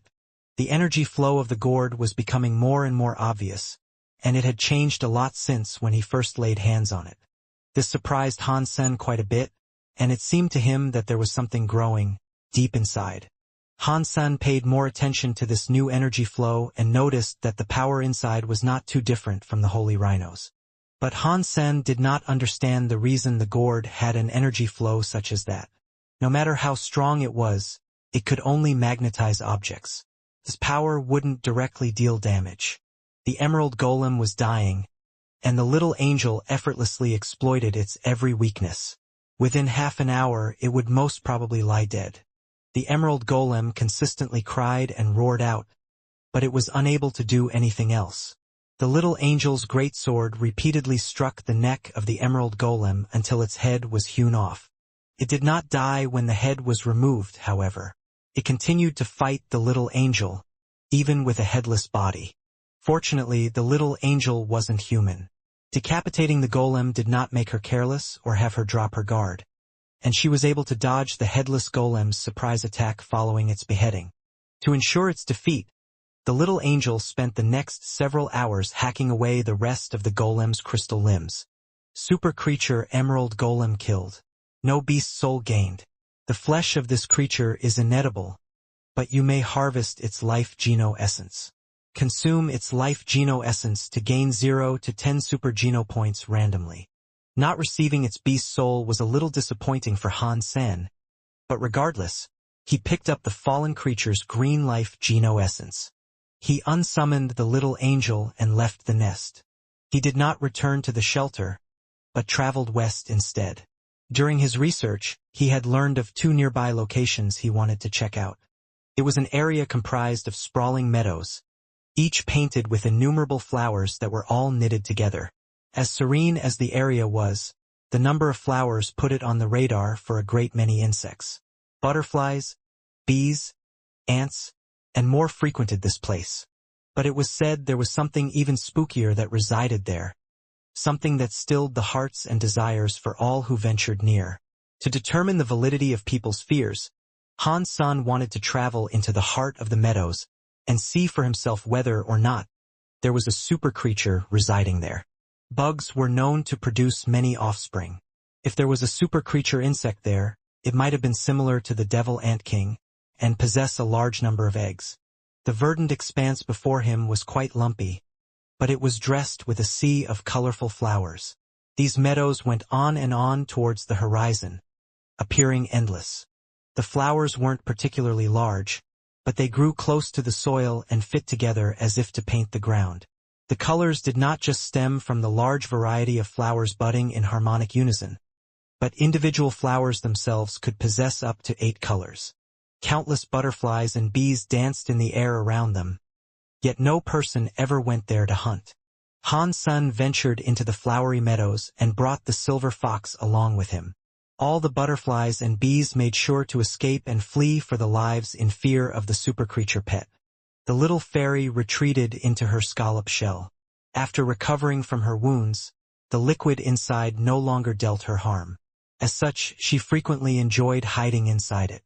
After walking for some time, Hansen was given a big surprise. He saw a person in the field killing creatures. Many insects swarmed towards him, but despite that, the man looked calm and composed. Untouched by a single creature, he gently swung his sword to slay each that came for him. Jing Jiwu. When Han Sen recognized the man, he became even more surprised. He was the monster from the Alliance's Central Military Academy. In the Military Academy's league game in archery, Han Sen won his first championship. Jing Jiwu now caught sight of Han Sen's approach and sped up to finish off the creatures that pestered him. Within a single second, he managed to slay around 1,000 butterflies. The field was, for now, empty of the fluttering fiends. Once he was done, he walked towards Han Sen. "I never expected a chance encounter with you here of all places," Jing Jiwu said casually as he approached Han Sen. "I could not have expected this either." Han Sen smiled. Although they were once opponents, it was nice to meet him there. "I have heard you are in possession of a super pet," Jing Jiwu said. "Yes." Han Sen nodded. High-class officers had long spread this news, so it wasn't at all surprising for Jing Jiwu to know about the silver fox. "Walk west for 100 miles and you'll come across a muddy hill. There are many gold-winged bees there, and quite possibly super creatures too. If you are interested, you should go and take a look," Jing Jiwu said. "Thanks." Han Sen bid his appreciation and then took off in the direction he was told to go. They didn't speak much with one another, but they were cooperative and adherent to the other's needs. Han Sen did not doubt the information he was given. "I was hoping we would one day meet again, and when we did, I'd be strong enough to re-challenge you. I am short of that goal." Seeing Han Sen walk off, Jing Jiwu watched him go. He continued to think to himself, "Yes, become stronger. Go further. Give me the motivation to catch up with you. That will assuredly stoke a fire in the hearts of humanity." Then he threw himself into the midst of another legion of butterflies. Han Sen continued traveling in the direction Jing Jiwu had indicated, and after walking 100 miles, he came across a 40-meter-high hill that was shaped like a mushroom. There were many small burrows underneath, from which golden bees came in and out of. They were each around the size of a fist. "These really aren't your average bees. I am afraid there might indeed be a super creature in this place." Han Sen was standing 100 meters away from the hill, yet the silver fox's presence did nothing to alarm the golden bees. There had to be a super creature burrowed deep inside. If there wasn't, then the bees would have assuredly paid heed to the silver fox's approach. They'd have been long gone by now. Han Sen was thinking about how he might flush the bee king out and see what manner of super creature he'd be dealing with. But as he thought, he caught sight of a lone, pretty flower atop the hill. The flower had no roots or leaves. It just stood there atop the hill. It was a few meters wide and the petals looked like those of a Chinese rose. The flower was mostly yellow, but it was colored with a few streaks of red. It was very pretty. It also emitted a pleasant smell. It was strong but not overwhelming, and just smelling that fragrance compelled you to come closer and sniff it at a closer distance. The flower was beautiful, and it looked as if honey was oozing from inside the bud. But despite the large number of golden bees that populated the area, not a single one ventured close to it. Strange. That is really strange. Why is there a lone flower atop a beehive, remaining untouched by the bees that live below? And the rest of the flowers in this place are no larger than my finger, so why is this one so large? There must be something wrong with this thing. Han Sen used his Dongxian aura to scan the flower. Because it was quite far from him, he couldn't scan it with much detail. Still, he was able to grasp some sort of horrific life force where it lay. Is that flower producing creatures? Or is it perhaps something that strengthens your body? Han Sen looked at the flower with a strange look on his face, wanting to be as careful as possible. Han Sen had seen this sort of thing many times. Treasures like this frequently had frightening monsters nearby, and such creatures were never in short supply. Whenever such flowers matured, other creatures were bound to show up. Han Sen watched the flower open from afar. Slowly, the petals unfurled. It was a beautiful thing to watch. Not long after, the sky went dark and the moon arose. Under the gleaming moonlight, the flower fully opened. In the center of the flower, Golden pistils grew outwards as if reaching for the nighttime sun. It was pretty like jade, and it shone gold in the grace of the moonbeams. The sweet fragrance became stronger at this point. Even Han San, who was 300 meters away, became enveloped by the smell. It gave him the urge to run up to the flower and lick it for a tantalizing taste of the juices within. Suddenly, however, there was movement from the beehive. The golden-winged bees outside began to go crazy until eventually, a 1-foot-long crystal gold bee king exited the tunnels that led into the interior of the beehive. Bee King. Han Sen was shocked. He used his Dongxian aura to scan it, and it was revealed to be a first-generation super creature due to its blurry life force. Han Sen was a little disappointed, but he still watched it with great interest. He was trying to determine what he should do next. The Bee King flew atop the hill where the flower rested and landed upon a pistil of the open flower.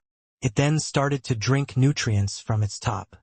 Han Sen gulped, earnestly wishing he could go and join the bee in drinking the juices the flower had concocted. But for now he held the urge back and remained still. The Bee King wouldn't usually come out to eat.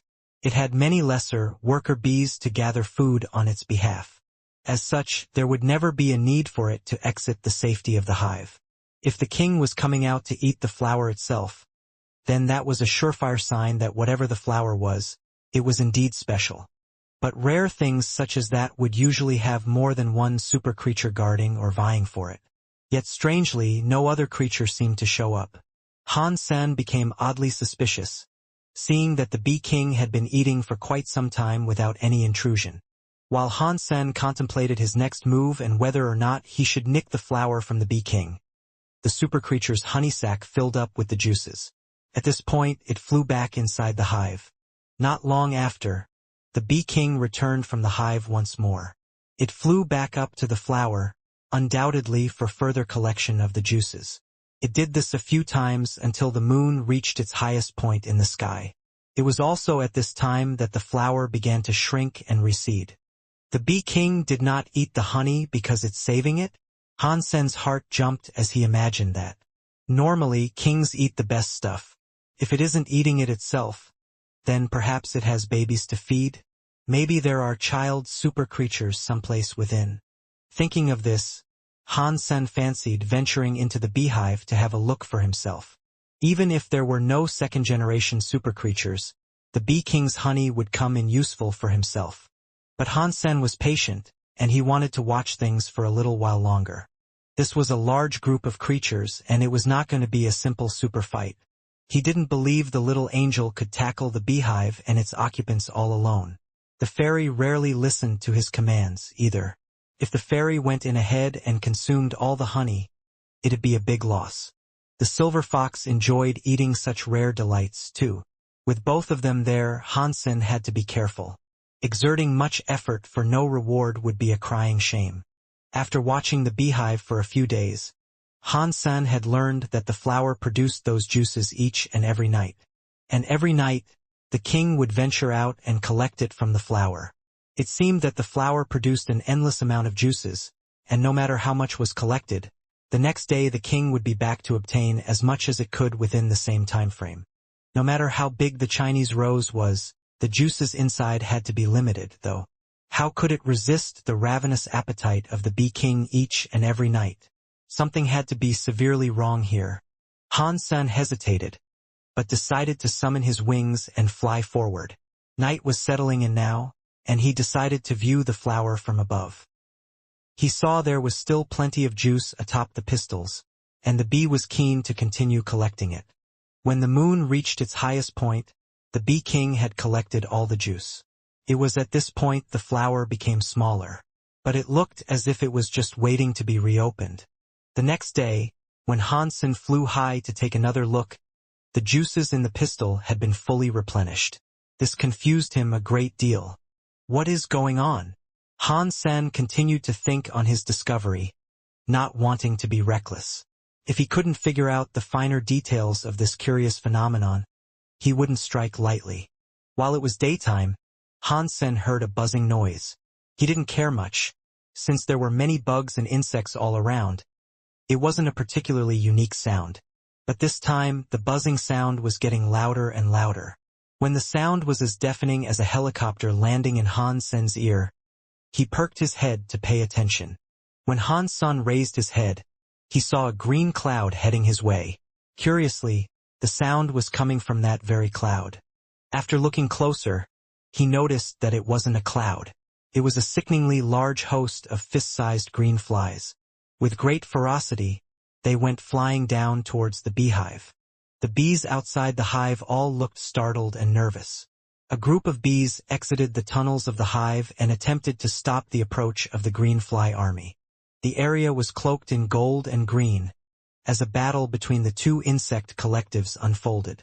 Like rain, countless bees and flies cascaded down to the ground amidst the battle. The death toll was humongous. Han Sen was shocked at the sight, but he noticed that the green flies were not as strong as the golden bees. They did, however, make up for the lack in power with sheer numbers. They were overwhelming, and they fearlessly kamikazed their way towards the hive. Most of them did not even want to fight, they seemed to just want the honey. The bees were strong, but their numbers were few. Although they guarded the entrances to the hive, many green flies managed to get inside. Before long, the bee king itself exited the hive to greet the assault, and quickly wiped out the green flies that attempted to worm their way inside. Within seconds of exiting, it was killing whole hordes of the insects. But still, their numbers were too many. They were like a plague of locusts, and wherever the bee king did not look in that second, countless wretched flies tried to dig their way inside. Han Sen assumed the flies were trying to steal the honey, at first. But then he saw that he was incorrect. The sneaky flies that had managed to get inside made their way out shortly after, all in possession of light gold cocoons. These flies are not here for the honey, so what are they stealing the cocoons for? Han Sen was confused by this revelation. The bees were furious upon seeing their cocoons being stolen, and in a frenzy, they killed any fly in possession of one. One by one they were killed, and one by one, cocoons dropped to the ground. More and more flies battled their way forward, however, and many picked up where their fallen compatriots left off. The cocoons were picked up once more and carried away.